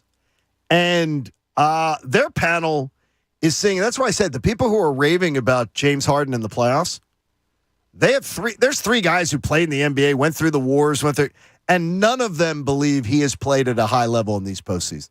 They don't think he's been necessarily a problem in 2 of the games. They go on to more sound bites during it, but they do not believe he is doing what he was brought here to do. Well, they're also talking about 2 specific games. I mean, they're reacting to a specific game. Absolutely, they are. So that's last true. night, yes, what they said was accurate. But they thought Game 4 also. Yeah, but games 1 through 3, he wasn't a problem because the Sixers won. You know what I mean? It's a prisoner of the moment type of thing. They're reacting to one specific game where James and Joel were not good enough last night. They didn't give you leadership last night, and they didn't, prevent what was preventable. And that's the truth. But I don't think it speaks to him as a whole. Okay. They do. They are clear. They got into it big time about it. Are they comparing him to Houston, James Harden, where he was averaging 36 points a game, or are they comparing him to They need him to say that what he was in Brooklyn, which is a point guard now? They're saying they need him to be able to put up 30. When Joel Embiid's injured, he needs to be able to go for 28 or 30. Well, he's got to change his mindset then. By the way, did you do that math, Pat, for me? Because people tell me where you're getting the points on an average night. Yeah, let me go back to where I wrote it down here. My point to him was that if Joel Embiid was only giving you 20, this team's not winning most playoff games. Yeah, this is what I think you should be able to get out of your team. So Joel Embiid gives you 20. James Harden should be able to give you 30. Tobias Harris and Maxey should be able to give you 25 each. That equals... Well, Maxey says he's giving you 25 average. He should be able to. His over-under most nights is 17. He should be able to give you 25. Well, this is what I see. I see 20 That's 100 plus 30, from your starters. plus 25 plus 25. That is 100. And even if you want to do Maxey giving you 20, that's 95. If you want to do Maxey giving you 15, that's 90. Okay, gentleman coming here, he goes, average, he said, John, just so you know, you're looking for 108.5 average playoff victory last year is what you're looking for. You're looking for 108.5. Yeah, it should be very attainable if Joel gives you 20. I don't think you can win with Joel with 20 because you're not getting 25 on average out of Maxey. Not on average, but you can be able No, but that's what you got to do if you're winning a series. Tobias and Maxey could trade series. games, I don't think hypothetically. are you getting 25 out of Tobias? You might need it. I don't think you're getting 25 from Tobias on average. I don't think you're getting Not 25 on average, Yeah, but game to game. Yeah, but in a series, you need it. It has to add to 108. Well, Tyrese Maxey after Game 4 was still averaging 26 a game, but we knew that wasn't what he was doing. Correct. It was because it was inflated. He had the one So outlier. I don't give a damn about the series average. I care about what's needed in a particular game. And game to game, you're going to need a Tobias or a Maxey to step up and score 25. Bobby, that's just the reality. Yeah, look, if you get 80 out of your front four, so that's 20 apiece out of them, and then your fifth starter gets you 10, that's 90. If we're talking 108, if all you're asking is 18 points out of your bench, that shouldn't be hard at all. With this bench? But this bench. Well, that's what I'm saying. You can't win. So, if that has to be up to, 25, 25, 20, and 20, okay, there you go. That's your 90. And then you need 18 from the bench. There's just so many questions about this team. Nothing's been answered. We have no answers. What is there you can confidently go into Game 6 tomorrow or Thursday night and say, I know that this is going to happen? Nothing. I don't think so. No, there's nothing. Yeah, I'm really there. And that is a major, major indictment. There's nothing you can say with confidence. I know Joel Embiid's going to D up. I know James Harden's going to put up 28. No, you can't do any of those things. And that is inexcusable. And I know Pascal Siakam's going to go for 25 or more. So I know Anunoby's going to give you great effort and give you somewhere between 16 and 20 and frustrate the hell out of people. So we know more about guys who aren't the best players in the series that I constantly hear about than we know about the best players in the series. Yeah. And that's unacceptable. Seems like it. That's completely unacceptable. Yeah, and the bottom line, if you could say one thing that's going to happen Thursday night, it's probably this. Toronto's going to give a better effort than the Sixers. I think you've seen that. I mean, Man, if they come out with another poor effort, I quit. No, you don't. You can't do that. No, I mean, I'm obviously going to watch it. Today. But I'm going to quit on any optimism I have for the near future of this team because if it's an effort thing, if you lose in the playoffs because of effort, you're not a champion. I'm going to waste my time trying to convince myself that you are. But if you get out-efforted 3 times, up 3 games to none, to Charles's point, or Kenny's point, I forget who made it, yeah, you're showing your true colors because adversity hit. Okay, here's one thing, though. I'm going to give you, and I'm trying to have your back on this a little bit. You absolutely, you said the only place, and every one of us was the same, I believe. The only thing we were all willing to guarantee was we thought they would get to the conference finals. So, I mean, it's not like you were thinking they were going to win a title. So, once you get to a conference finals, though, I mean, it's, they'd be the underdog for sure, but you still got a shot. If you played the first 3 games, most of the 3 games, 2.5 of the games against a Boston or Milwaukee, you're going to have a puncher's chance in that series. If you play like you have the last 2 games, you're going to get beat by anybody. And then after that, you're in the NBA Finals, and you have a shot at that as well. Look at this, boys. We just talked ourselves into a championship. No, I haven't. Baby steps to the Eastern Conference Finals. It's weird. I never thought they could get to the finals, and I never thought they could win a championship. Neither did I. This year. Even after the Harden deal, I thought conference finals, and I said, if they got to the conference finals, Pat, I would celebrate that season as a success. Yeah, I agree with this kind of bench that they and have. And the turmoil they ever all came. Of that. If they don't get out of the first round, I might move to the woods and just start to paint. Let's see what Stallworth in West Philly has to say. Stallworth, how are you, brother? What's going on? Good morning, everybody. You got such you have such a great voice, Stallworth. Oh, listen, man, I appreciate that, brother. Thank you so much, John. I appreciate that, man. Seriously, you got a really good compliment, man. So thank you. Thanks. I got a lot to say, so I hope I can get it all out. Sure. Several callers back segued into what I want to talk about, and I want to bring up Boston and Miami. We lost these last 2 games, to me, defensively. We're focusing on the offense a little too much. And I'm not saying we're going to be able to be a defensive stalwart every night. But in those two games, you got to look at the fact that Toronto really isn't that there aren't a great half-court team. And especially last night, they didn't even have the starting point guard. So if you play defense the way Boston has played defense against the Nets, because Boston realized, not that Boston is made up of superstars, but collectively they brought in defensively, they communicate, they rotate, they talk to each other. And they knew that if they play as a team collectively on defense, they can beat KD and Kyrie, because that is a team that's made up of individuals not playing as a team. Same thing with Miami. Miami is killing Atlanta. Why? Because look at how they play on Trey. Literally, if you go on YouTube, you'll see they guarded him 95 feet for a couple of plays, where P.J. Tucker picked him up full court. He got past half court, Bam Adebayo switched out on him, boom. Then 3 seconds later, Jimmy jumped out on him, boom. Made him give the ball up, because they knew if we can get the ball out of his hands, the rest of these guys aren't going to beat us.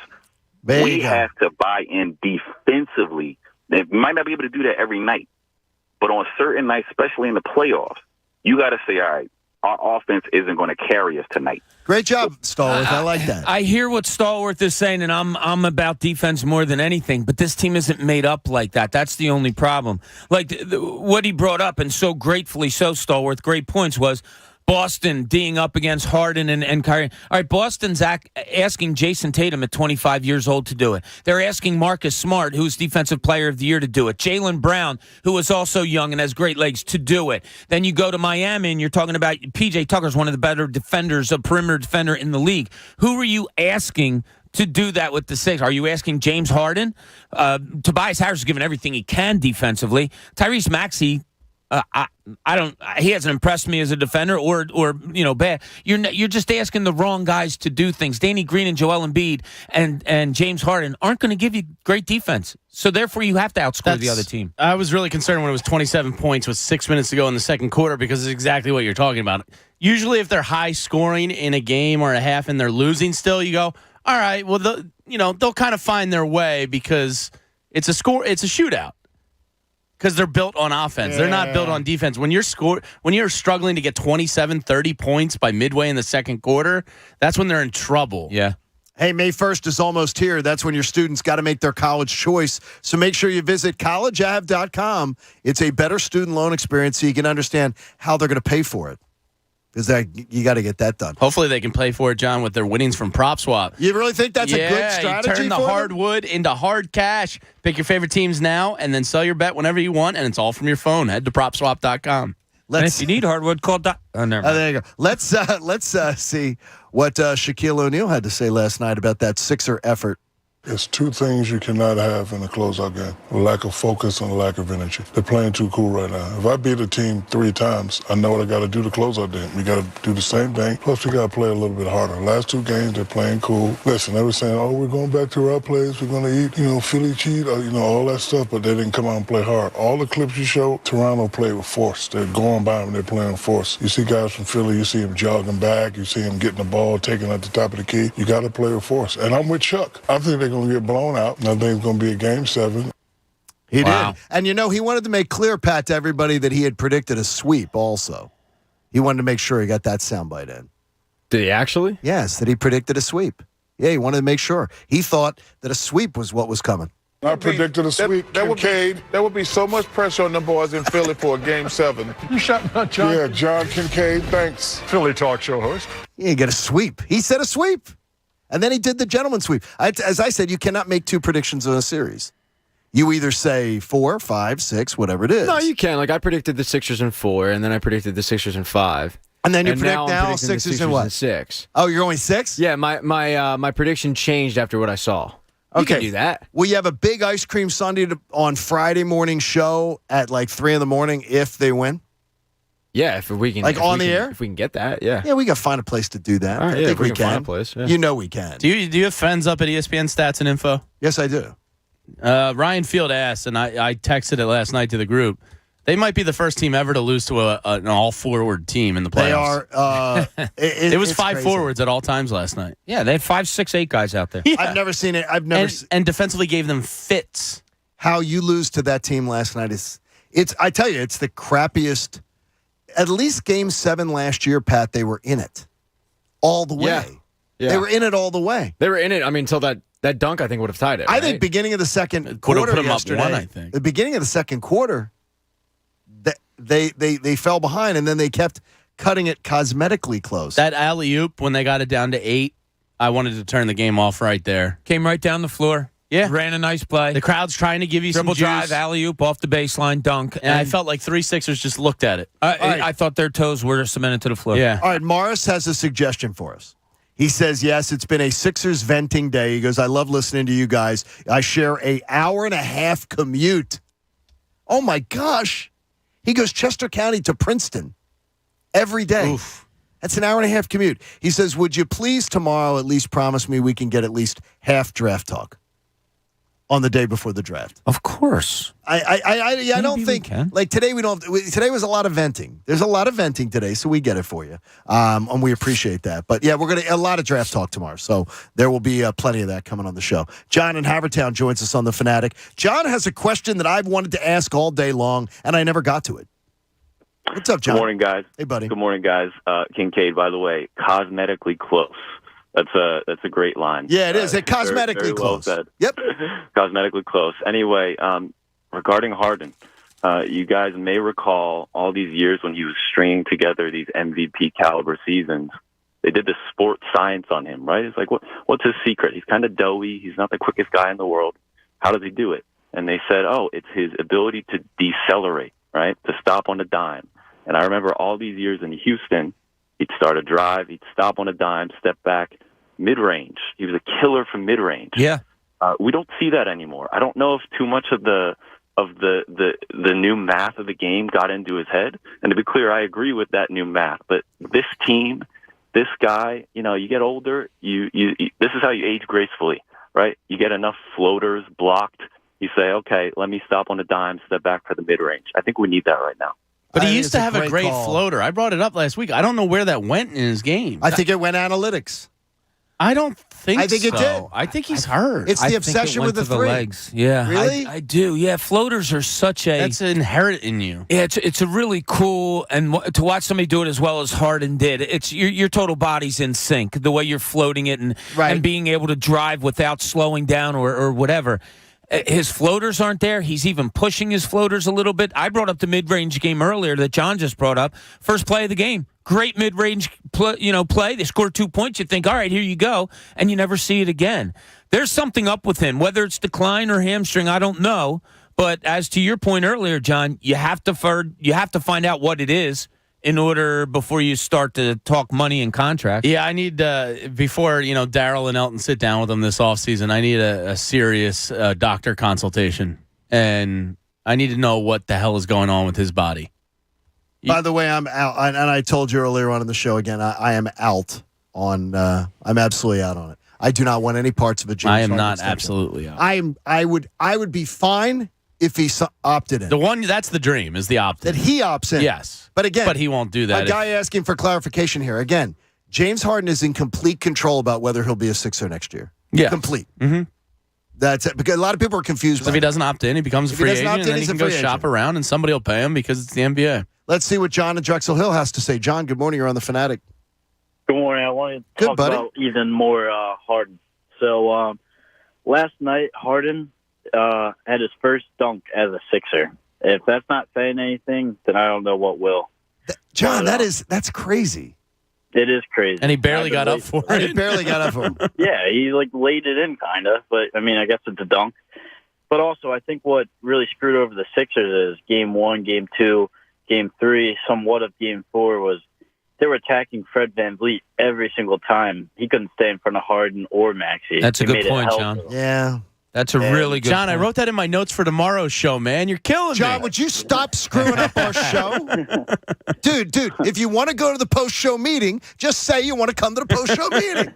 Thank you, John. We appreciate it. No, I even wrote that down, actually. Maxey was it might explain Maxey's struggles these last two games. Yeah, and you know what's funny is that as much as we talked about Nick Nurse being a good coach at the beginning and then us saying, oh, he's getting outcoached the first 2 games, what may be the ultimate doing of this series is that they lost Van Vliet, and it made Nick Nurse go 6-8 all across the board, and he all of a sudden goes, oh, wow, this is working. So it's going to make him look like a great coach when actually it was just handed to him because of an dumb injury. luck. Yeah, you could call it that, James.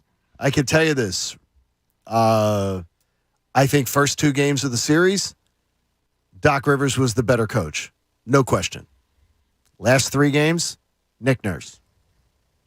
So one coach is adjusting, and the other coach isn't adjusting. Now, I'm not ripping Doc because I don't believe Doc lost that game last night. I don't think Doc was turning the ball over 7 times. Now, a gentleman says here, there were 7 turnovers in 9 minutes? Was it 9 minutes? I don't think so. I don't think it was in the that fast. first quarter. But it was and in they like had the one first late. quarter, right? Yeah. It was very late. I have them but I written mean, down all it the was times. terrible. Yeah. I mean, they turned the ball over 37 times in the games 3 and 4 combined. They turned the ball over 17 times in games 1 and 2. They're just playing lazy basketball, and that's flat out. It's a lazy, reckless style of basketball. Yeah, and a defining thing is when a team confuses you or has your number in one way or the other, and now they're throwing out a 6-8 lineup, you play harder to get through it. You don't see that with the Sixers right now. I got a great deal to give away. How about the third caller is going to win a Fanatic Deal of the Week? This week, you can get a 190-minute float at Halcyon Floats for just $35. You relax, you recover, you reset. Pat Egan's done this, and he said he was totally chill afterwards. I loved it. Yeah, I think the Sixers need to do it. I think it'd be great. I need one after last night. Yeah. Well, then you can't win, but the third caller can at 215-263-0975. Get this deal, though, while supplies last at 97.5thefanatic.com. Just $35. I'm doing this.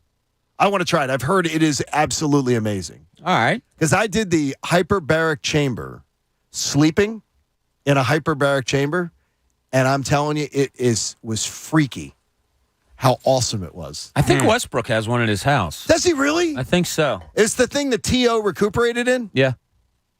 And all I can tell you is I woke up feeling like I had three cups of iced tea. I was focused. I was rested.